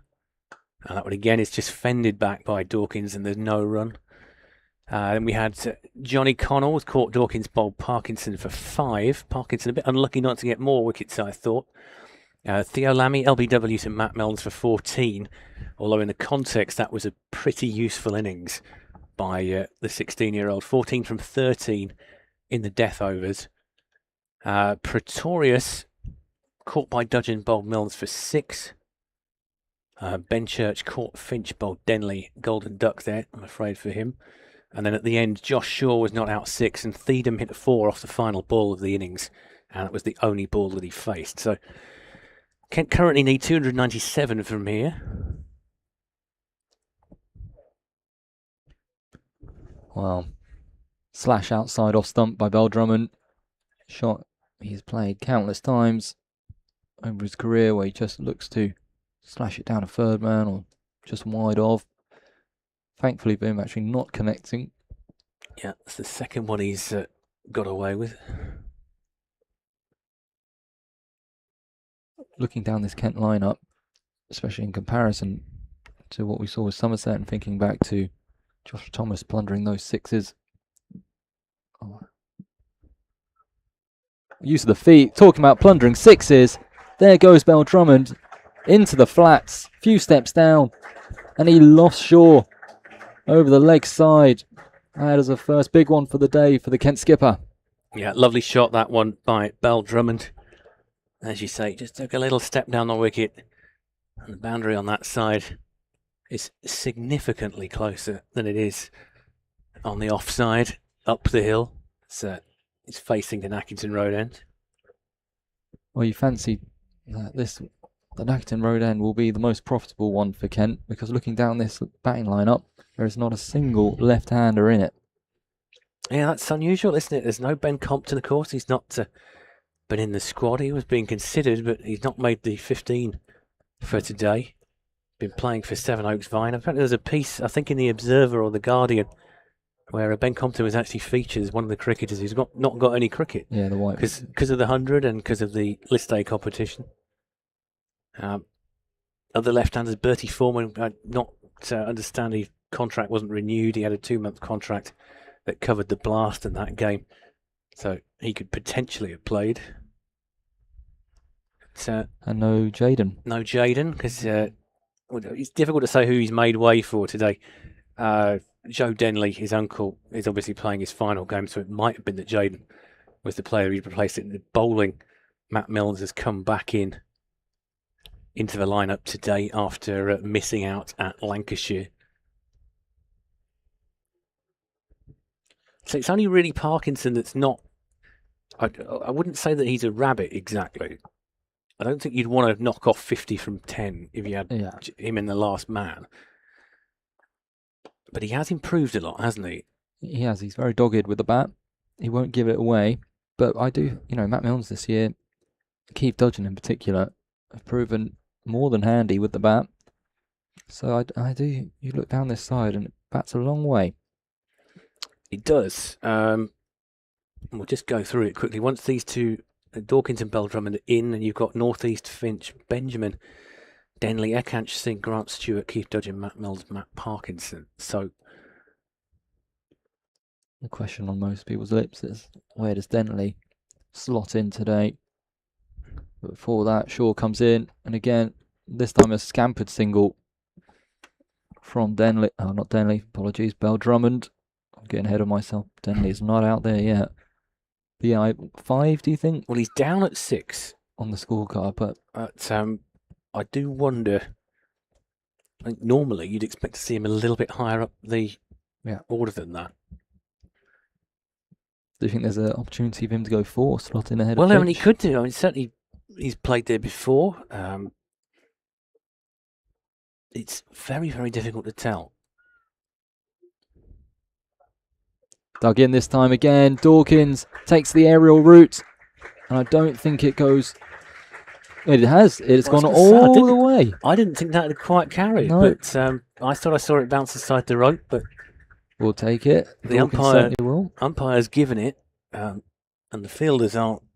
And they're not questioning it. They're not registering any protests. So, wow. Plus, I also say we are a long way away here. That's about as far away as it is possible to be on the pitch from us in our commentary position.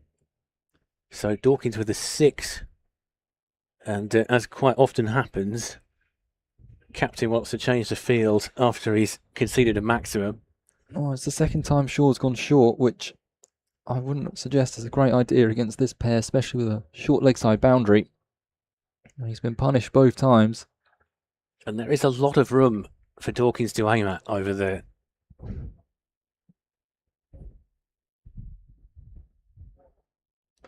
And this time back on it is Shaw. Getting back up. Maybe a few words as well. I mean, all of the boundary fielders are behind Dawkins, it seems, or behind the bowler, rather. There's nobody for a sort of huge area in that innings.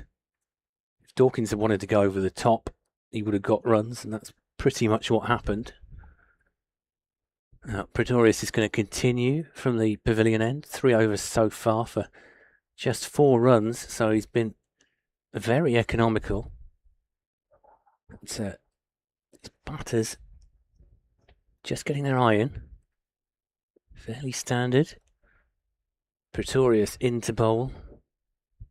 Over the wicket to Bell Drummond. Bell Drummond will flick that one away for 4 off his legs.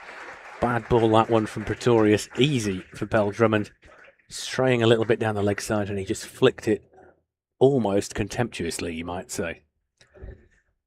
Yeah, first one majorly offline from Pretorius. He had been pretty much all over Bell Drummond up to that point. But for someone of Deeves' class, that's pretty much bread and butter down the leg side, just helping it on its way. Pretorius back to his mark. Back over the wicket. Oh, and that was a much better ball from Pretorius. Bell Drummond just had a little nibble at that. Is that the 4th one? I think it is, yeah. I mean, he's. I don't know that he was that close to it, because there's not been any of the gasping that you would normally get if there is a bit of trouble there. But certainly that was a much better ball than the one that preceded it from Pretorius. Pretorius in again for the 3rd ball of the over. 4 off it so far. This one is just prodded downwards by Bell Drummond. Took his hand off the bat there. I wonder if he just sort of jammed his glove slightly as he steered that one down. No run. Kent remain on 34 without loss. Bell Drummond is 21. Dawkins 11.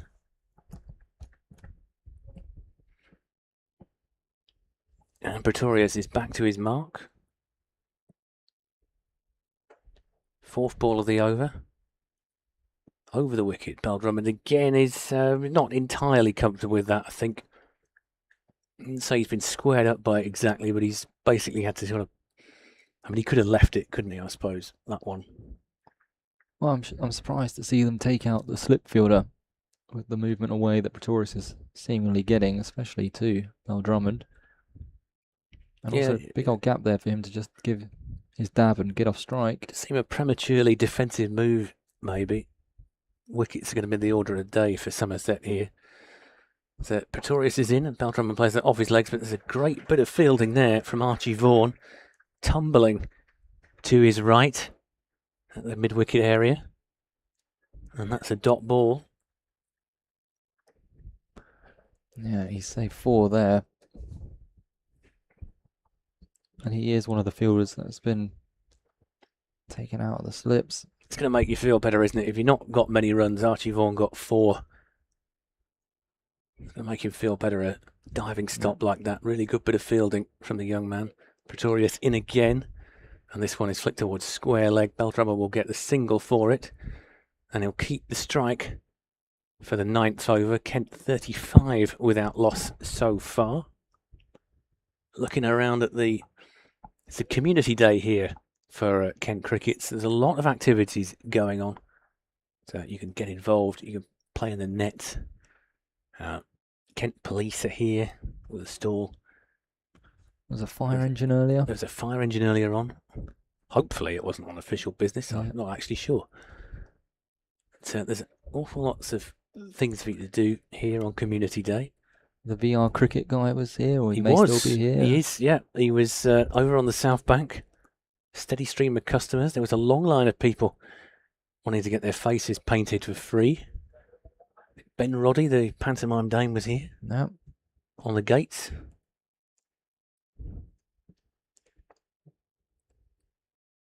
It's a nice looking shot, and this one has got through.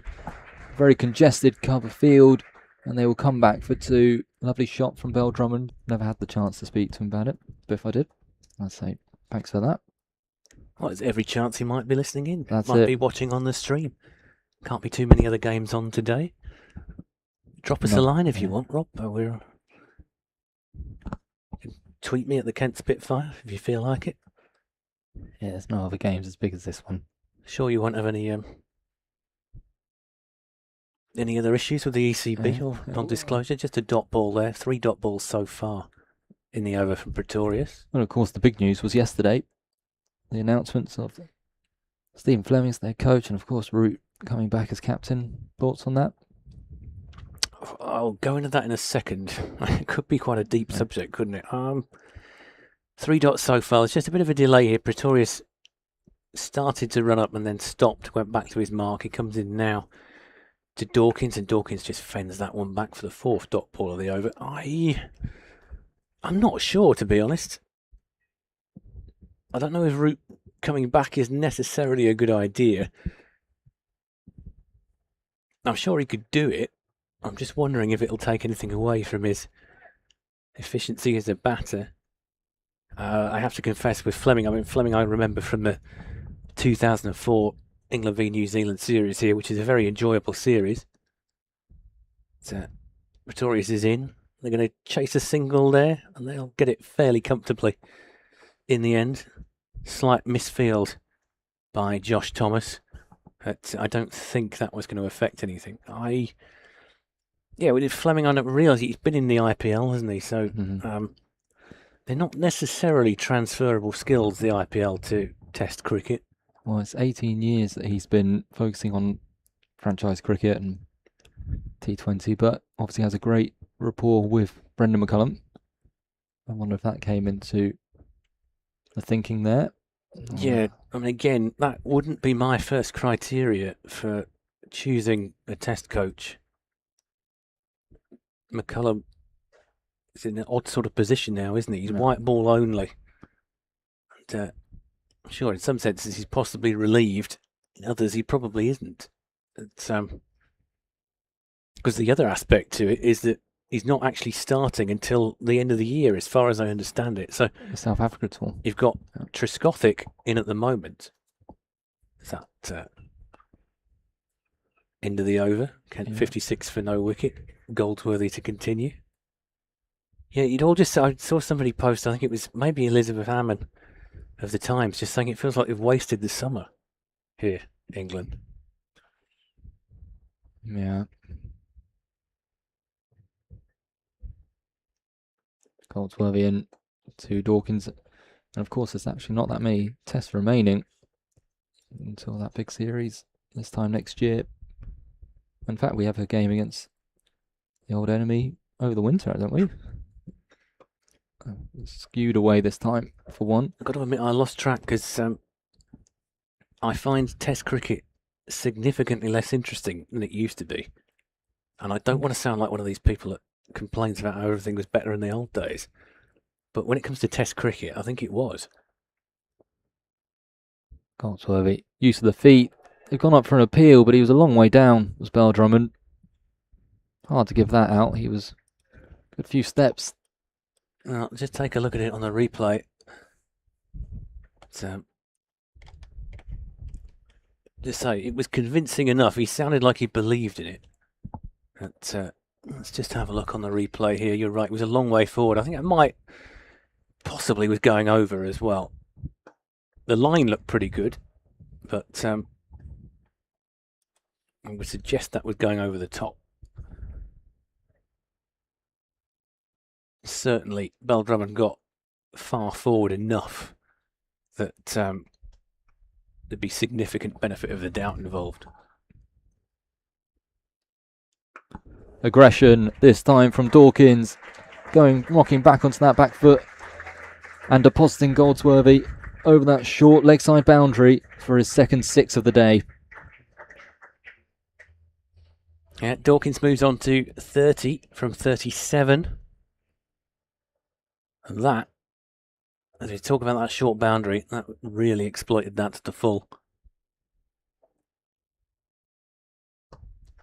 Oh, and he's gone. Caught and bowled. Dawkins, just as he was getting going. And he's just driven Goldsworthy straight back to him. Yeah, how disappointing after the ball before, which went into the crowd. It's on, caught him between two minds, whether to go hard again or keep it along the ground. He's just hit it at a nice height.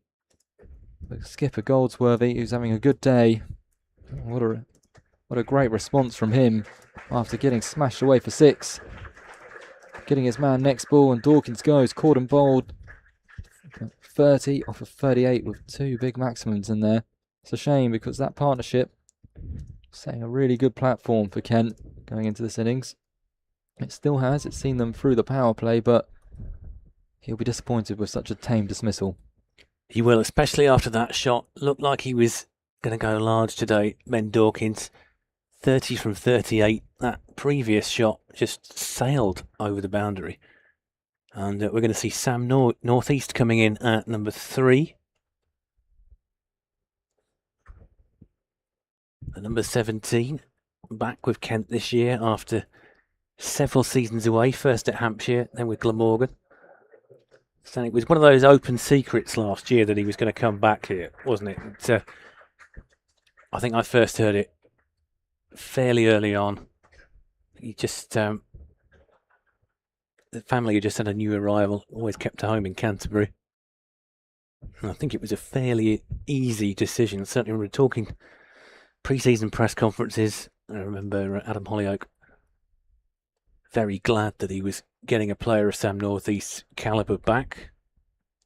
And didn't figure in the Blast campaign. But he's got a strong List A pedigree. And are we getting a bowling change here? We are. Theedham. James Theedham is going to come on from the pavilion end. He's coming off the back of a fourfer against Somerset's win against Warwickshire in the last game. And this is the guy I'm intrigued to see. Theedham in from the pavilion end, over the wicket. Oh, Not the greatest of starts for him, as he bowls a full toss wide of leg stump and gets called for a wide. So 1 is added to the Kent total. So, I mean, he came in, did all he could do with the bat, didn't he? He got a 4 off the last ball of the innings to push Somerset up to 313. First ball has gone for a wide. He comes back now. Short run up, or shortish. And that one is driven by Bell Drummond. It was uppish for a little while. It looked like it fell about a yard short of the field. I'm not sure if it was a bump ball or not, actually, that one. Lammonby was the fielder. Again, no audible shouts of catch it, so I assume it was a bump ball, and even if it wasn't, he didn't really get anywhere near it. Theedham goes back to his mark, which is just inside the circle. I say it's a short run-up. It's short compared to Pretorius. It's not actually that short. He comes in over the wicket, driven by Bell Drummond. They'll get 1 for this if the fielding is correct, which it is. It's Pretorius who throws himself at that one, dives, picks it up, and prevents any further damage. So just the 1. And Sam Northeast will get his first strike here, takes his guard.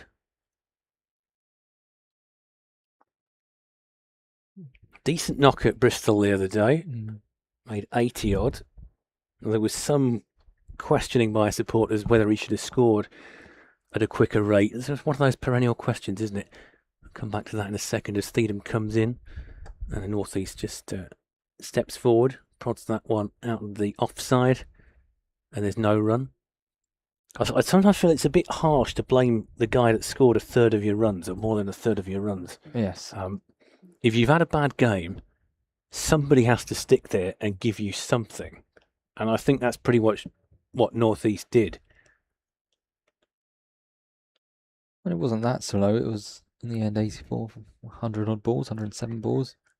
Yeah, and, you know, while the deck was burning around him, So Theedham comes in. North East plays a nice little drive onto the offside, just around about the point area. He'll get off the mark with that with a single. You feel as though, especially with the red ball side, he's given a lot of confidence to that batting lineup, that security in at number 3, and experience. And so too in this side. Even as a fan, I think we're it's right. good He's to not see him. made 100 yet this season, but he's had some good knocks. He's made some important contributions. Theedham comes in, and that's a bit of a full toss, I think. And Beldrummond had rather missed out there. It was a full just outside off stump. Beldrummond got something on it, but not enough. And it's normally a fairly sure sign that the batter hasn't put it where he wants to when he rehearses the stroke that he wanted to play. Theedham goes back to his mark. And he's got 1 ball left in the over. And this one is flicked on the leg side by Beldrummond. There's a bit of a chase on for the fielder. I think he's just about going to get there. They should get 2. Good stop in the end on the boundary rope by Connell. And they will come back for a 3rd run. Kent move on to 70 for 1 at the end of the 14th over. That was nicely clipped, wasn't it? Again, from our vantage point, for a moment I was worried that was going straight to mid-wicket. No, that's a good bit of work out there on that very deep boundary. As you say, I think if that would have been a 4 if that had been at the other end, that shot. So I would imagine that the boundary is probably about good 20-30 metres difference. So Goldsworthy is going to continue from the Nackington Road end. Yep, of course, had success at the end of his previous over when he removed Dawkins and caught and bowled.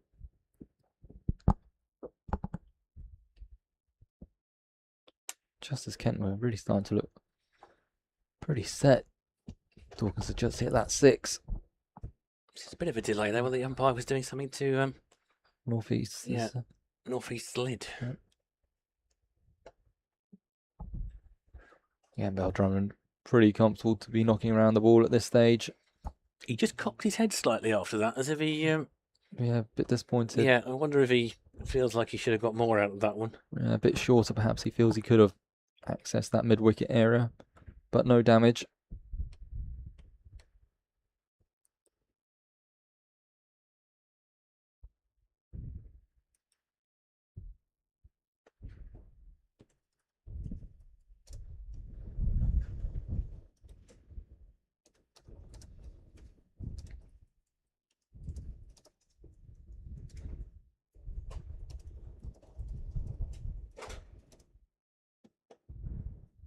And North East able to just turn the strike over there.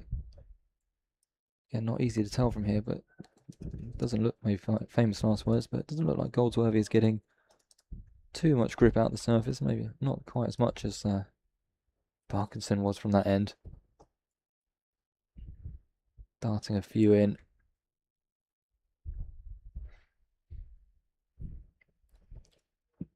They have a couple left arm tweakers to choose from. Thomas, who scored that powerful 60, he bowls that as well. And then, of course, for right arm, they have Archie Vaughan, who's got a few wickets this year in the championship, and other sides bowling his right arm off spin. But be intrigued to see how much of a go he gets today with a all right-hander batting lineup for Kent. He's certainly done very well so far. I remember him starring in that game. Was it the 4-day game? Somerset v Surrey? Was that the back end of a couple of seasons ago when they were both going for the title? I forget if he played in that, but it was certainly a very exciting game. I think it was Leach that did the damage, didn't he, in the end? Where all those fielders crowded around the bat. I'm just looking on in envy from a Kent point of view, to be honest. It was... must have been great just to be involved in a game like that. We were looking at the wrong end of Division 2, I think, at the time. Maybe Division 1. Seasons are blending in. Theedham is going to continue from the pavilion end. to Beldrummond, and Beldrummond again misses out there, and again he just sort of flicks his head back slightly, hits it straight to, I think it's Lamig was the fielder there. It's interesting you mentioned about Leach. When Harry was on comms earlier, he was mentioning that Leach is another one. He's free to play, but he's just playing club cricket at the moment. I'm surprised that he's not being selected. I'm surprised about that. Yeah. Thiedemann again. And Beldrummond this time will possibly get 4 for that. Yes, he will get 4 for that. Through backward point. Did he intend that? Yeah, I think so. How many times have we seen and heard the words Beldrummond through backward point for 4? The reason I ask it is because I wasn't entirely sure. He just didn't look entirely comfortable. And yet, it has gone to that backward, but it's raced down to that backward point boundary. Thiedemann goes back to his mark. Kent 77 for 1 now. Thiedemann is in. And Beldrummond just lets that one go outside his off stump, but probably wasn't a million miles away from being called a wide, but bear in mind that Beldrummond may have taken a step closer to the boundary there. And just trying to see that one on the replay, see how close it was. I don't think it was particularly close, in fairness to Thiedemann, who goes back to his mark. No, in fact, it was nowhere near. It's just the angle that we're at. It was not even close to a wide. Thiedemann's been unlucky there. I think that one was close. Yeah. We're talking of moral victories earlier on. Well, that was a moral victory for the bowler, Thiedemann. Very unlucky not to get Beldrummond out there. Beldrummond charged a yard or two down his crease. Didn't get any kind of proper contact on it. And the ball just trickled past his off stump. Lucky that the keeper wasn't standing up to him, because if he had been, he'd been stumped by a mile. Thiedemann again. Another nice cut from Beldrummond. They'll get 1 for that. Because I'm just talking about the element of luck there. Of course, he wouldn't have charged down the wicket if the keeper had been standing up. I think that's probably worth mentioning.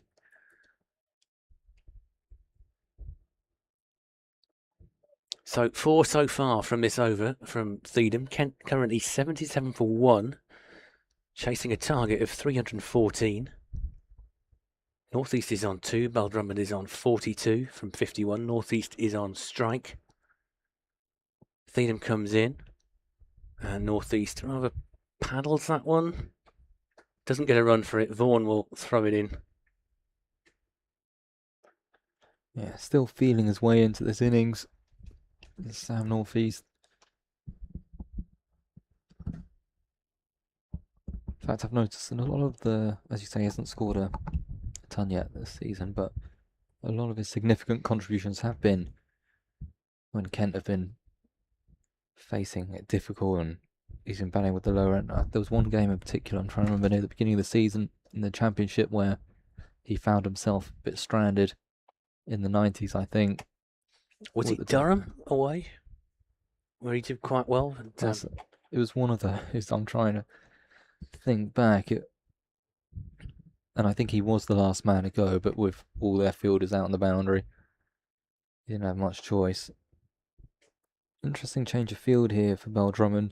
Pereira has been brought in a very straight, short, what would you say, straight mid-wicket or just a touch wider mid-on?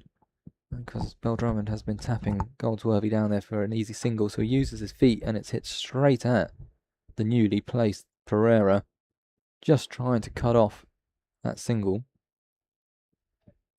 And there's a fielder directly behind Pereira, just trying to see around him. And so Beldrummond goes the opposite side and taps it down the ground for 1 too long off. Be interested to see if Pereira remains, and he will for North East. Yeah, all right-handed batting lineup today for Kent. So no need to juggle the field.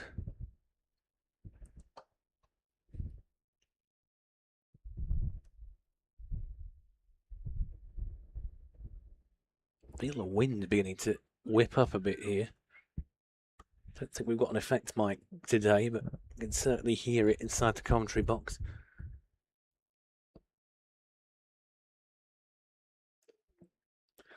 Oh, delicately played by Bell Drummond. It won't race away for 4, but it'll give him 2.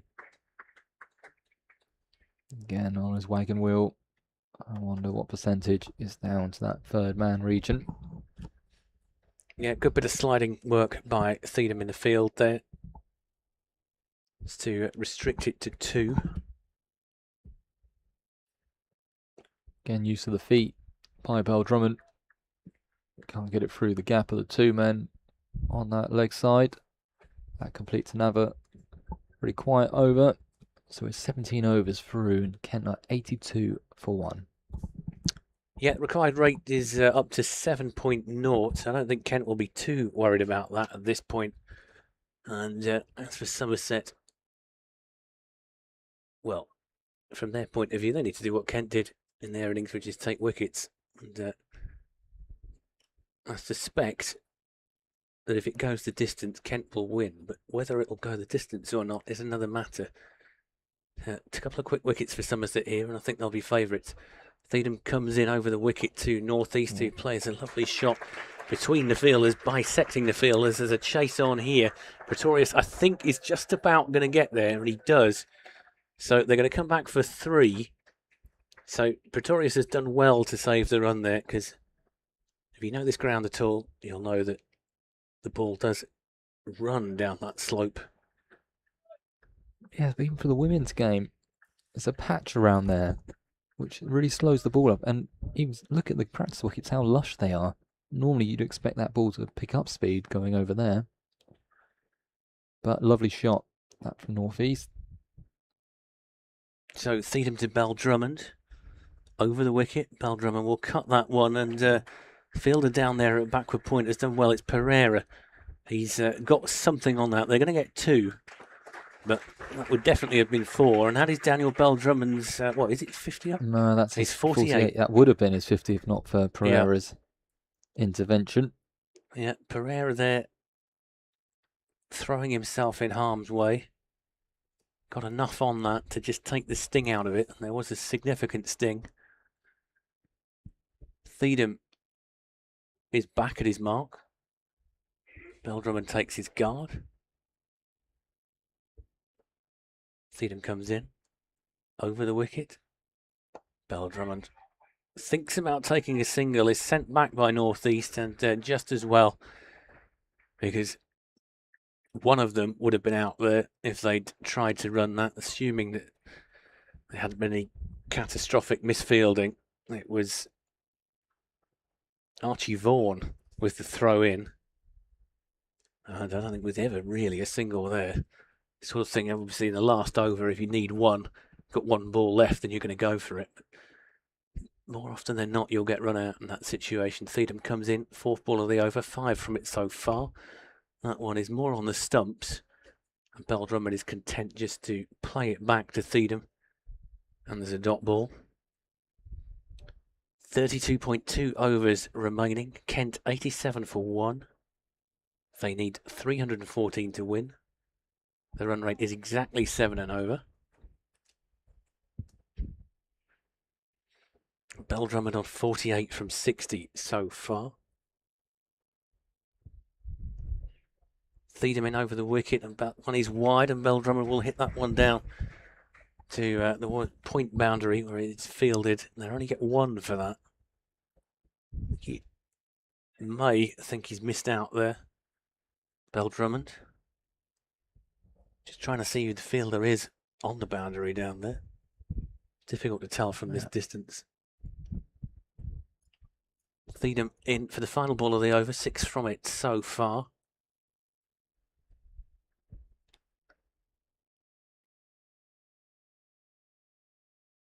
And northeast just digs that one out.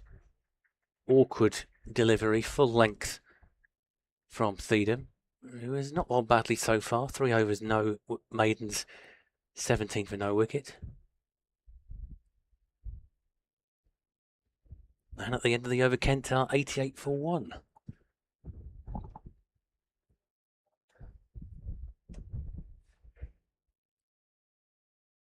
I think it's about 50-50 at the moment. I don't know about you.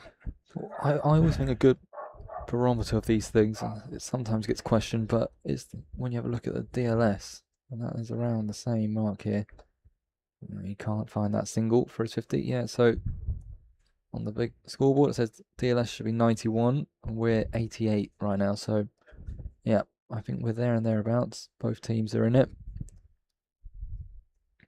This time, Drummond will get to his 50, coming off 63 balls, 4 fours and 1 6. It's a good start from the skipper. A long way to go, but that is his 27th, I believe, list day 50.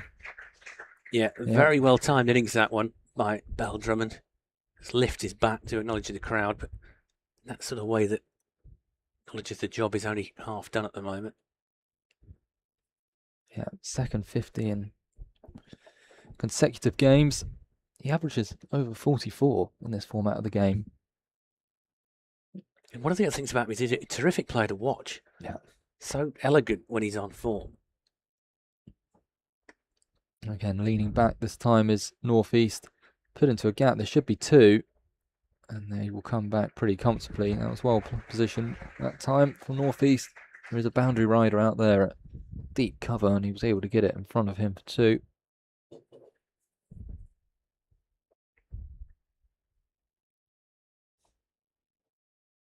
Now, use of the feet, well clipped by Northeast into a gap. It won't go to the boundary. And Drummond does call him back for 2. Oh, direct hit in the end. But he has got back home. Again, nice looking shot. Use of the feet from Northeast. A bit of timing. You're never entirely sure, are you, when it's a direct hit? Yeah. But, I don't think there's any real, not really real appealing there from any of the fielders. I think they knew he was well home.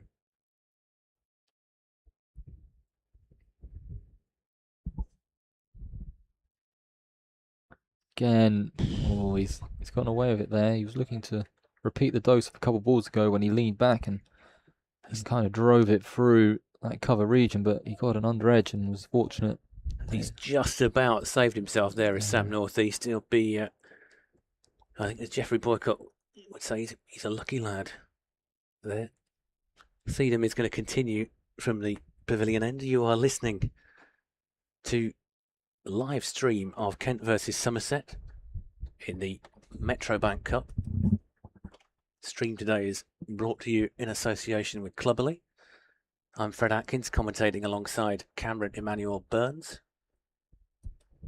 The Theedham is going to continue here, pavilion end, stepping in, slightly high stepping action. And a Drummond plays a Drummond shot. Just cuts him down behind backward point. Again, he looked a little bit unhappy with that one, I thought. Yeah, it's been a few times today. The head has been whisked back in frustration.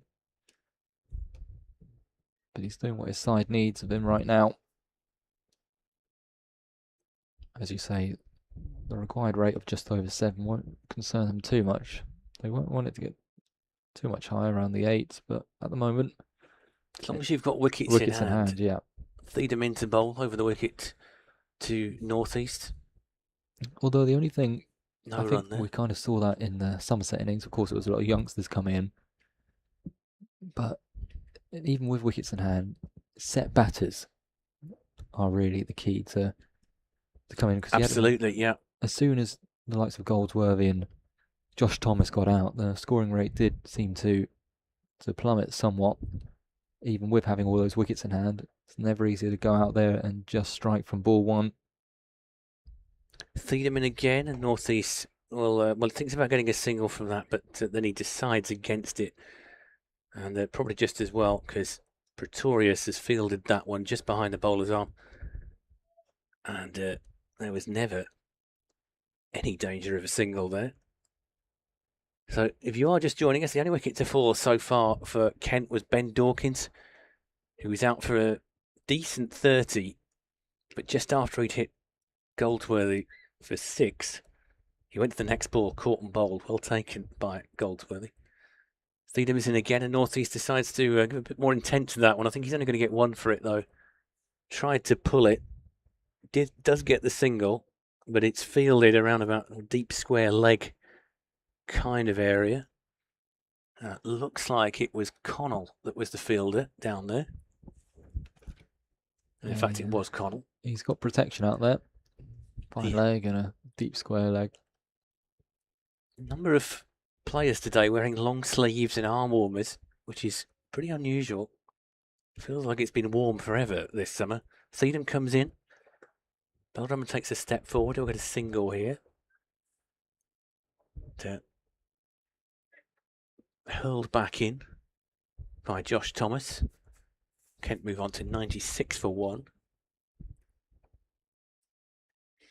Just think this format, it's very, very delicately poised. 96 for 1. 30.1 overs remaining.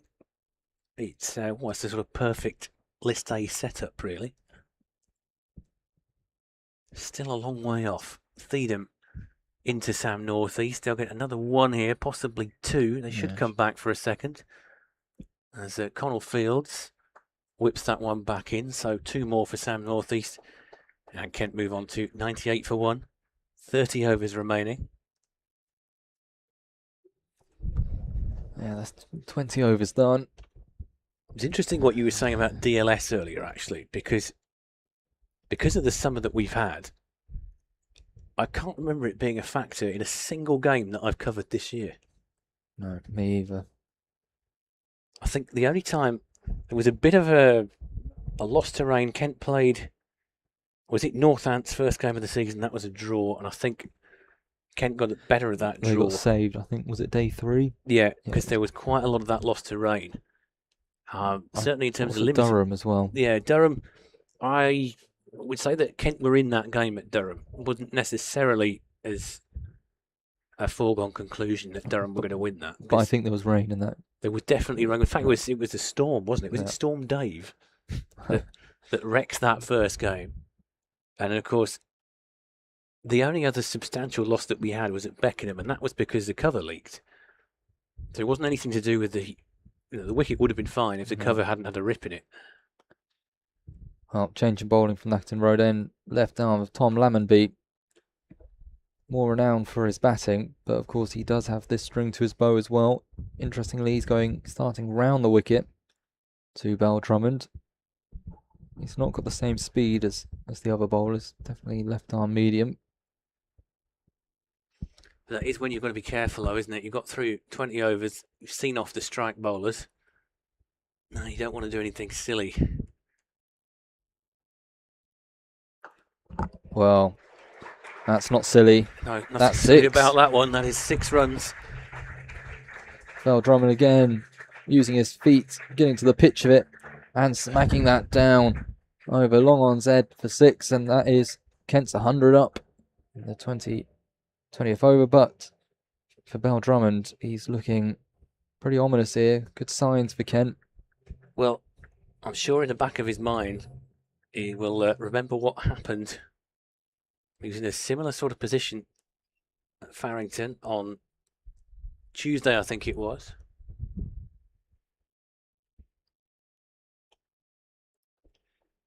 Now keeper Church up to the stumps. And what would you know, a little dab down. Oh, he wants 2. Oh, I thought he was going to have to hurry, but no, made it back comfortably. So good cricket that from the Kent skipper. 6, and then happily just knocking the ball on its head for 2. Yeah, I think I was thinking the same thing as you, actually. When they turned for that second, clearly they were a lot more confident of their ground than I was. It's just a slight gasp there, but in the end they were comfortable.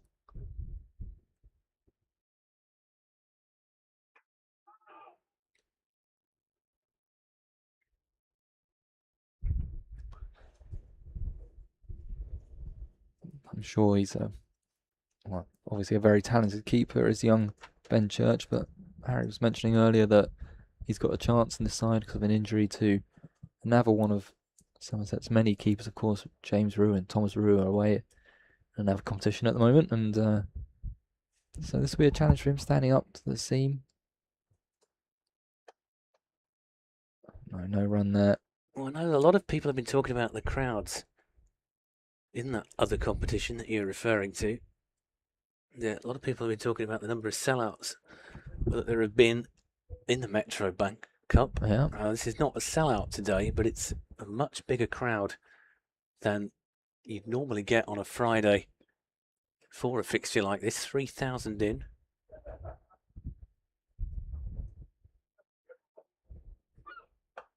Or a bit more of a, I wouldn't say a hack, but he's not timed that, no. has he, Beldrum? He got there maybe fractionally a second early or a second late. He's got a single out of it. Yeah, I know there've been a lot of comparisons. People have been saying, in sellout crowds, obviously it's not quite the same. Like Durham sold out South Northumberland, I think, for what turned into actually a great game against Glamorgan a couple of days ago. Farrington was sold out for both of their games against Kent and Nottinghamshire. And obviously we're talking about different capacities.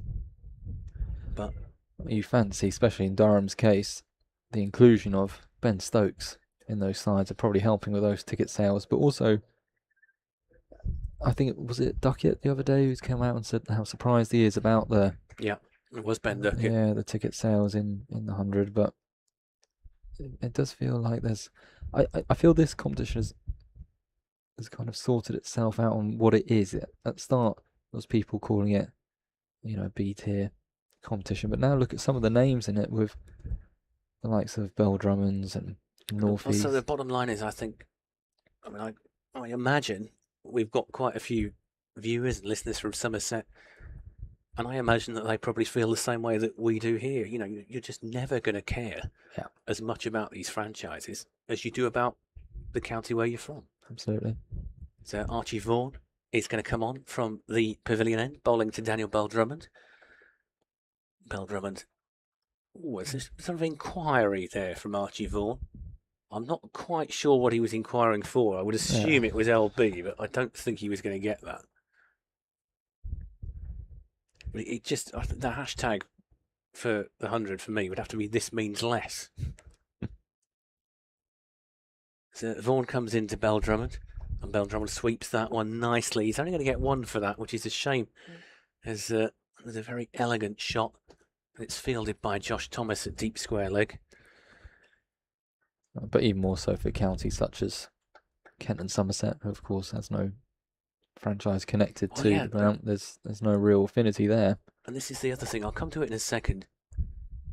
Taunton and Canterbury, obviously very different places, but there are similarities as Vaughan will come in, and North East will steer that one off the leg side. They'll just get the one there. And my point has always been, there is nothing else happening in Canterbury. Like, there's no other sport here. The football team is at a very low level, and it's not playing anywhere. It's similar out in the West Country, Somerset. There's very little competition around the Taunton area. So Vaughan is going to come round and over the wicket to Bell Drummond, no run. And so it means so much to people, because it's not like if you're in Nottingham, for example, you've got two football grounds right by the cricket ground. Yeah. And London has got so much going on. Here's Vaughan comes in again. And Bell Drummond just drops to one knee, sweeps that for a single, fielded by Josh Thomas. Because the other thing is, if you change the name every couple of years, My London sounds like it should be a shopping website. Here's Archie Vaughan. Bowling to North East. North East will get a single for this one. They're just going to stroll this one. It's fielded by Connell on the leg side. Kent move on to 111 for one. So Nelson. Two batters just punching gloves in the middle. And it looks like Lammonby is going to continue. Yeah, I mean, we are on a county stream. We are broadcasting to Kent fans and to Somerset fans. I imagine we've probably got a few neutrals, but I would imagine also that the neutrals that are watching are county cricket fans. So we are kind of preaching to the choir here, I think.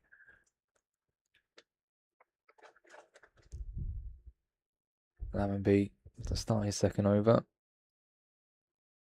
Church remaining up to the stumps this time for North East. Oh, they're going for a quick single, and they'll get it comfortably. Good running that on this pair. Well, I think also the franchise would recognise the importance of trying to get affiliation to their sides. If you have a look at that, My London, they try and beef it out with Surrey players, but then they change those players every few years. Changed obviously the look of the kits now, and they're all different. And I know a few people that were able to tell the difference between the teams because of the different crisp packets. That's a lovely looking shot again. Should be 2. Once again through that backward point region, and that is the 50 partnership up between these very experienced pair. Bell Drummond doing a bit more heavy lifting, 33 of them, but it's only come off 56 balls. It's a pretty good rate, seeing as these two haven't really seemed to been too aggressive in this partnership. No, I mean, they haven't really needed to be. Not at the point where you need to go gung-ho. The required rate is only 7.2.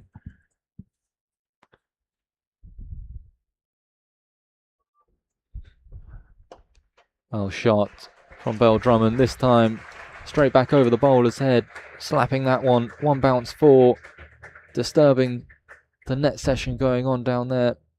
That's a lovely looking shot. Good aggression there. Authoritative down the ground. That's fielded by one of the younger supporters. Good to report there's a game going on behind there. And also that they didn't let it affect their game, did they? No. The ball went into their pitch and they carried on playing their game before they worried about ours. And again, good to very see smart. people playing cricket, isn't it, out there? It is. So you don't actually see that very often. I remember when I used to come, I used to spend more time playing than actually watching. And then also, of course, during the county games, getting out onto the pitch during lunch. Yeah. I was always very upset when you were getting thrown off of the actual cricket. The cricket was disturbing my game. Lammonby back in. North East trying to repeat. He's watched Bell Drummond do it a number of times, and he's not quite able to replicate it with quite the same amount of success. My first experience in watching cricket was at the Moat, and certainly there were people there that probably didn't see a ball delivered. They were just playing all day on the eastern side of Moat Park, eastern side of the ground there.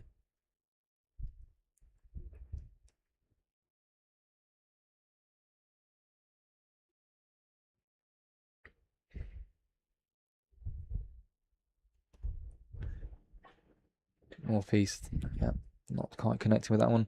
Get that at my ground as well. People playing their own little games around the boundary rope. Unfortunately, that is my team when they should be watching the game and preparing to bat, but they're out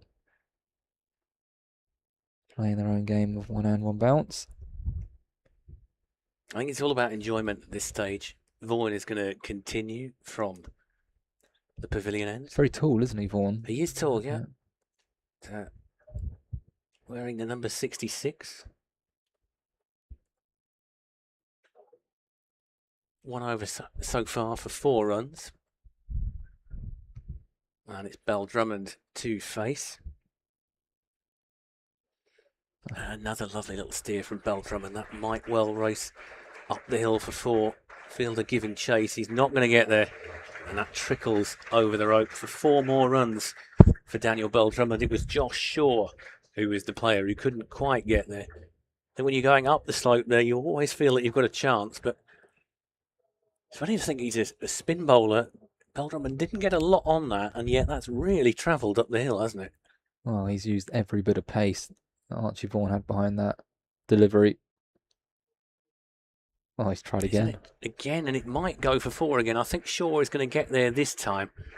And as Shaw does make a sliding stop, so they're only going to get 2 for that one, but it's an almost identical shot. Just had a little bit less pace coming off the bat. I think you'd have to try and stop that, perhaps even putting a slip in.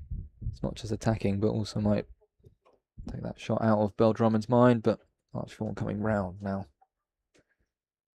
Yeah, Vaughan round the wicket, and Bell Drummond responds by just steering this onto the leg side. It's going to be fielded by Johnny Connell. The number 22 whips that back in to his wicketkeeper Ben Church.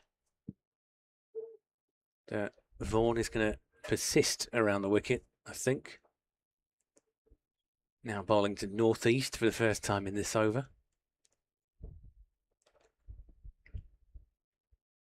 Northeast clips that onto the leg side. It's going to be fielded by Connell again. Again, they will take a single. One ball left in the over. 4-2-1-1-1 so far.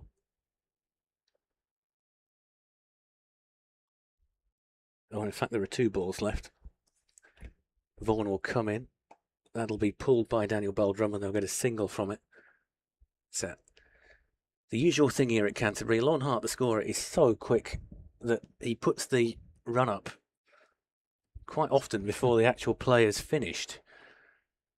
And so there's 1 ball left for Vaughan. Comes in around the wicket, and again just a tickle from northeast into pretty much the same area, except this time it's fielded by Josh Thomas. So a single from that. Kent move on to 129 for 1. We're 1 over away from the drinks break here.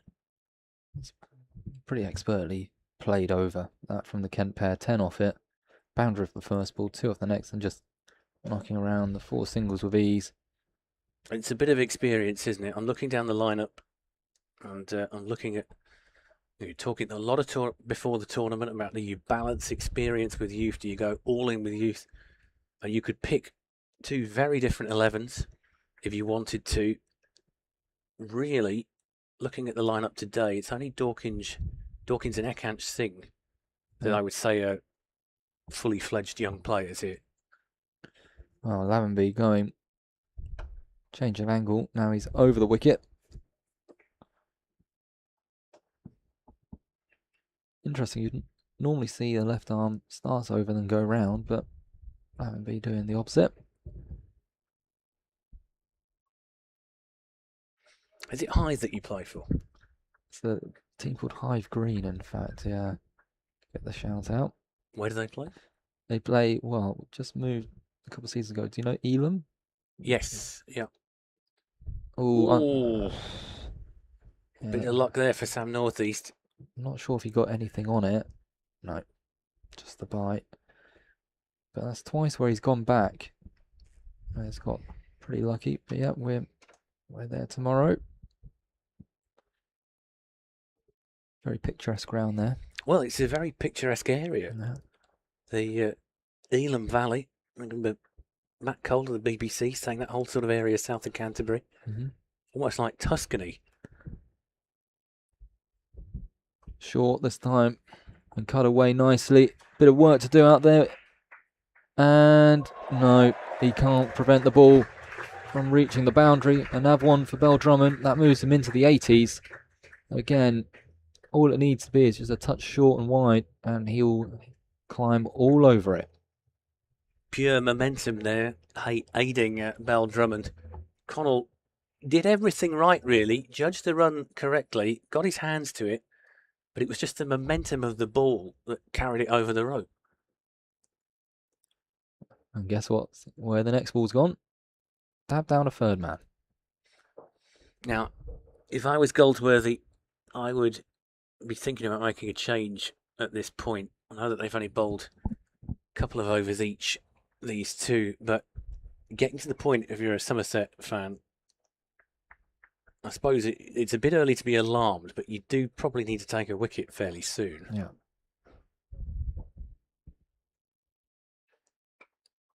I would imagine you probably will keep Vaughan on for another over. And their economy rates are not disastrous. 7 and over for Vaughan, 7.8 for Lammonby. This is not like, you're not watching a player get ruined or anything. But it's pretty comfortable for this Kent pair at the moment. It's they're not necessarily being challenged.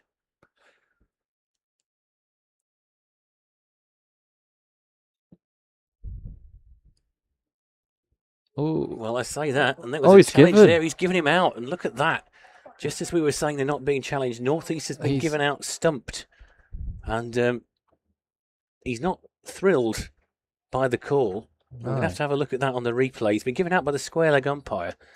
We assume he's been given stumped. That's what's come up on the scorecard. Oh, a bit of the commentator's curse Well, there. we have properly done for Sam North East there. He's gone for 18. He didn't really look in any kind of trouble. And terrific work behind the stumps. well, From young Ben Church. I'm not sure what he's been. I'm not sure what he's been. I don't think he's been stumped. I wonder if he's been given caught behind. It's just a bit of a mystery. I'm looking at the replay. He's shaking his head as he's walking off. I can only assume that he's been given out caught off a bottom edge because he's definitely not out of his ground there. So he can't have been stumped. I would assume that the square leg umpire has said that he's hit it.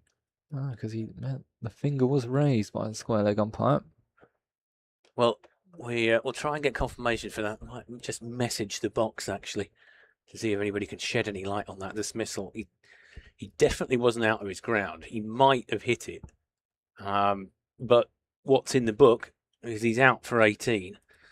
And the wicket that we said that Somerset needed as semi-urgently has arrived via Lammonby. And that brings in Harry Finch. He was carded to come in at 4. We were wondering whether, under the circumstances of the day, whether we might have seen Mr. Denley, but no. Continue. Finch has batted 4 throughout the tournament. Of course, batted well here in Kent's win against Northamptonshire with a good 80. But yeah, Kent were cruising there. Well, they were.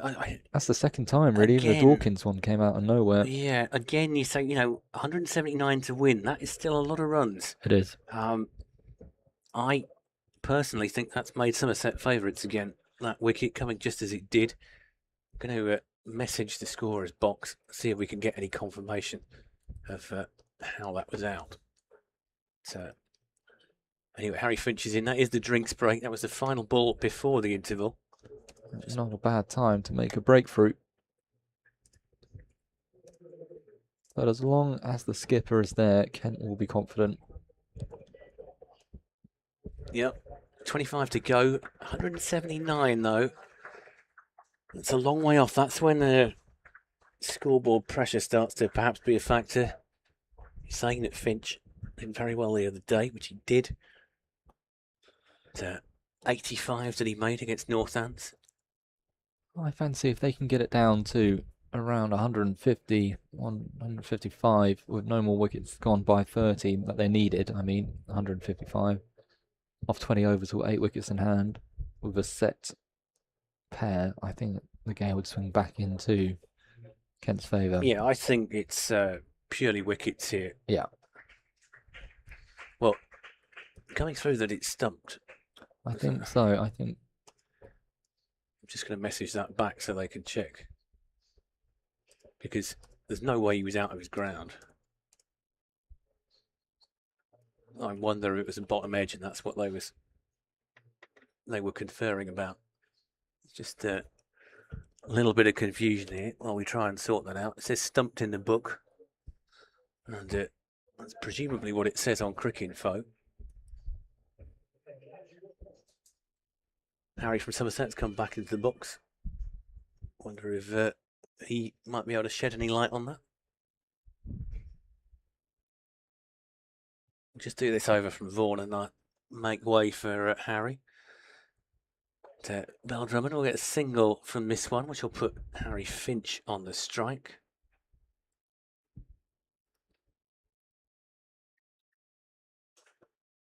Yeah, it's just about starting up again and setting another platform and another partnership. Somerset were good at that. They didn't lose wickets in clusters during their innings. And I think they'll be delighted to have made that breakthrough when they did. As 178 is still a lot of runs to get. Vaughan will come into Harry Finch, who faces his first delivery here. And Finch will drive that one to get off the mark with a single. It'll be fielded by Theedham. And that'll get Daniel Bell Drummond back on the strike. Bell Drummond on 84.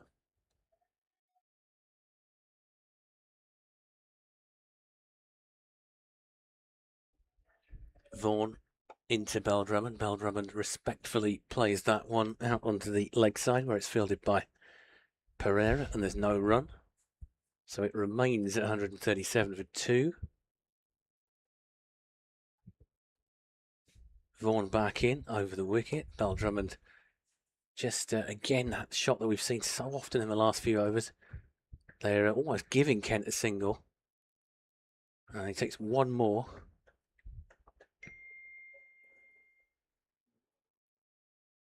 No, still general confusion. We're trying to find out officially whether that was stumped or not. But, I think we're just going to have to say that's what's in the book and go with that. I'm sure there are people out there with opinions on it, probably posting it on their preferred social media channels as we speak. Vaughan will come in for the final ball of the over to Harry Finch. And Finch will reverse that one, and he should get 4 for that. And he does get 4 for it. Goes past Josh Shaw. I wasn't sure if that was the cleanest of contacts. It looked like it almost might have clipped his foot as it went by, but it looked like an under edge, but he got enough power and enough sweepage on it, and it did race away. That shot is on. There's only one man protecting backward. Well, it turns into backward square, but backward point if he was playing a conventional shot. But it's a good way to bring up his first boundary of the day. Good confident shot.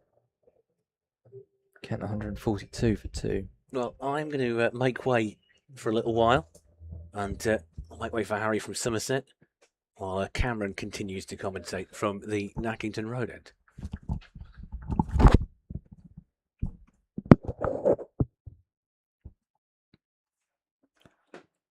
So Tom Lammonby, after getting a wicket off the final ball of his previous over.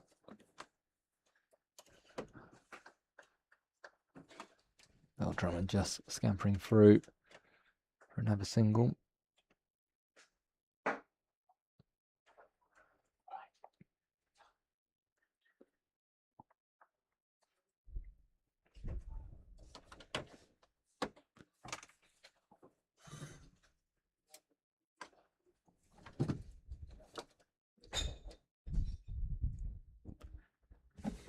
Harry, welcome back.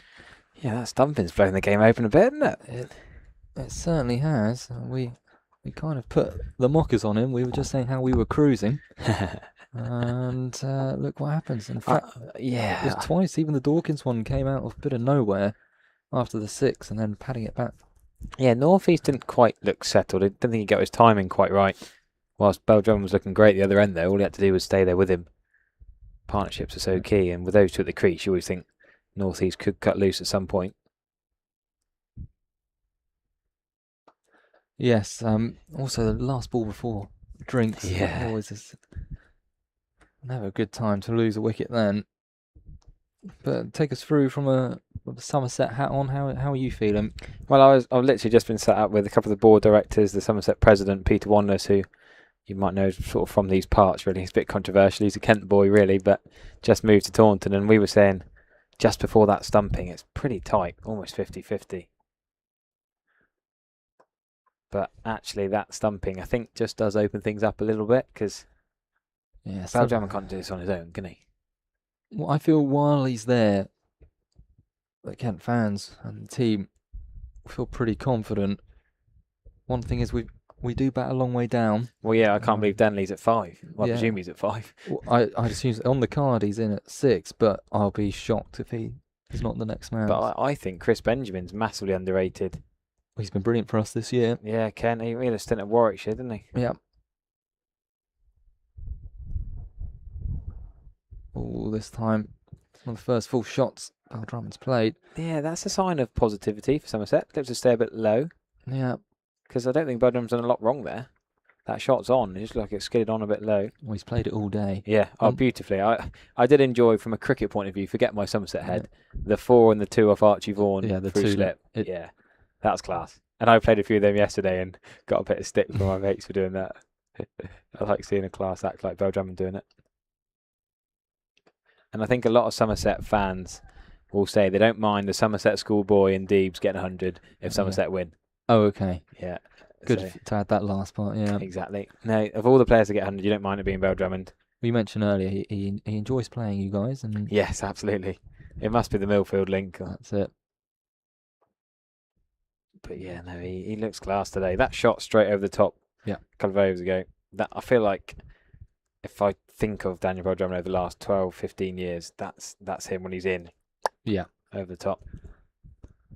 Well, for me, of course, it is that through backward point and then Yeah. to rotate the strike. He's created a bit more. That his first real big scoring shot, his first 6 that he put in early in that power play. No effort from the crowd. Disappointment from the crowd here to not try and catch it. There's no prize. There's no. I don't believe in this competition, not that I'm aware of. No. Sure, they could go to the ice cream van and the ice cream van bloke would have a bit of pity and say something. You can tell we're near London. Some of the prices on the signs, I couldn't believe it. Oh yeah? Oh, it's next level here. It's like That's true. £7 for an ice cream. I always put a call out, especially during the blasting, because we're normally over there. There's normally an ice cream van right next to it. If anyone is feeling generous enough to come round with one. You've got no chance in the 10-minute interval and getting in the queue, getting a wee and getting one of them. Yeah, fair point. A few times, been very grateful. People have supplied one, but I had a whole tub at Welbeck on Tuesday. I think it was like a Kinder share box or something, and Jeff Veen, who a lot of Somerset fans will know, he's on the board, bit of a legend, was a Sky Sports cameraman for years in the Botham era, doing test matches around the world. And he just said, "Do you want an ice cream?" and bought me a massive one. It's like a litre of ice cream. oh, that's very nice. Even that for Bell Drummond, though, the shuffle down and just punch for one looks. He's calm, composed. The Kent fans around me kept saying, "Oh, it's a required rate, 7.5." So, well, don't worry about it. No. Wickets in hand, going to the last 20. It's the wickets, isn't it? I was just saying with Fred, if we can get to requiring around 150, 155 in that remaining 20 overs with 8 wickets in hand, I think we'd be quite confident with Bell Drummond in, because we've got the power to then come. Yeah. Of course, Denley, as we know, but Grant Benjamin, Stewart Grant worries Stewart, me. Yeah. and Ekansh Singh has been in good touch as well. Oh, see, I thought you might put Stewart ahead of Singh in the last 15 overs. Well, interestingly enough, they did in the last game. Stewart came up ahead. Long handle, he's good at that. So that's where our power comes from. And actually, I don't know if you've seen much of Dudgeon. And Yeah. Mills have held the bat pretty nicely, especially Dudgeon. More than just a dudger, isn't he? Yeah, absolutely. So we bat a good way down, and even Parky at the end there, he'll get in behind them. Oh, I got a little stat for you. Should credit Dan Kingdom for this one. You might enjoy this. That is the first Somerset stumping in List A cricket since 2019. Blimey. Tom Banton stumped Burns off Rollo van der Merwe in that game at Taunton. And what a stump it was for the young man. Yeah. Standing up to Lammonby as well. I didn't see a side on replay, but it looked quality from live anyway. Well, North East wasn't best pleased as he was walking off, so I don't know if he disapproved either the shot or the decision. But it looks like a change here, and I would assume this is young Josh Thomas, is it?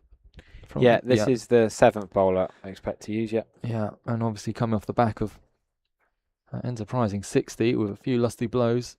Yeah, I thought he looked really good, actually. Well, he had a bit pull of shots. Scrappy start, and then came into his own, didn't he? Yeah, I forgot we were on comms for his. I said it's going to be aggressive, the plays and misses. Oh. Doesn't always. His first ball's not always on the money. He is a bowler, but he's not. Probably not quite as on it as Leach and Goldsworthy might be first ball. Well, with that shot through cover, that brings up Kent 150. Bell Drummond keeps going along on his merry way. Makes me laugh here at Kent. They put the thing on the board. They put the 100, the 50, or the 150. But I always think part of the fun and the challenge is who starts a ripple of applause first. Oh, right. Or you hear a round of applause and then you look up and think, is it the partnership? If it's an individual one, it's obvious on the scoreboard, but sometimes you've got to do the maths for the partnership, but they make it very easy for you here. I was going to say that I appreciate it down here. Saves it reminds me. No, so I really enjoyed this afternoon, wandering around, chatting with loads of Somerset fans here. I've noticed that. Different coloured shirts, old ones, new ones, love it.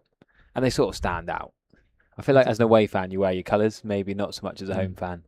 If you're here every day of the season, you don't need to wear a Kent shirt every day. Do you think the majority of them have travelled down, or are they a local? I think there'll be a lot of Londonish.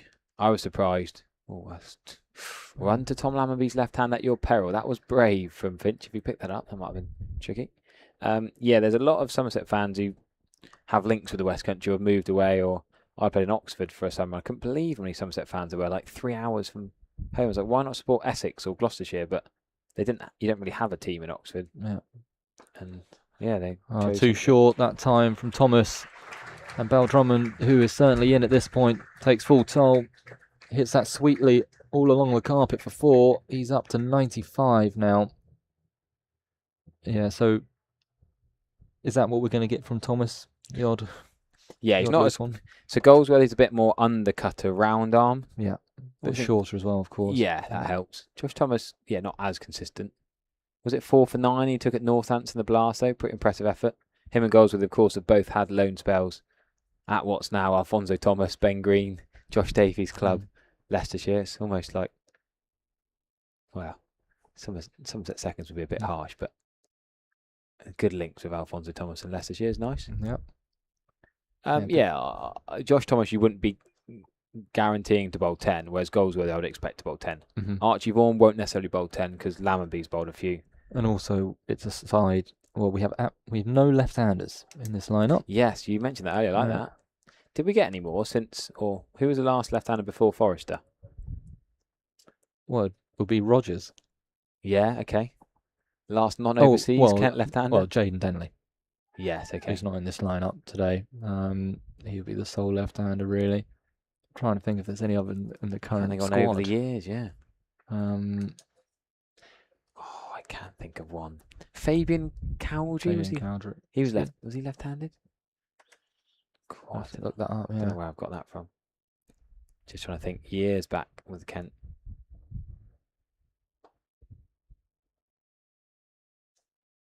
I've not had too many.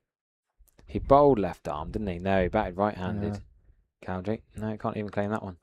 You haven't got the you don't have the comments on the live stream, do you? No. I don't. I think you may be aware, but the comments were taken off our. Oh, sorry. Yes, I am aware of that. I didn't know. I thought that was a brief thing, though. I didn't know that was still going. Yeah. So that's a nice looking shot. Finch for 1. I think the executive decision was to keep that going for the foreseeable. It's above me to know if and when that may change. Yeah, so it was Hollyoak's decision, wasn't it? Really, a bit of criticism from fans of the players at the start of the season. Yeah. And since he did it, they've been brilliant, haven't they? Didn't they win the next few Champions games? Yeah. So you can't knock it. I think that's part of the reason that they've continued it.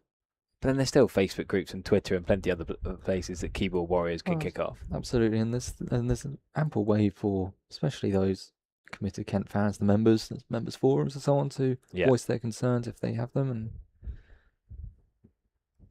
no, I forgot about that. That was it was a good story in the end because it was quite a happy ending, really. That Kent then won 2 or 3 Champions games on the bounce.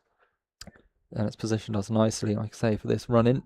Yeah, what's your thoughts on the Champo run-in then? I think that's where to be honest, the great excitement for this Kent season. It's been nice. In the last few years, it's been a struggle, as you can imagine, in the Red Bull side of things, and for us fans to be going into that last stint with real hope of going through. Of course, Durham looked the strongest outfit in the table, but we've strung some good results together, and having Hassan Mahmood coming back, and as we mentioned earlier about Mutasami, you think the side's only going to get better. And the real question I have no insight into this, is what do you do with, I'm not going to say a problem, it's a nice problem to have, but Crawley.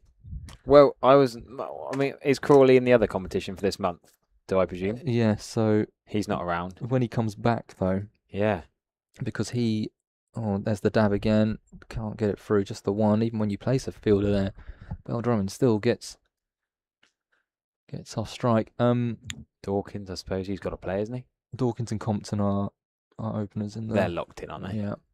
I think Compton's one of the most underrated Champo openers in the recent years. He's scored buckets of runs, hasn't he? So if they're locked in 1 and 2, DBD has to play. No Denley. North East 3. Yeah. Mieye, but he's in the other competition at the moment.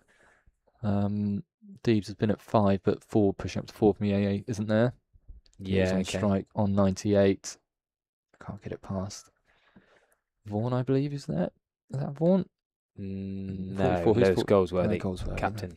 He's a small. The clue is he's the The smallest and he's left-handed. Well, I don't think he is the smallest out there. Well, South Pereira, is Yeah. that a fight-off, is it? I don't actually know officially who's smaller. Do you reckon Pereira's slightly smaller I than think he Goldsworthy? is. Yeah, it might be actually. He is the uphill, downhill thing with the Yeah. slope here as well. That's true. So actually, he's getting a few extra inches being up the slope. No, they're pretty close. Probably, 5'5" to 7" or something like that? I wouldn't know exactly. Oh, he's gone downtown. Love the use of the feet and timing. He's just clipped that. We know it's a shorter boundary, but it's cleared it by some distance as Finch. That's a lovely shot. Sounded good off the bat, didn't it? You can hear that noise reverberate around the ground. Harry Finch said earlier, underrated Kent cricketer. You think of the big names and he just goes about his business, doesn't he? The man for all seasons for us, you know, with, as I just mentioned there when we were going through the potential side. Yeah. Well, he comes in with the likes of Miaye not being around. That's because Miaye struggled with concussion. So you don't think Finch is in your best 11 first game end of August of the championship? I think the question is if I think it, or I'd assume, let's be as politically correct as possible here, I would imagine if all are around, Benjamin gets the gloves after how well he's gone this year in the championship side. Miaye would come back into the side at 4. And you're picking Crawley over Finch? I'm trying. This is what I'm saying. If Miaye's playing at 4, Bell Drummond 5, Benjamin most likely 6. Ekauch Singh is taking that all-round spot at the moment. God, that's a hell of a lineup. Maybe Stewart 8, maybe. Hassan Mahmood, Keith Dudgeon, Matt Milnes. Mutrasamy, is he Mutrasamy. Is he coming into this? You got to play your overseas, haven't he? Oh yeah, Mutrasamy's in this 11. You can't forget him. Oh gosh. So Kent have got an embarrassment of riches. It turns out we do. How exciting for us, eh? People saying that Kent are struggling for money, Division 2, whatever. They got hell of a side. And Sam Billings is not even playing Red Bull cricket, right? Yeah, but he's not around for that. We don't need him with that line. Fred Clarkson, no, he's white ball only. White ball only. Keith Dudgeon's going to bat 9, is he? Well, going down the list I just read, he could be at 10. Yeah. Who's your spinner? Parkinson? Mutsami. Not both. You probably you could have both, couldn't you? Different options. Well, maybe if the pitches are conducive for it. Think how dry it's been. But we if you think about that, and obviously sounds like a Div 1 side, really. Maybe Joey Everson will be given a go, but of course I assume you've seen the news this week that he's off to Sussex. That's a shame, isn't it? Yeah, bit of a loss. Played a big part, especially that post-Stevens era. Yeah, did really well in our win in 2022. I saw Darren Stevens. I wandered around. He was wearing a paddle shirt. Made me chuckle. Yeah, a lot of the previous players here play together. I know that Rob Key and Dave Fulton have a good partnership. Do they? On the paddle court. Yeah, I've played with some of the Somerset lads. I played with Thomas Rue against James Rue and their other brother, and we finished in a draw. We ran out of time, so we got to finish that match off. It's 5-5 in the third, and the timer went. See, I'm desperate to play paddle. I think that's going to come soon. I played with, do you remember Tim Graneveld? He played here. Yeah. There you go. That's what link that is. He texted me yesterday. We got to get a game, and he comes over from South Africa for 4 times a year. He comes over for 3 weeks' work. We get a bit of paddling. Oh no! Well, it's a nice looking shot for Nunt, straight at the short cover. We got to play against Max Waller and Alex Barrow. Waller, who's now coaching Gloucestershire. So I was, as a child, came here to watch Kent versus Somerset, and I feel bad saying this. I was desperate for one autograph from the Somerset side at that time, and that was Craig Kieswetter. Why? Because of the World Cup? I think it was around that time of the World Cup, and I was a big fan. This is well before the eye injury, I guess. Yeah, well before. Yeah. 2010, and I was sure I recognised him, and so I went to the person, got their autograph. And when he turned around, it had Waller written on the back. Oh, was it though, or was he just wearing his jumper? He was just wearing his jumper, but for the entirety of the game. They were thinking about it. He's on 99. But yeah, it did turn out to be him, but the entirety of the day I was crestfallen. So he was keeping with Waller on his back? Yeah, okay. Nice. All right, Bell Drummond on 99. Rocks back. No, cannot get it past the cover. Good bowling from Archie Vaughan, because he didn't bowl well at Bell Drummond earlier, or Bell Drummond paid him well, you could argue. I mean, slip's still vacant. I mean, you could go to 100 with that late cut. Yeah, that short third man has come a bit finer now. And there it will be.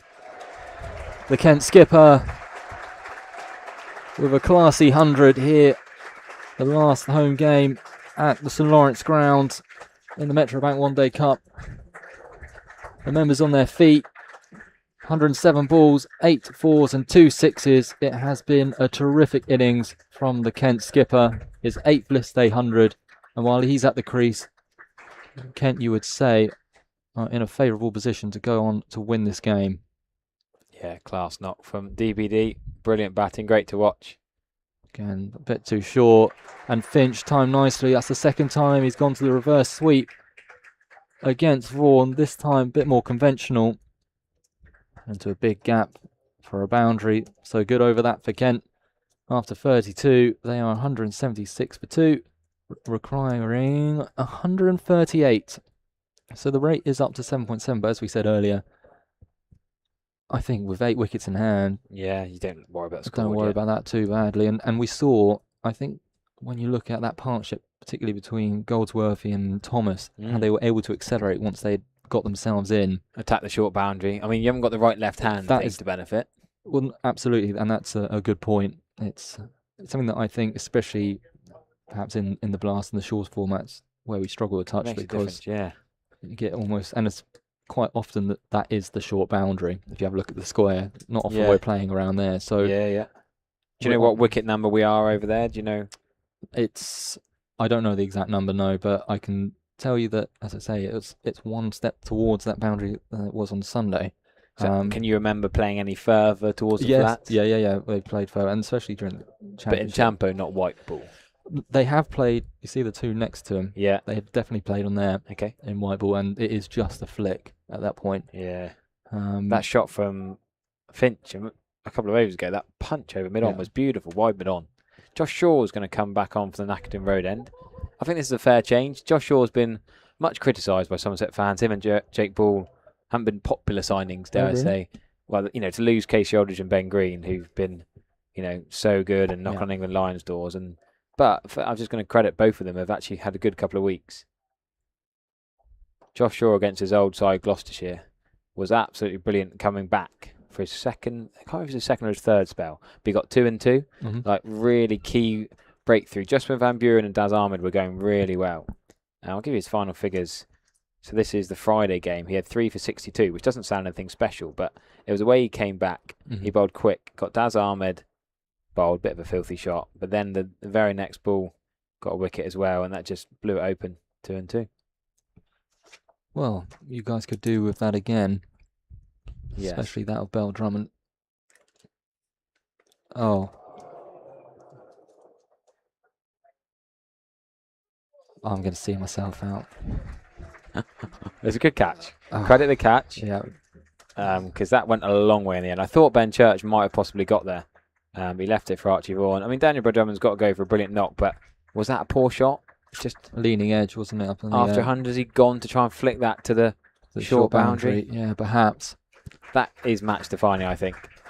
I think Somerset are suddenly in the box seat now. I know it's a big statement early on. Well, and they're still batting to come. But it's a big old wicket, that. Bell Drummond gone for 100. 109 balls, said before. 8 fours and 2 sixes.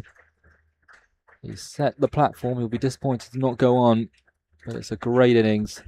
And is this the moment that many of these Kent fans turn up today? Do we think, are they keeping it to the scorecard? They are. It's Benjamin. Interesting. Benjamin gives it a whack, but you'd have thought you'd go Denley first. Well, perhaps, the previous 3 games, this has been the order. That has been the top 5, so he doesn't want to... But you've lost 2 of the 3.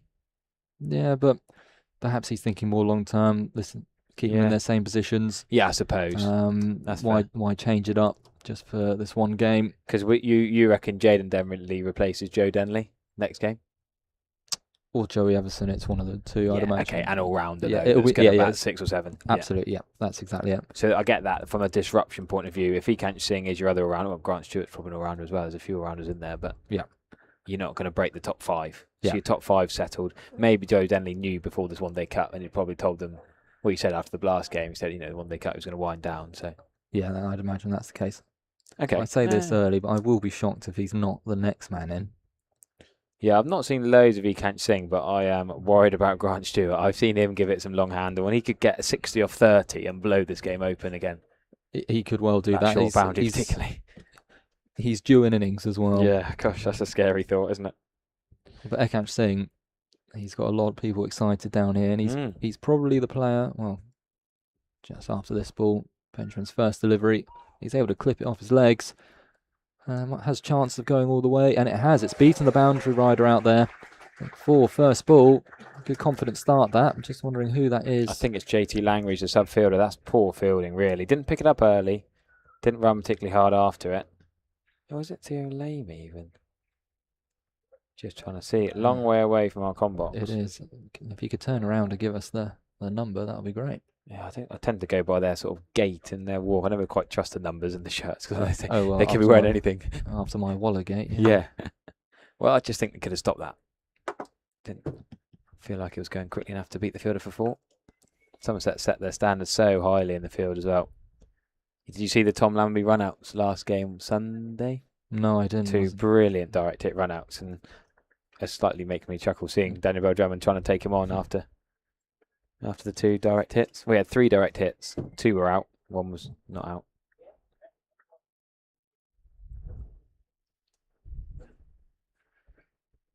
But yeah, it was this pair that got Kent near enough over the line and against Northamptonshire in the first game in the Metro Bank One Day Cup. They bat well together. Same area again. Yeah. Will they push for 2 or be content with 1? I think it will just be the 1. It's not JT Langridge. Right-handed thrower. I think it might be Lamy. Strap on his right hand, slightly concerning. After 200s in the 18s this week. Well, he played that nice shot off Denley, wasn't it? The Yeah. reverse sweep.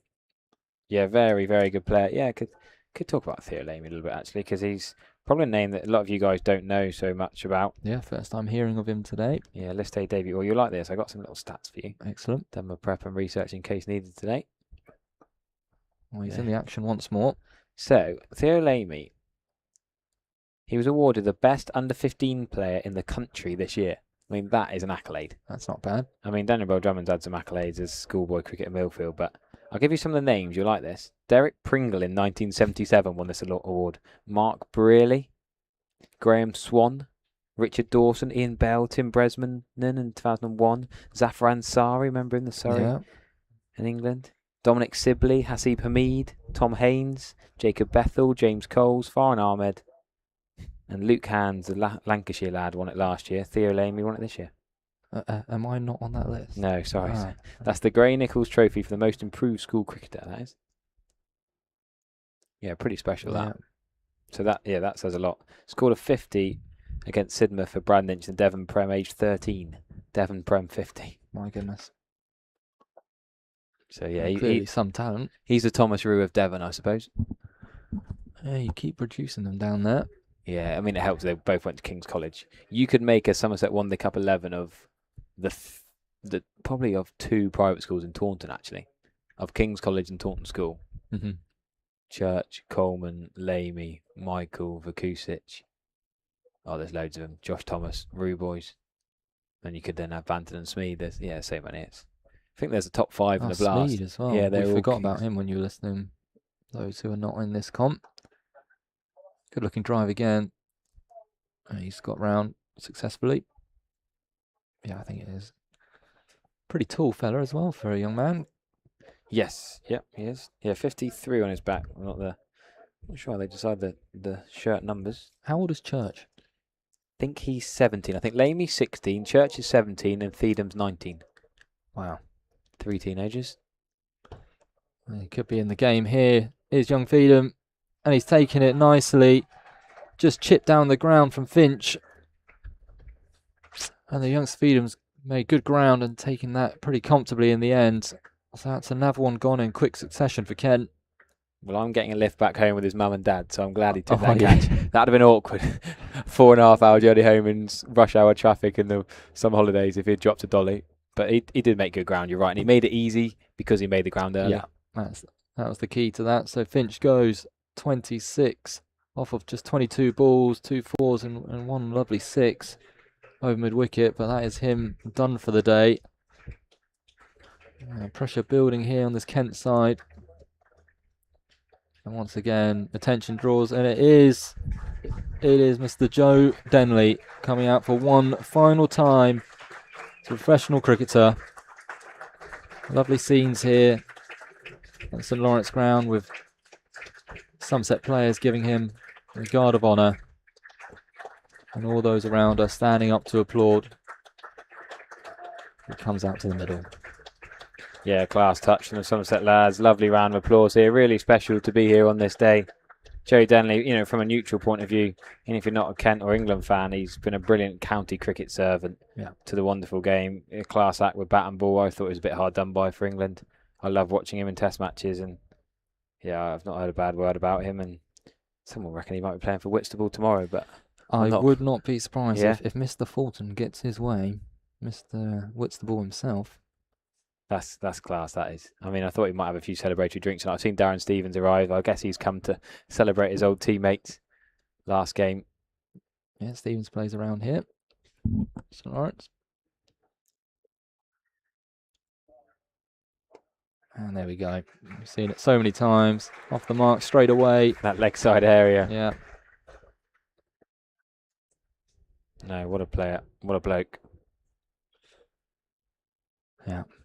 Not many people have retired in the Metrobank One Day Cup mid-tournament, but No. I understand the reasonings.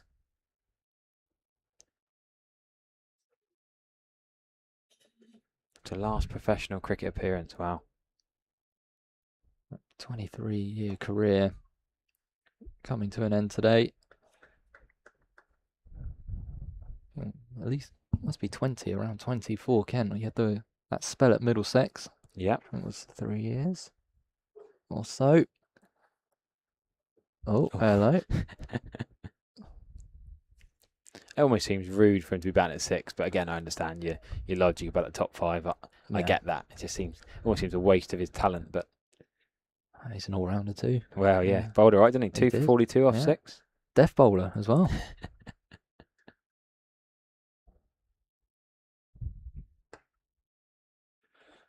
Yes, looking at the game state though, that required rate has now just hit above 8, or it's on 8 now.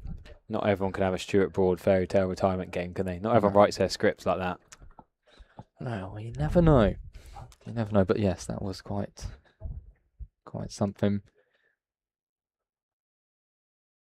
Although my favourite player, second favourite, my favourite was Mike Hussey, but second favourite was Mr. Cricket. Kane Williamson. Yes, he went so quietly. Yeah.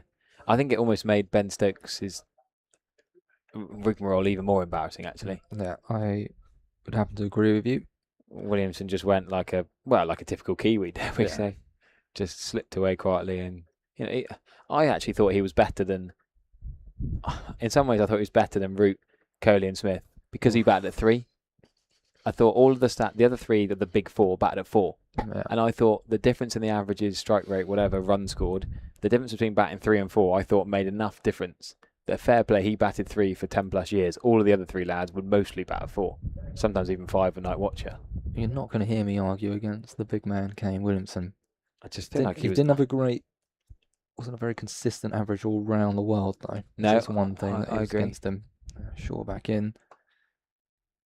He also went to the worst T20 blast side in the history, I think, in Middlesex. Middlesex, yeah. Which wasn't ideal for his. But he's such a humble bloke. He wasn't there for stats. He probably could have bowled off spin way more than he did as well. But he was always giving other people a go when he was captain. I think if someone else captained him for all those years, he'd have bowled way more. Yeah. His action with a bit of a golden arm, a bit like a Travis Head. Yeah. Underrated. Yeah, well, the world great to say he's underrated sounds daft, but.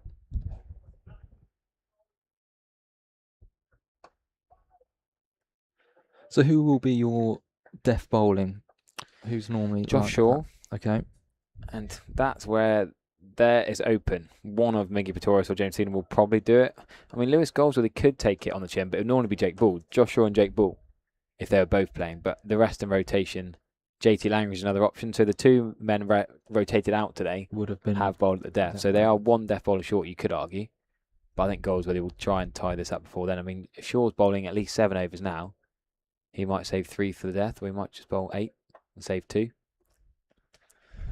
I do think that if Somerset don't expect this to go to the 48th, 49th, with now over 8s required, they could just bowl their best bowlers now and then try and win it in 46 overs and not worry about those last few. Mm-hmm. I agree, you back down to Stewart's dangerous, but you don't think, yes, Dudgeon, Milnes and Parkinson can bat, but they're not going to go at 10s for a long, long time. No. But the one thing about us batting down a long way, it gives confidence. I think if we can get within striking distance, and you do have a Stewart and a Kanch Singh and others.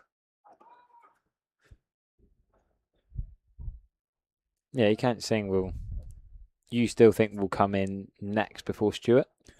Well, before the Lancashire game, I would have said absolutely yes. Yeah.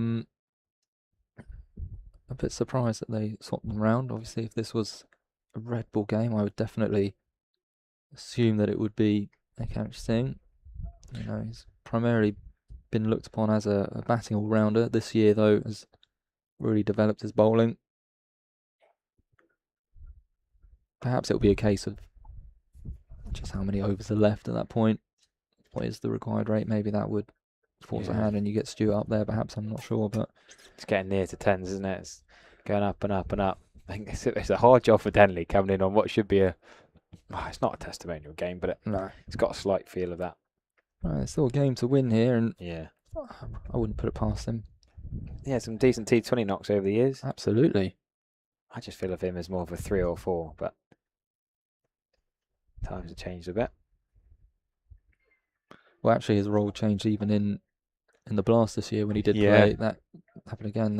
Billings put himself ahead of Denley, and Denley was put into a bit more of a late middle order finisher-ish role.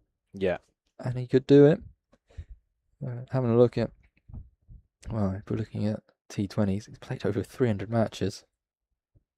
Yeah, it's good going, isn't it? It's not bad. Over 7,000 runs. Yeah. I've had a question from head of county cricket natters, Annie Che, who's just texted me. Why are Kent not playing any cricket here during August? Do you know the answer to that one? Oh, hold on. Oh, that's crunch, yeah. Benjamin. That's a proper shot. He has slapped that one through. Extra cover. That's down to the Lime Tree Cafe. 4 runs. That's what the Kent fans around us wanted to see. The Lime Tree Cafe that's nowhere near the Lime Tree? Yeah. Is that deliberate? Well, I don't think it's been a few other names around. Yes. But sorry, what was the question before? Yeah, how come Kent aren't playing here at all in August? Well, that is, again, a strong shot for one. Well, as we know, our next 2 games are Beckenham. Yeah. I don't know if it's a ground thing. Again, maybe Fred will know. Because I wondered that when... Because Surrey women played at Beckenham. Somerset's first ever game was against Surrey in Beckenham, which was mental. Oh. It was cold and wet, but that's not their fault. No. But nothing against Beckenham, but if this ground is here and you've got healthy crowd here today, nice with the grass normally banks. We have in August. I remember when I was a youngster, they had the cricket week here. I remember that being in August. Yeah. He's gone for it. I think it's in the gap. It is. 1 bounce 4. That's the deep side of the ground. Is that the Joe Denley signature special shot? Well, I can't. I always associate him with the straight bat. He times it beautifully over a bowler's head. I think of a bit like Tom Wesley, strong through, a bit like James Vince as well, strong through mid-wicket. Off a seam, we might flick him along the ground. Seamer sort of up over the close mid-wicket. Sal Pereira was never getting that. Again, use of the feet, timed nicely, isn't it? It's almost like they've targeted this over to go. Archie Vaughan doesn't always bowl his 10. I'm surprised he's bowled an 8th in some ways. The 2 right-handers, yes, it's the long pound on the leg side, but they're trying to target Archie Vaughan here. They've got to have some acceleration here before the rate gets above 9. Slapped hard again from Denley. No chance for the point. Boundary rider. It's 2-4 in the over, and that's Kent's 200 up with 14 overs to go. And Denley out of the crease. You can see the atmosphere is just picking up around us. I feel almost like, almost a tear to my eyes coming. The emotion of Denley here, like, I presume that's his family. Is it on top there? Is that wife, girlfriend, mum, or up the there, ladies yes, up there? That's the Do you know Mrs. Denley? Well, the whole clan, the whole Whitstable clan. Yeah. Is that the family, friends area?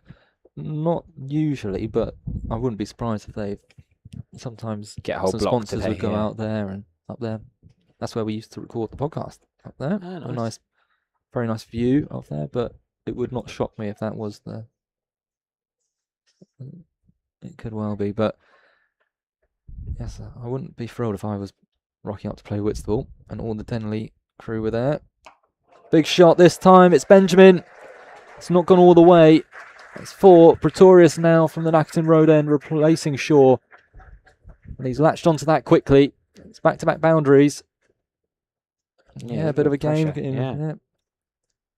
Pressure coming back onto Somerset bowlers. As I said, there's less death bowling options. So Mickey Pretorius with 3.5 to bowl as the experienced South African overseas bowler. You've got to bowl him some of the hard overs. But yeah, no Jake Ball, no JT Langridge. Does Lammonby bowl again? I'm not sure. Well, out of the Daniel Bell Drummond textbook. Oh, he wanted to. No. Don't run yourself out on your final game. Yeah, please no. I love that though. The model professional sprinting a 2 if he can. Well, actually, it would have been Benjamin. It would have been Benjamin, out, yeah.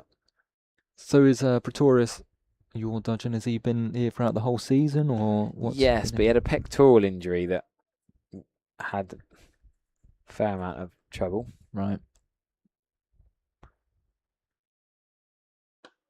Oh, it's a nice looking shot. Half stopped at cover. Means it'll just be the one for Denley. Tom Lammonby there, as you were mentioning earlier. Very good fielder. This time to his right.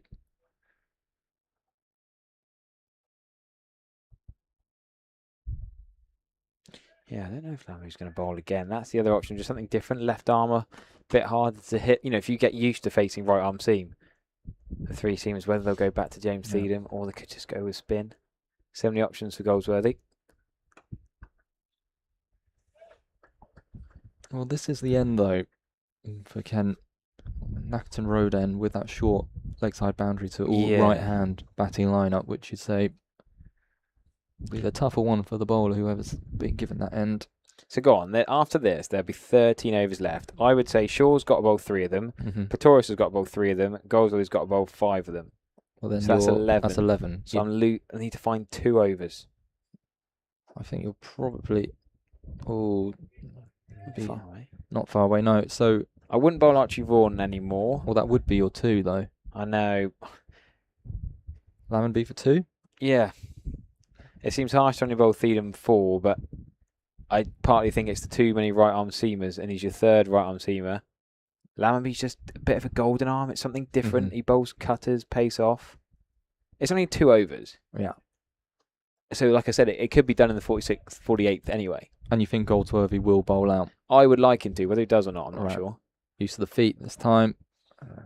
It's tricky when they're captain, isn't it? Whether they bowl themselves or not. Well, I feel that when playing club cricket, but you'd like to think at this level, if it's the right move. He's our blast spinner, and he's been brilliant this year. I sat watching it with Alfie Ogborn the other day, and he said, big statement, but he actually said, Goldsworthy, no one else will say it, but Goldsworthy's been our best T20 blast bowler this year. Gregory's been injured. Riley Meredith came in late. Jake Ball was pretty good towards the end, was awesome in the semi-final on finals day. Josh Shaw's barely played. Craig Overton's been decent up top, but he's not a massive T20 bowler. So yeah, if you go through that, and Goldsworthy's bowled at tricky times. He's been brilliant. And you wouldn't have thought of spin bowling at Taunton, but he's found a way. It's Jimmy Thiedem. It is. So fair play, big call. So they've gone with him, the youngster. I mean, he did well in the last game. It's probably the right move in this competition. I mean, a lot of coaches have talked about you give the youngsters. This is the time to give them a chance. James Thiedem might have to bowl a really tricky blast over next year. Yeah, that's how they learn. Yeah. But then I read a match report the other day from the ECB Reporters Network saying Finn Hudson-Prentice and Ollie Price didn't bowl because Sussex wanted to give the youngsters a bowl. And I thought, come on, it's not a friendly. Yeah. It's not a twos or reserve game. That was a bit overboard, I thought. Well, I'd agree with that because that's when you get into the world at which you lose in context for this competition. Still want to be winning it. Yeah, and the move here, if you're going to bowl James Steedham in the next 14 overs, I like these bowling now, not as a last resort at the end, when the ball's completely soft. So James Steedham had his brilliant on Sunday, 4 for 54. Wrapped it up with the last wicket. He had a drop catch as well. 2 drop catches, I think, unlike Somerset. So yeah, it could have been a fifer in his 3rd list A game. Oh, quick single taken. Oh. Have you ever seen 2 weak-handed run-outs in 2 consecutive games? Tom Lammonby with a left-handed run-out and a right-handed run-out last game. Nearly a right-handed run-out this game. I was looking through my fingers there. For Denley. Yeah. Oh. You think, yeah, Tom Lammonby is a brilliant fielder. Joe Denley knows that. But he's got to take it on at this stage, isn't he? Well, that's it. He's a team player. He's gambling. Got to try and take the strike if he can't hit a boundary. Again, maybe not timed perfectly, but it will go over the practice wickets. It will hold up. And a bit of teamwork means it won't go to the boundary, but it will be 3. Well, we talked about it earlier, do you remember? The practice wickets aren't like most practice wickets where it accelerates. Well, it almost slows down on them. But I'm not really sure what to say about these. They were the same on Sunday, but normally they're obviously rock hard and it accelerates over them. Were they practicing on them on Sunday any No. previous days? No. They don't look ready for practicing on. No. But they are still practice wickets. So yeah, it's odd really. Get the groundsman on comms. Yeah. There we go. That's Denley. That's how I remember him. Against the seam. Full face of the bat. Over mid-off's head for 4. Good to see one more of them. Yeah, great shot. I don't think James Steedham should be too frustrated with that. The 3 the ball before was nearly a dot or 1 to Archie Vaughan at mid-on. That's a good shot. Yeah. You're going to go for a boundary and over at this stage, you'd have thought. So, you know, you're still trying to go under 10s if you can. It's 9 at the moment. 2 dot balls, it'll be golden for Somerset, but it's not easy bowling at Joe Denley. But I'm surprised he's not used the facilities a bit more, though, with the field set. Yeah.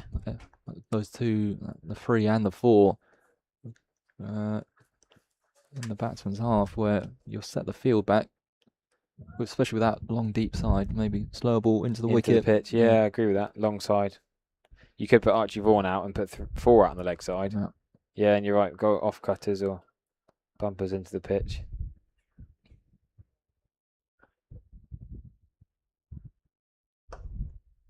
Oh, fielded. That is the best fielder in every cricket team in the world. It's the 12th, 13th and 14th men, the wooden sticks. That was a lovely straight shot. Yeah, I don't think that was going to beat Goldsworthy there, but would have been 1. But the end of 38 overs, Kent 217 for 4, needing another 97. Yeah, it's... I was saying it a bit earlier, so I don't know if you conform with this idea, but I actually quite like looking at DLS as a way of a barometer of where the teams are at. Yeah, I use it all the time. No, it's funny you say that. Pete Trigger was laughing at me the other day. Harry, it's not going to rain. I said, I know, Pete, but it's a mathematical calculation for where you should be at. And so when people ask me where do you feel the game's at, it's pretty close. Yeah, they're 5 runs off the DLS. So of course another wicket then drastically changes that equation. But right as we stand here, maybe slightly in favour of Somerset, but Kent are not out of this game by any stretch. And the only stat that officially accounts for wickets is the DLS. Yeah. If you're looking at the scoreboard, nice looking shot. It will not beat mid-off, but Denley again, his timing growing because he hasn't played for a while. Denley, has he played each Saturday for Whitstable? Not when the last time I spoke to Mr. Fulton. Don't know if he's played last weekend, but he was injured against Hampshire in the reverse game at the end of the Blast campaign. So, but I'm sure he would have been in the nets and getting his eye in. It's going to be quite a late finish as well. I'm just looking at the cut-off. Could Somerset be stung with a cut-off and over 8 penalties? Well, how long have they got? Just over an hour? Is it? Yeah, I think it says 6:44. I suppose it's gone up. The cut-off time keeps going up because of lost balls in the flats. Yes. The short boundary's not helping. I might not be back home by midnight tonight. Oh, so, yeah, you're going back tonight. Okay, my captain's not listening. Yeah, 219 for 4. You think? DLS hasn't changed the last 2 balls actually. Still 2-2-2. Yeah, get a post-match interview and get back down. Oh, a nice shot again. Oh, good pick up. Well, not quite pick up, but stop. I think that was Thomas there. Yeah, 2 left-handers at mid-on, mid-off.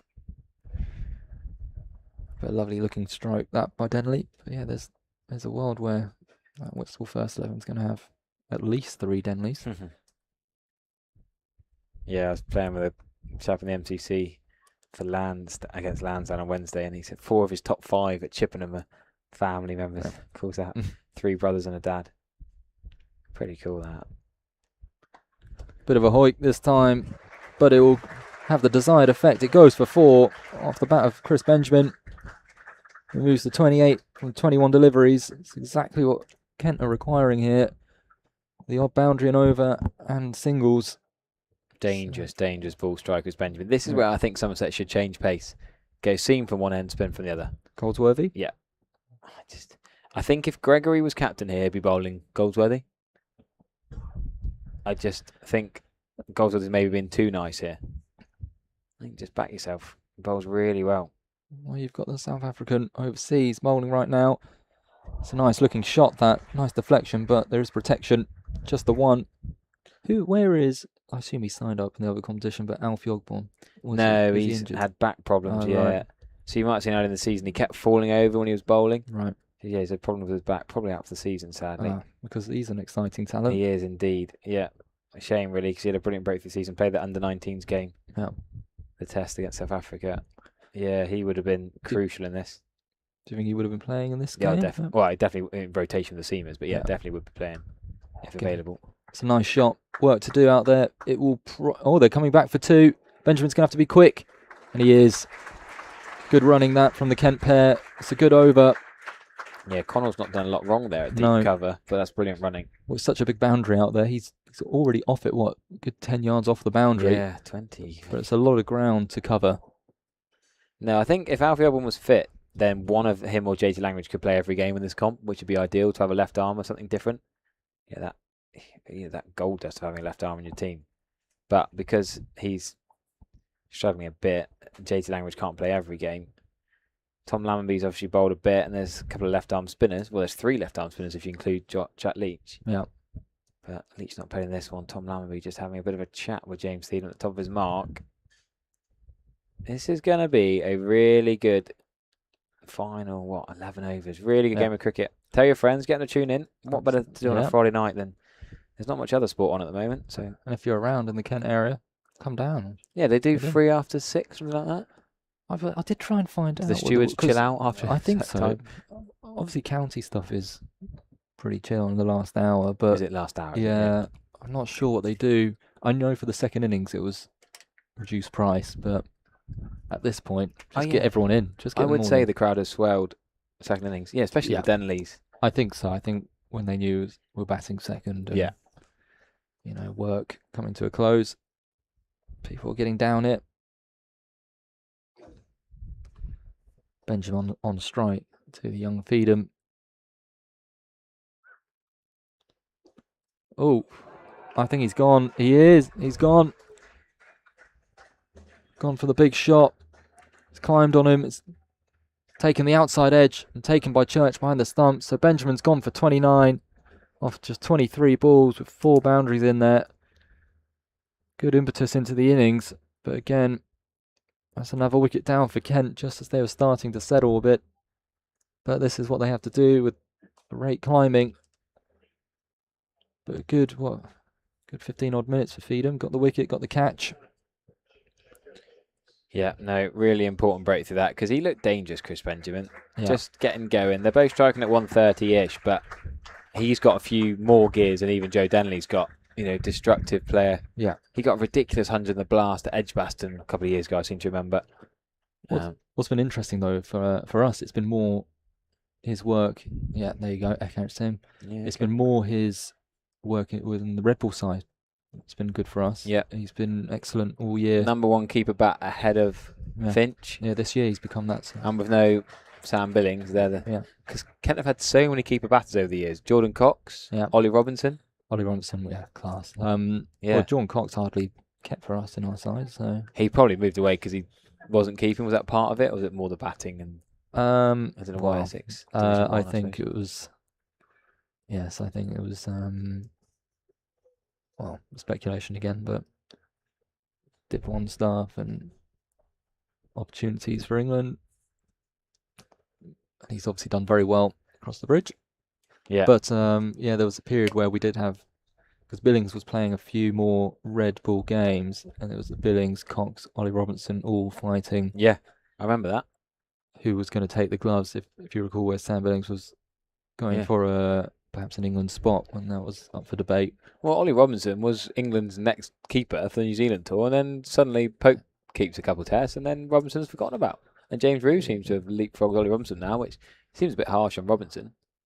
He hasn't been as good this year, admittedly. But here we go. The talented Ekaich Singh on strike, right behind that first ball. Oh, I do like an arm guard. You don't picture it after. Well, we're with 1 ball now. The ball's. You can't really say it's 39 overs old, can you? You can say it's 17 overs old plus 5 divided by 2. So it's 20 overs old, I suppose you could say, with this weird ball rule they have. Yeah. But anyhow, I like the arm guard. Big fan. Rahul Dravid-esque. But if he gets into his flow, he plays some gorgeous shots. Yeah. Ekaich Singh. You'll be treated if he gets going. Yeah. Can't need a bit of flow. There's a nice looking shot into the gap. Won't be 4, but they will come back for 2 again. Has to be quick. Oh, there's 2. Yeah, he times the ball nicely. Both these players do. Bit different to when Stewart. If Stewart comes in, it's a bit more force. Yeah. But these two are a bit more timers of the ball. He whacked it for Italy against England in the T20 World Cup. Bowled well as well in that game. Yeah. Remember that? The Italian stallion. Yeah. I do love the silly name. Oh, Sav Pereira could have got that. It's only 1, but little things. A bit of intensity. I mean, 2 balls away now from the final. 1 ball away now from the final power play. Could that be decisive? Well, that extra man out. That's going to help Somerset, of course. Yeah. Not that Kent can do anything about it.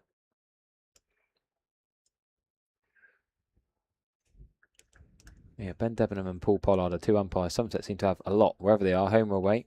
They follow you around. Yeah. Denley on strike. Oh no, it's gone up. Chance going back, and it's taken.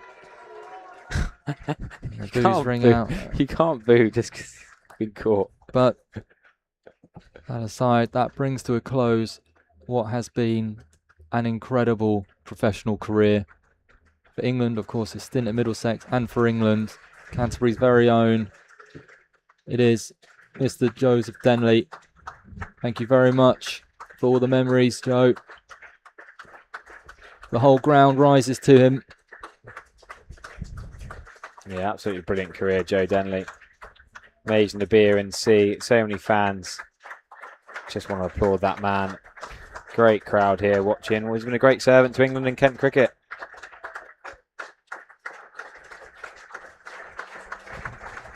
Pretty emotional scenes here at the St Lawrence ground. Gets banded around, but he is a legend in these parts. He'll go down as one of the all-timers, wouldn't he? Yeah, all-timers for Kent. I mean, absolutely. in recent years, it'd be Stevens then him, I suppose. In the last decade I or think, so. Yeah, I think for the Kent fans, it would be Stevens.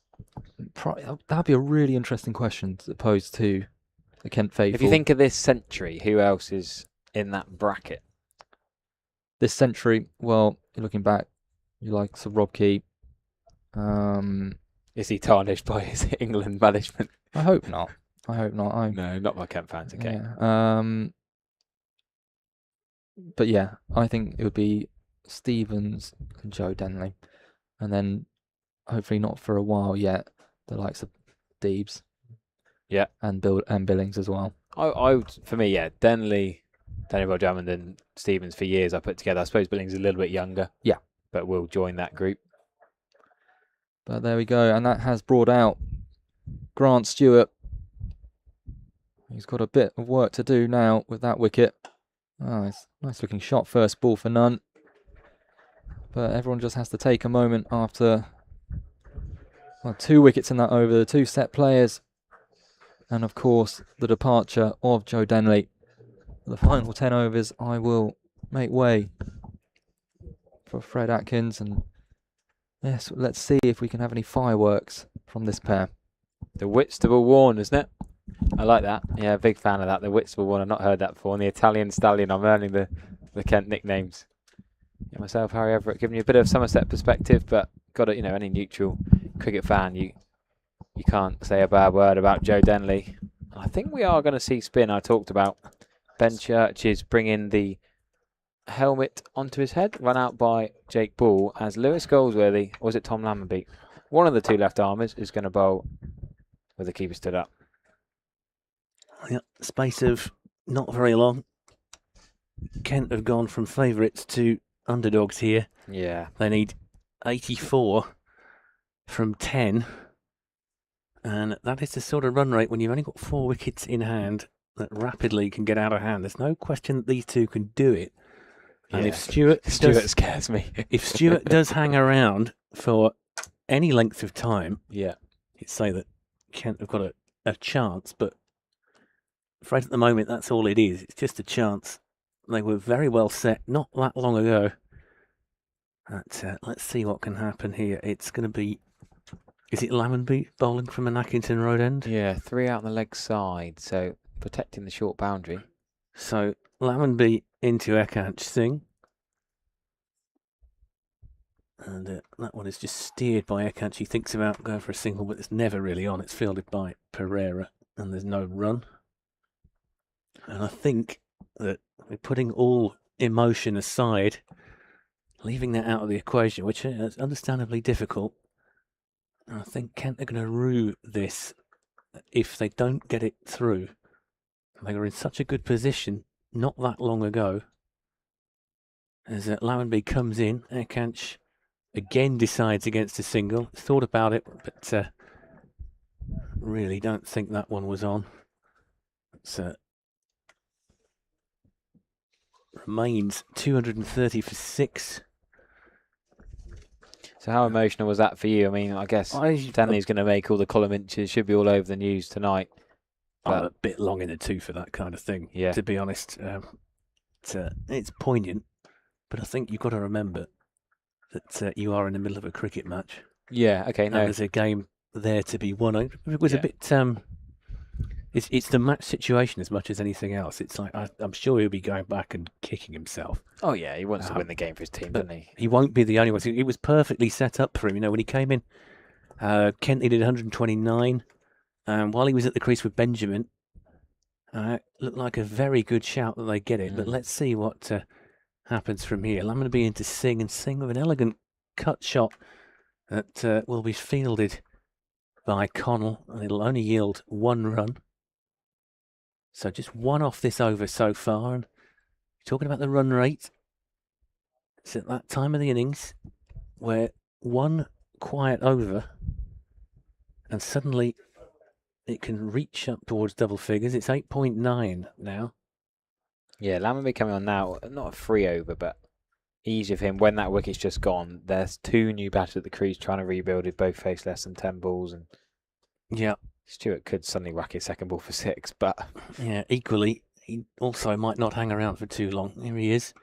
And gets a bit on that. They should get 1, possibly 2. They are going to come back for 2 here. Yeah, I think you've got to run 2 every time there. Yeah. It's such a long boundary out there. Hit the pockets. So 2 off the mark for Stewart. 233 for 6. And yeah, he's just... I was walking around the boundary, and obviously a huge, there's a huge buzz about the place. Daniel Bell Drummond made his 100. But then I think as soon as he got out, he didn't add to his score, then there was a bit of a concern. Now Stewart is going to get a single off the final ball of the over, and that'll take Kent on to 234 for 6. Yeah, there's that buzz. Beldrummond got his 100, but there's a groan when he hit that one up in the air. And it seemed to take an extraordinary amount of time. Yeah, it did. To fall to earth. Fall to earth it did. And I was just making my way back to the box when Harry Finch went, knocking it down the ground. And again, just say it's that sort of situation where, whether you call it scoreboard pressure or not, you've got a target to get. You've still got a lot of runs on the board, and Kent still need 80 from here. And I'm afraid to say that is going to be a tall order unless Stewart can do something very Grant Stewart-like. He's looking at the field. We've got Archie Vaughan is just making his way down towards the long off boundary. You can get a long on here because that could be a crucial spot for Stewart. Yeah. Of course, it's long on, not long off, excuse me. And Stewart will clip that one. That might go for 4. And it been stopped on the boundary rope? Might have been a decent bit of fielding, that one down there. I'm not quite sure. Seem to be people on the Ames balcony signalling 4. Is that the alcohol talking, or is that... It doesn't necessarily mean that it's 4. The fielder's saying that he doesn't know, I think. This is a tricky thing in cricket. I've talked about this a lot on comms because you can't really blame the fielder. You can ask for it. He doesn't know. He's trying to stop the ball. He's not looking at the rope. I think they normally give the fielder the benefit of the more doubt. often than not, they do know. And if they don't, you've got to give them the benefit of the doubt, really, haven't you? Here comes Theedham, driven back by Stewart. They'll just get 1 here. But in a split second, when you're flicking the ball in, you can't tell. There are times, I admit, when you're diving, you wouldn't necessarily know if you've hit the rope. I would say that probably 9 times out of 10 you do, but that doesn't mean that it's that 10% of times when you genuinely aren't aware. There was an incident here during a blast game when Sam Billings was initially given out on a catch on the rope, which was subsequently reversed when the cameras took a look at it. It's false shot there. So why were the cameras looking at it in the blast? Well, it was a televised game. It was a Sky game. I forget who it was against actually. And Billings hit one down the ground, roundabout down here. Certainly from our view in the press box, it looked like a relay catch had been taken. But when the cameras looked at it, obviously they were able to use the technology. And one of the fielders had a foot on the rope. Billings himself said that he thought it was not out, when instinctively thought it was not out. Theedham comes in again, and Stewart will try and flick that one down to the backward square area. There's a misfield, so they'll get a second from that when they probably would only have got 1. It's Johnny Connell. He's going to get pelted for the rest of the game now, just because some people thought it was 4. We can't tell from here. No, I mean, I can't. And I have to say, the fact that let's say somebody that might be the wrong end of about 6 pints possibly isn't always the most accurate judge of a boundary. He'd have got away with it if that was the first over of the day. They'd have not even realised. Theedham is in again. Relatively expensive overs so far. Stewart will drive him. They're just going to get a single here. There's another misfield, but they're not going to be able to get to the Goldsworthy was the fielder. Just got enough on it to stop it, but couldn't gather it cleanly. But I don't think it would have made any difference. I feel like any over here without a boundary, though, is a win for Somerset. Yes, they run a couple of 2s. Well, what have we got so far? We've had 2-1-1, 2-1. I think this is still Somerset's win, unless this is the boundary. Yeah, possibly. The run rate is 9. Singh will clip that one out to square leg. He'll get 1 for it. Are they going to come back? They are going to come back. They're going to have to hurry here. This is going to be tight, but the throw is suboptimal from square leg. And Kent will come through for 2. So the score will move on to 243 for 6. 8 overs remaining. Kent need 71. The run rate 8.9. So pretty much bang on the run rate for that over. They didn't get a boundary, but they got a couple of 2 or 3 2s and 3 1s. And it's Just something going on in the middle there. Goldsworthy having a chat with somebody. Just think the senior players, giving Josh, getting some opinions from Josh Shaw and Tom Lammonby. Yeah. The two men in this team have probably played the most cricket at the highest level. Well, Lammonby can bowl out from here if he wants him to. He's only bowled five overs so far. It's a gamble with his injury record, though. Yeah. Do you push him? How's he feeling is probably the question. If the game's won, I think you don't risk Lammonby anymore. I think he's bowling him because he hasn't got Alfie Ogborn, JT Langridge or Jake Ball. Somerset have got their foot on the Kent neck at the moment. You wonder if he feels that perhaps an over of Lammonby might just be enough to finish Kent off here. Stewart is going to face. He's looking around the boundary, seeing where he might find a gap. Lammonby comes in. Stewart drives him, and they'll get one for that. They might think about a second, but they won't. That's grazed his toenail, didn't it? Clipped his fingernail. Sorry. Was that a bump ball? I think it must have been, because there was no reaction. He almost managed to grab it. Would have been a spectacular grab if he had.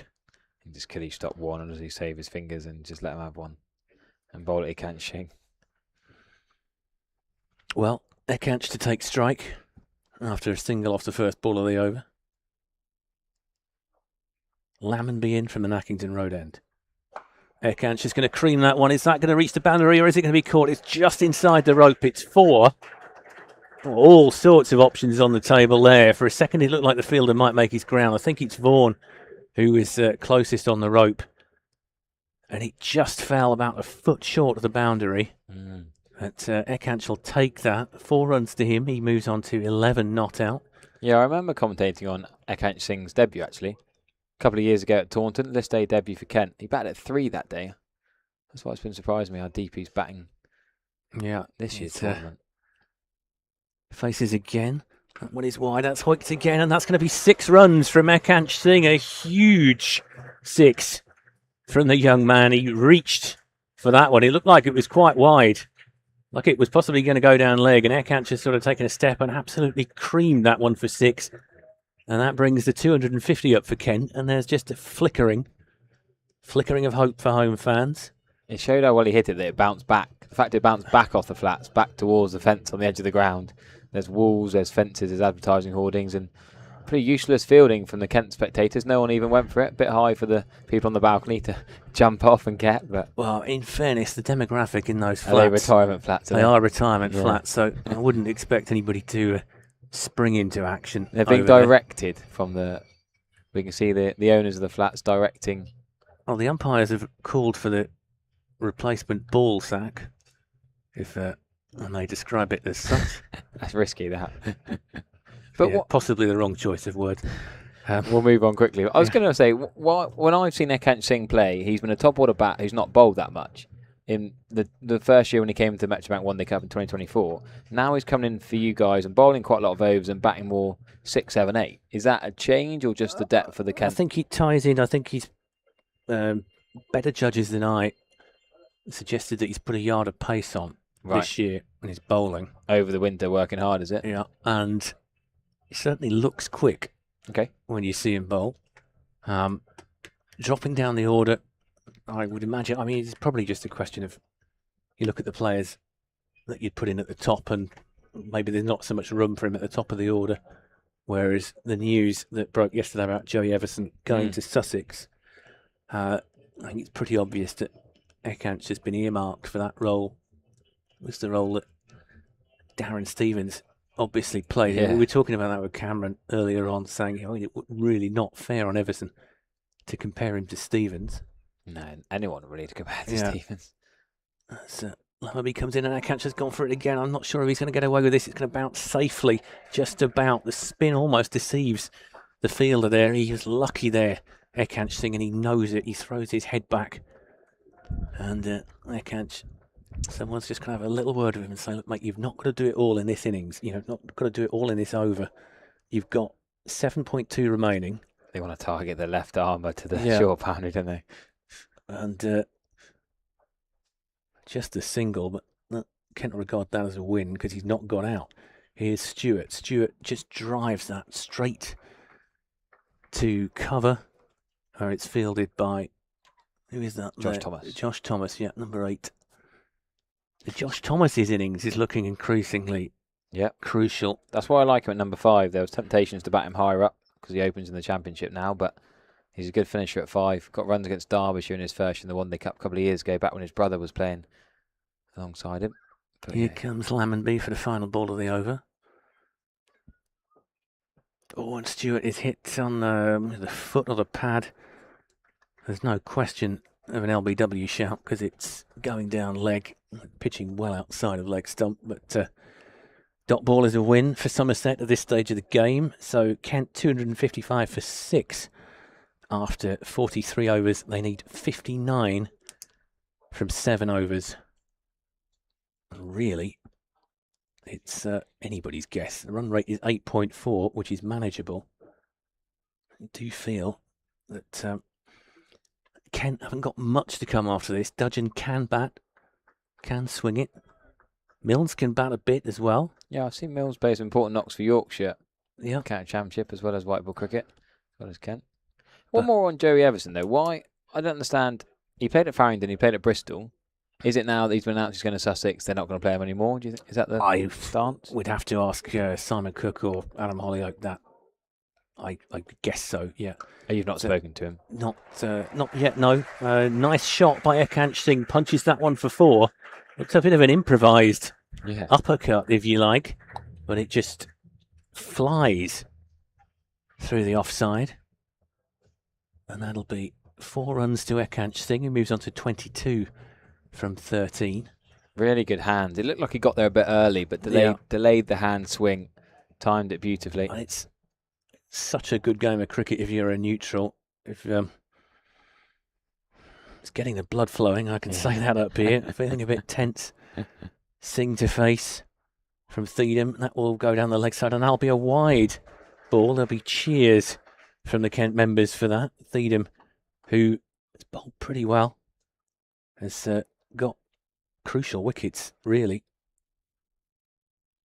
You got Harry Finch, you got Chris Benjamin. I think also at the very end of that innings, he scored that 4, didn't he, for Somerset off the final ball? He did. Beautiful shot. And you never know how important that could be. Cover drive, last ball. Don't hear that very often. So Theedham in again to Ekansh. Ekansh down the track. Is it going to be another 6? It's going to go just over the rope, is it? Yes, I think it is. 6 runs to Ekansh Singh. 6 more runs to Ekansh Singh. Kent are now 266 for 6, and dare I say it, the fans are just starting to believe again here. Another drop catch in the crowd. No attempt. This was in a fair crowd of people on the white seats there. Yeah, again. Good young. What are those things? You don't get. There's not really a prize, is there, in a Metro Bank for catching it? I thought the pride would be enough to, say you've caught the ball. It's a pretty cool moment. I've got to say, if it went on the telly, if it went anywhere, well, the trouble is, they've got 2 cameras here, so. Oh, really? It probably wouldn't have been seen. Theedham to Ekansh Singh. Fuller, straight back past him, and that's going to be 4 runs to Ekansh Singh. Full toss, given the treatment by this young batter from the metropolitan part of Kent, Ekansh Singh, still at university. It's funny you say that, but he's older than the bowler. He is older than the bowler, yeah, we're talking. I think I said this to Cameron earlier. Compared to Suravanshi, everyone is an old man on this pitch, but there are some young players out there. And Theedham, who, let's not forget, has taken 2 big wickets so far. This is the thing with a bowler. You've always got a chance of redemption, haven't you? Theedham will come in from the pavilion end. 3 left in this over. Ekansh tries to give that one the treatment. That might be another 4. It is another 4 for Ekansh Singh, who's quietly moved on to 36 here. I say quietly, there's nothing that quiet about it. It's got 4-6, 4-4 in this over. And now Kent are up to 274 for 6, and the target is down to 40. And I think that whatever happens from here, we are set for a hugely exciting finish. Yeah, I was doing my research earlier, and I noted that this is the highest. Somerset's innings was the highest List A score here since Middlesex got 380 in 2019. Yeah, and that is a while ago. Thiedem in again. Erkanch takes a step forward, sort of swats that one onto the leg side this time. They're just going to get one for this island. It's a misfield. They're coming back for two, and they're going to get two. Yeah, that's not good from Tom Lammonby. The thing is Tom Lammonby, I don't know if you saw, was clapping James Thiedem. As the ball came to him, he was clapping James Thiedem, saying, well bowled, but then he gave him the second run. So it's a bit daft. He was saying well bowled, only a single, not four. But well, I do like... what I do like is the support that he's giving a young player here. Yeah, you thought he could just wait till after he struck him. Yeah, you're right. You're absolutely right. On the other hand, I wouldn't question his motives. I like where that's coming from. Thiedem comes in again. Final ball of the over. It's been expensive. He's going to concede a single off this one, which means that Erkanch Singh is going to keep the strike. Is that mature head on young shoulders to take the one and biff the next over as well? He's a very sharp young man, very well spoken. He's given his interviews to us. Always sounds like a very intelligent young man. And he's now in a situation where he can win a game for his county if he can see this through. Now, that was an expensive over. I'd be surprised if Thiedem comes back after that one. Yeah, the poor lad looks dejected. You feel from here. Someone who's put an arm around him. Up until that over, that can happen in cricket. I'm sure somebody will tell him that he's played very well up until this point. Archie Vaughan gave him a nice high five, but doesn't do a lot, really. Everybody has overs like that in professional cricket, I'm sure. I think one of the, Ben Stokes, say that he got absolutely hammered in that T20 World Cup final, didn't he? And he sent, who was it? He sent a really nice message to. It was Josh Baker. Josh Baker, wasn't it? Who he whacked everywhere. This won't define you, yeah. Now we're going to have a bowling change. I think Shaw is going to come on, which I think is a reflection from the Somerset point of view. Yeah, good call. They've just surrendered the initiative a bit. It's gone back to almost a run a ball here now. 37 needed off 36. The required rate 6.2. Erkanch keeps the strike. And Shaw will bowl from the Nackington Road end. And we have one of the best games of cricket I think I've seen at the St Lawrence in a very long time in the offing here. And honoured to be here for it. In front of a packed house as well. I say packed house, not far off a packed house, but 3,000 plus in. Many of them came to see Joe Denley. Here comes Shaw to Singh. Singh whacks that one, doesn't get as much on it as he wants to, but he'll get a single, and that's all Kent need at this point. They'll get Grant Stewart on strike. Somerset won't mind that, though. The change of strike. Yeah. Get a break from Erkanch Singh. He's striking him really well. Get a bit of respite from Erkanch. Not that Grant Stewart's really ever been described as respite in white ball cricket, but... No, I just think from a fielder's point of view, it's going to be one thing or the other with Grant Stewart. He's either going to go big or go home. Yeah, I think James Thiedem could be in the game here for a flash down to deep third. Here comes Shaw to Stewart. Stewart just cover drives that one and it's fielded. They won't take a run. They won't risk a run. They don't need to risk a run here at this point. It's fielded by Tom Lammonby at cover. And more cynically minded cricketers might have tried to take a single there, because when Lammonby threw that into Goldsworthy, he actually dropped it and the ball drifted away. And I suppose they could have run there. I'm not entirely sure what the law would be at that point. I think they probably would have been within their rights to run it. I'm not sure from a spirit of cricket point of view it would have been a good idea. As Stuart rather digs that one out. He's just going to get a single. Shaw slightly throws his head back there. I think he thought that was pretty close to breaking through Stewart's defences. Sort of Yorker length delivery. Stewart just about dug out, and of course at this stage in the game you can't really have any close fielders in. Shaw goes back to his mark, gets some words of advice from Goldsworthy, and Erkanch Singh takes his guard. And it's really tense here at the St Lawrence. And Singh has gone back over his head. Is he going to get enough on that, or is it going to be caught? I think he's going to be out, and he's out, and that is a huge blow to Kent. Somerset have got Erkanch Singh, the danger man, for 40 from 19. I think it was Goldsworthy that took the catch going back over his head. When he hit it, it looked as though Singh had got enough on it, but it just died on him. And Goldsworthy reels in the catch, And Shaw has made an absolutely crucial breakthrough for Somerset there. Ashkant Singh caught Goldsworthy, bowled Shaw for 40. Yeah, another really important catch from the captain at mid-off. Rocking back, safe pair of hands. Ashkant Singh, great knock there. 40 off 20. You could say he's done his bit. If you're being critical, we should say to finish the job, but he's made it a lot easier for the likes of Dudgeon and Milnes to come in, and now Stewart can maybe take over. Stewart has played second fiddle in his slipstream, really. Now Stewart could take over the aggressive route, and the 9, 10, 11 can just run hard with him, but can't take away. That's a very useful knock. Just took down James Seedham. He's definitely put Kent back in it. 35 needed from 5.2. The trouble is, Kent haven't got a lot to come here. Dudgeon, we know, can swing it a bit. Stewart, it's well known. Stewart could do this in a couple of overs if they bowled in the wrong places at him. I remember Parkinson being very frustrating at number 11 in the county championship, holding up an end, running hard, running ones, and if Stewart's there, then that's all Dudgeon or Milnes even really need to do at the moment. There's ones everywhere to get the big man back on strike. Yeah, well, only needs to get 20 really, 35 to win. Dudgeon is a very useful lower order batter. He's the sort of guy who'd come in and get an infuriating 40 odd in a championship game. But what Akanch has done there is he's given Kent a chance, because when he came in, they were really up against it. And that innings has at least given him an option on this game. Shaw in. Dudgeon just has to prod that onto the left leg side. It's fielded by Archie Vaughan, and there's no run. So this over is very much Somerset's, has to be said. 1.1 wicket dot. Are you calling this a free hit? This one, no, it's too early. There are still 5 overs to go. Still 30 needed. 30. So you're happy him just blocking this and leave it to Stewart? Or if there's a one, I think if he can get a one, I would back him to take it. I'm sure he'd back himself.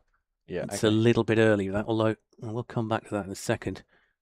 As Shaw comes in, and Dudgeon flicks that. Well, there could be 4 byes here. Could there 4 leg byes? And there are 4 leg byes. That's almost the perfect result for Kent. A howl of frustration. He appealed, didn't he, Shaw? I think it was going down leg. Yeah. You could tell from here that's never out. Yeah. And none of his teammates went with him. No, it was trying to save the wide or leg byes, but it was, I think the howl was down to the fact that he'd gone for 4 rather than the fact that his appeal had been turned down. Now, what are we going to see here? Looks like we're going to see Goldsworthy is going to switch to the pavilion end. I think he's left himself a touch late here. He could still do this, but I would have bowled Goldsworthy probably when Lammonby bowled for the Nackington Road. One of those things, isn't it? You never know. It's like we're always kind of talk about the shot that Akanch played when he got out, but he had to take risks.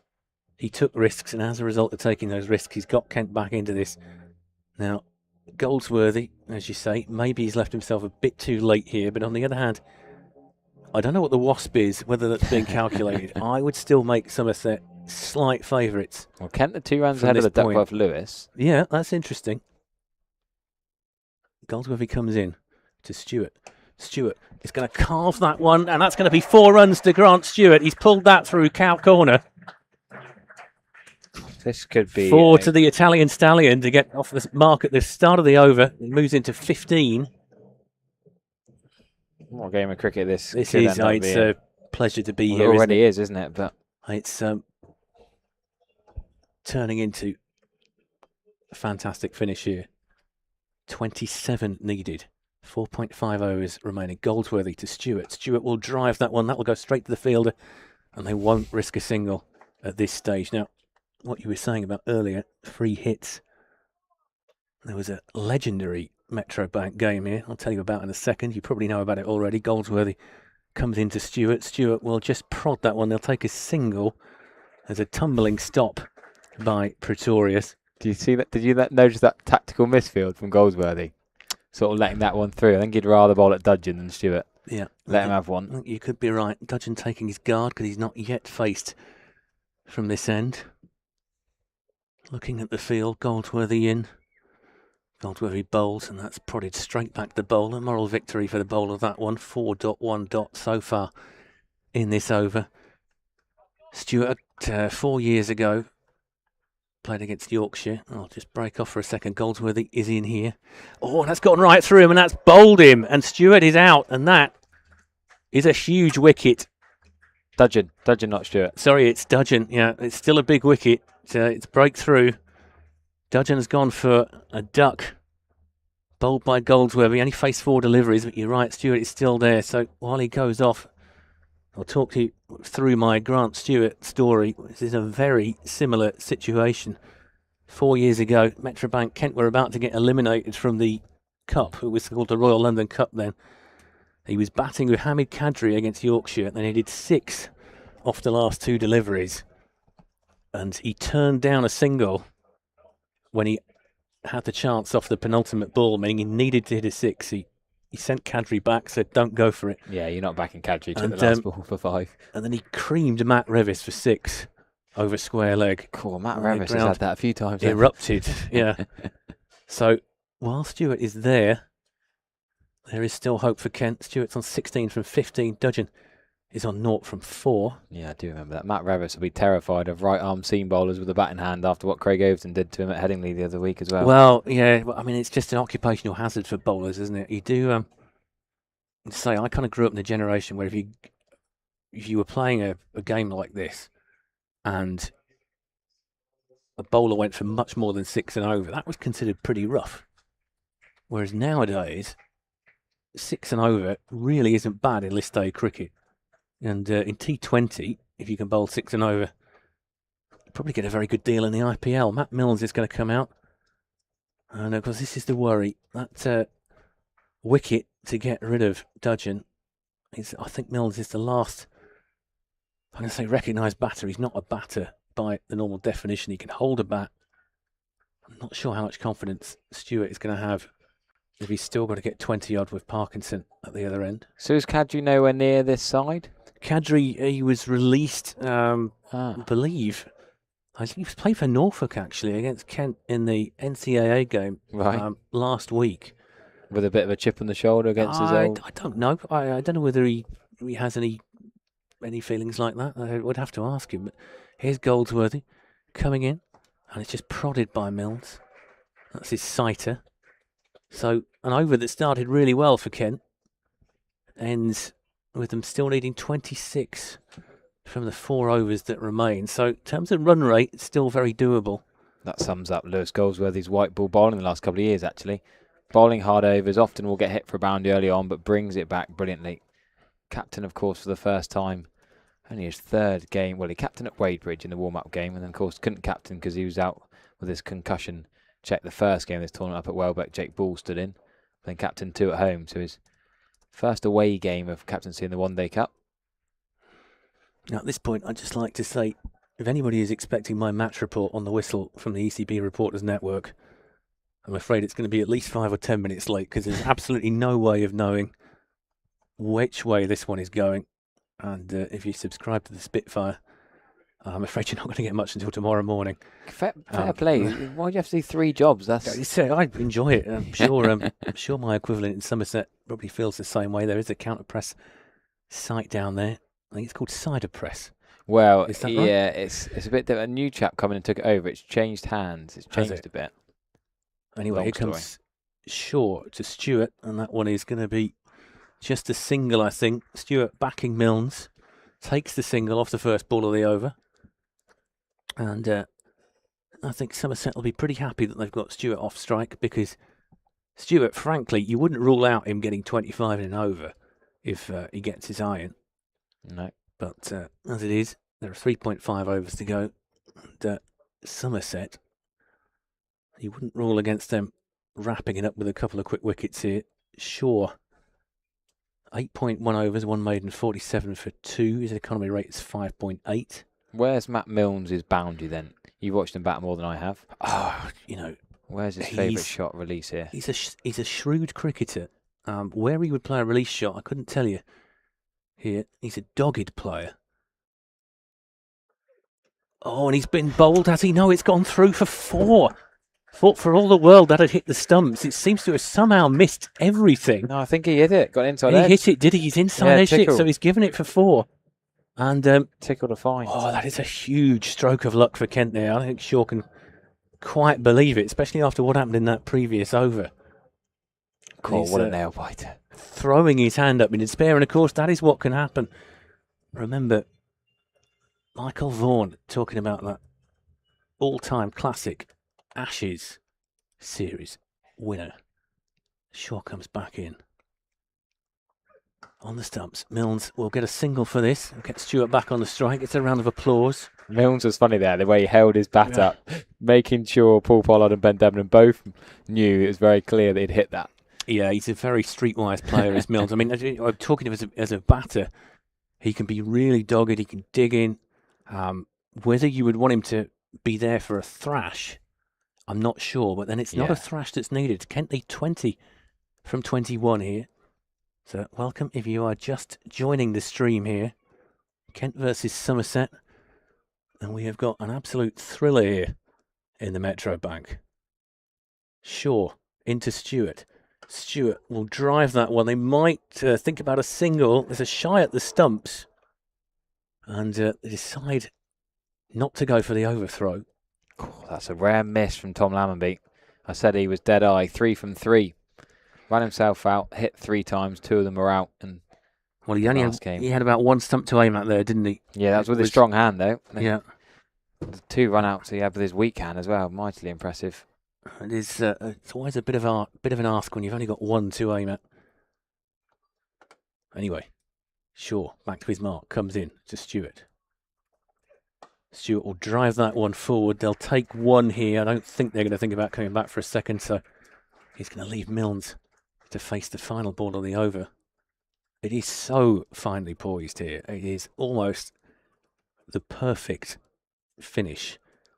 19 runs needed, 19 balls remaining, 2 wickets remaining for Kent. Matt Milnes, who can bat, Grant Stewart at the other end. Yeah, list day average of 15 for Matt Milnes from 11 innings. High score of 26. Well, if he gets 15 here, Kent will be halfway home. And he's missed again, and it's gone through, and this time the keeper does get it, doesn't get anything on that. Shaw again throws his hand up. Must be wondering what he's got to do to get a break here. And Kent, I think, will take that, living dangerously a bit. But there's no real alternative when you're in this situation. 3 overs remaining, 18 balls left, 19 to win. Of course, we could end up with a tie here. Yeah, what a thriller we've got in our hands. You can feel the nervous apprehension from all parties around the ground. It's sort of that eerie quiet. I'm going to say, if I were not commentating, I'd be struggling to watch at this point. I'd be so tense. It's that sort of, yeah. I'm just glad we got something to do here. Now, Goldsworthy is going to come in. Well, he's going to continue from the pavilion end. Yeah, I think you go with these 2 now. I don't think they'll change bowling. No, I mean they could bowl out, couldn't they, from here? And I think you're probably right, unless it. We'll think about scenarios in a second. Goldsworthy into Stewart. Stewart drives that one. They might get one for this as a misfield, but it's not going to be a costly misfield. It's just a single. I think. Is that Pretorius there? Josh Shaw. Josh Shaw. Just come in from bowling into extra cover. Yeah. So Shaw just spilled that one, but not especially costly. So that's going to put Milnes on the strike. I don't think Somerset are going to be too unhappy about that. Milnes to face Goldsworthy. And Milnes tries to hit that one. It's in the air, but it's safe. They'll just take a single. And Pereira just sort of put his hands up over his head. Just sort of split the field there. Went through sort of point cover area. And it just didn't go near a fielder. 17 needed to win, 2.4 overs remaining. Stewart will carve that one. He's only going to get a single for that. It's going to go to Theedham. The run is being cheered, as every run will be. Every run, yeah. At this stage. Kent 2 runs ahead of the DLS now. Yeah. Don't think, unless we get a very unexpected hurricane, that DLS is going to be a factor at this point. But rarely talked about it. Here comes Goldsworthy. Milnes tries to make a bit of room, and there's a misfield. There's going to be a single there for Kent. They might think about getting a second, but they don't. Stewart's going to keep the strike. It's Shaw who is probably absolutely cream crackered. Yeah, he's got to get his body behind that. They let it hit you, wear it, making it harder for him when he's got to bowl the next over as well. Just need a couple of dots, Somerset, letting them have a one every ball at the moment. Goldsworthy to Stewart. Stewart hits that one fairly powerfully. There's going to be a chase on it. Might go for 4. It does go for 4. Stewart hits 4 off the 5th ball of the over. And that brings the 300 up for Kent. I just think the Somerset got that wrong. Josh Shaw's not one of your best fielders. Connell and Lammerby are doing the leg side boundary roll, but with Lewis Goldsworthy bowling left arm spin away from the right hander, extra cover is your crucial position to the short boundary down the slope across the square. And he could have stopped both of them. His hand was still ringing from the misfield the ball before, didn't even move for that. It was only a couple of yards away from him, but creamed by Stewart for 4. And we have 2.1 overs remaining, and Kent need 11 to win. Somerset need 2 wickets. Goldsworthy from the pavilion end. Stewart makes a bit of room. They're going to get a single. They're going to take a single, and Stewart is going to keep the strike for the penultimate over.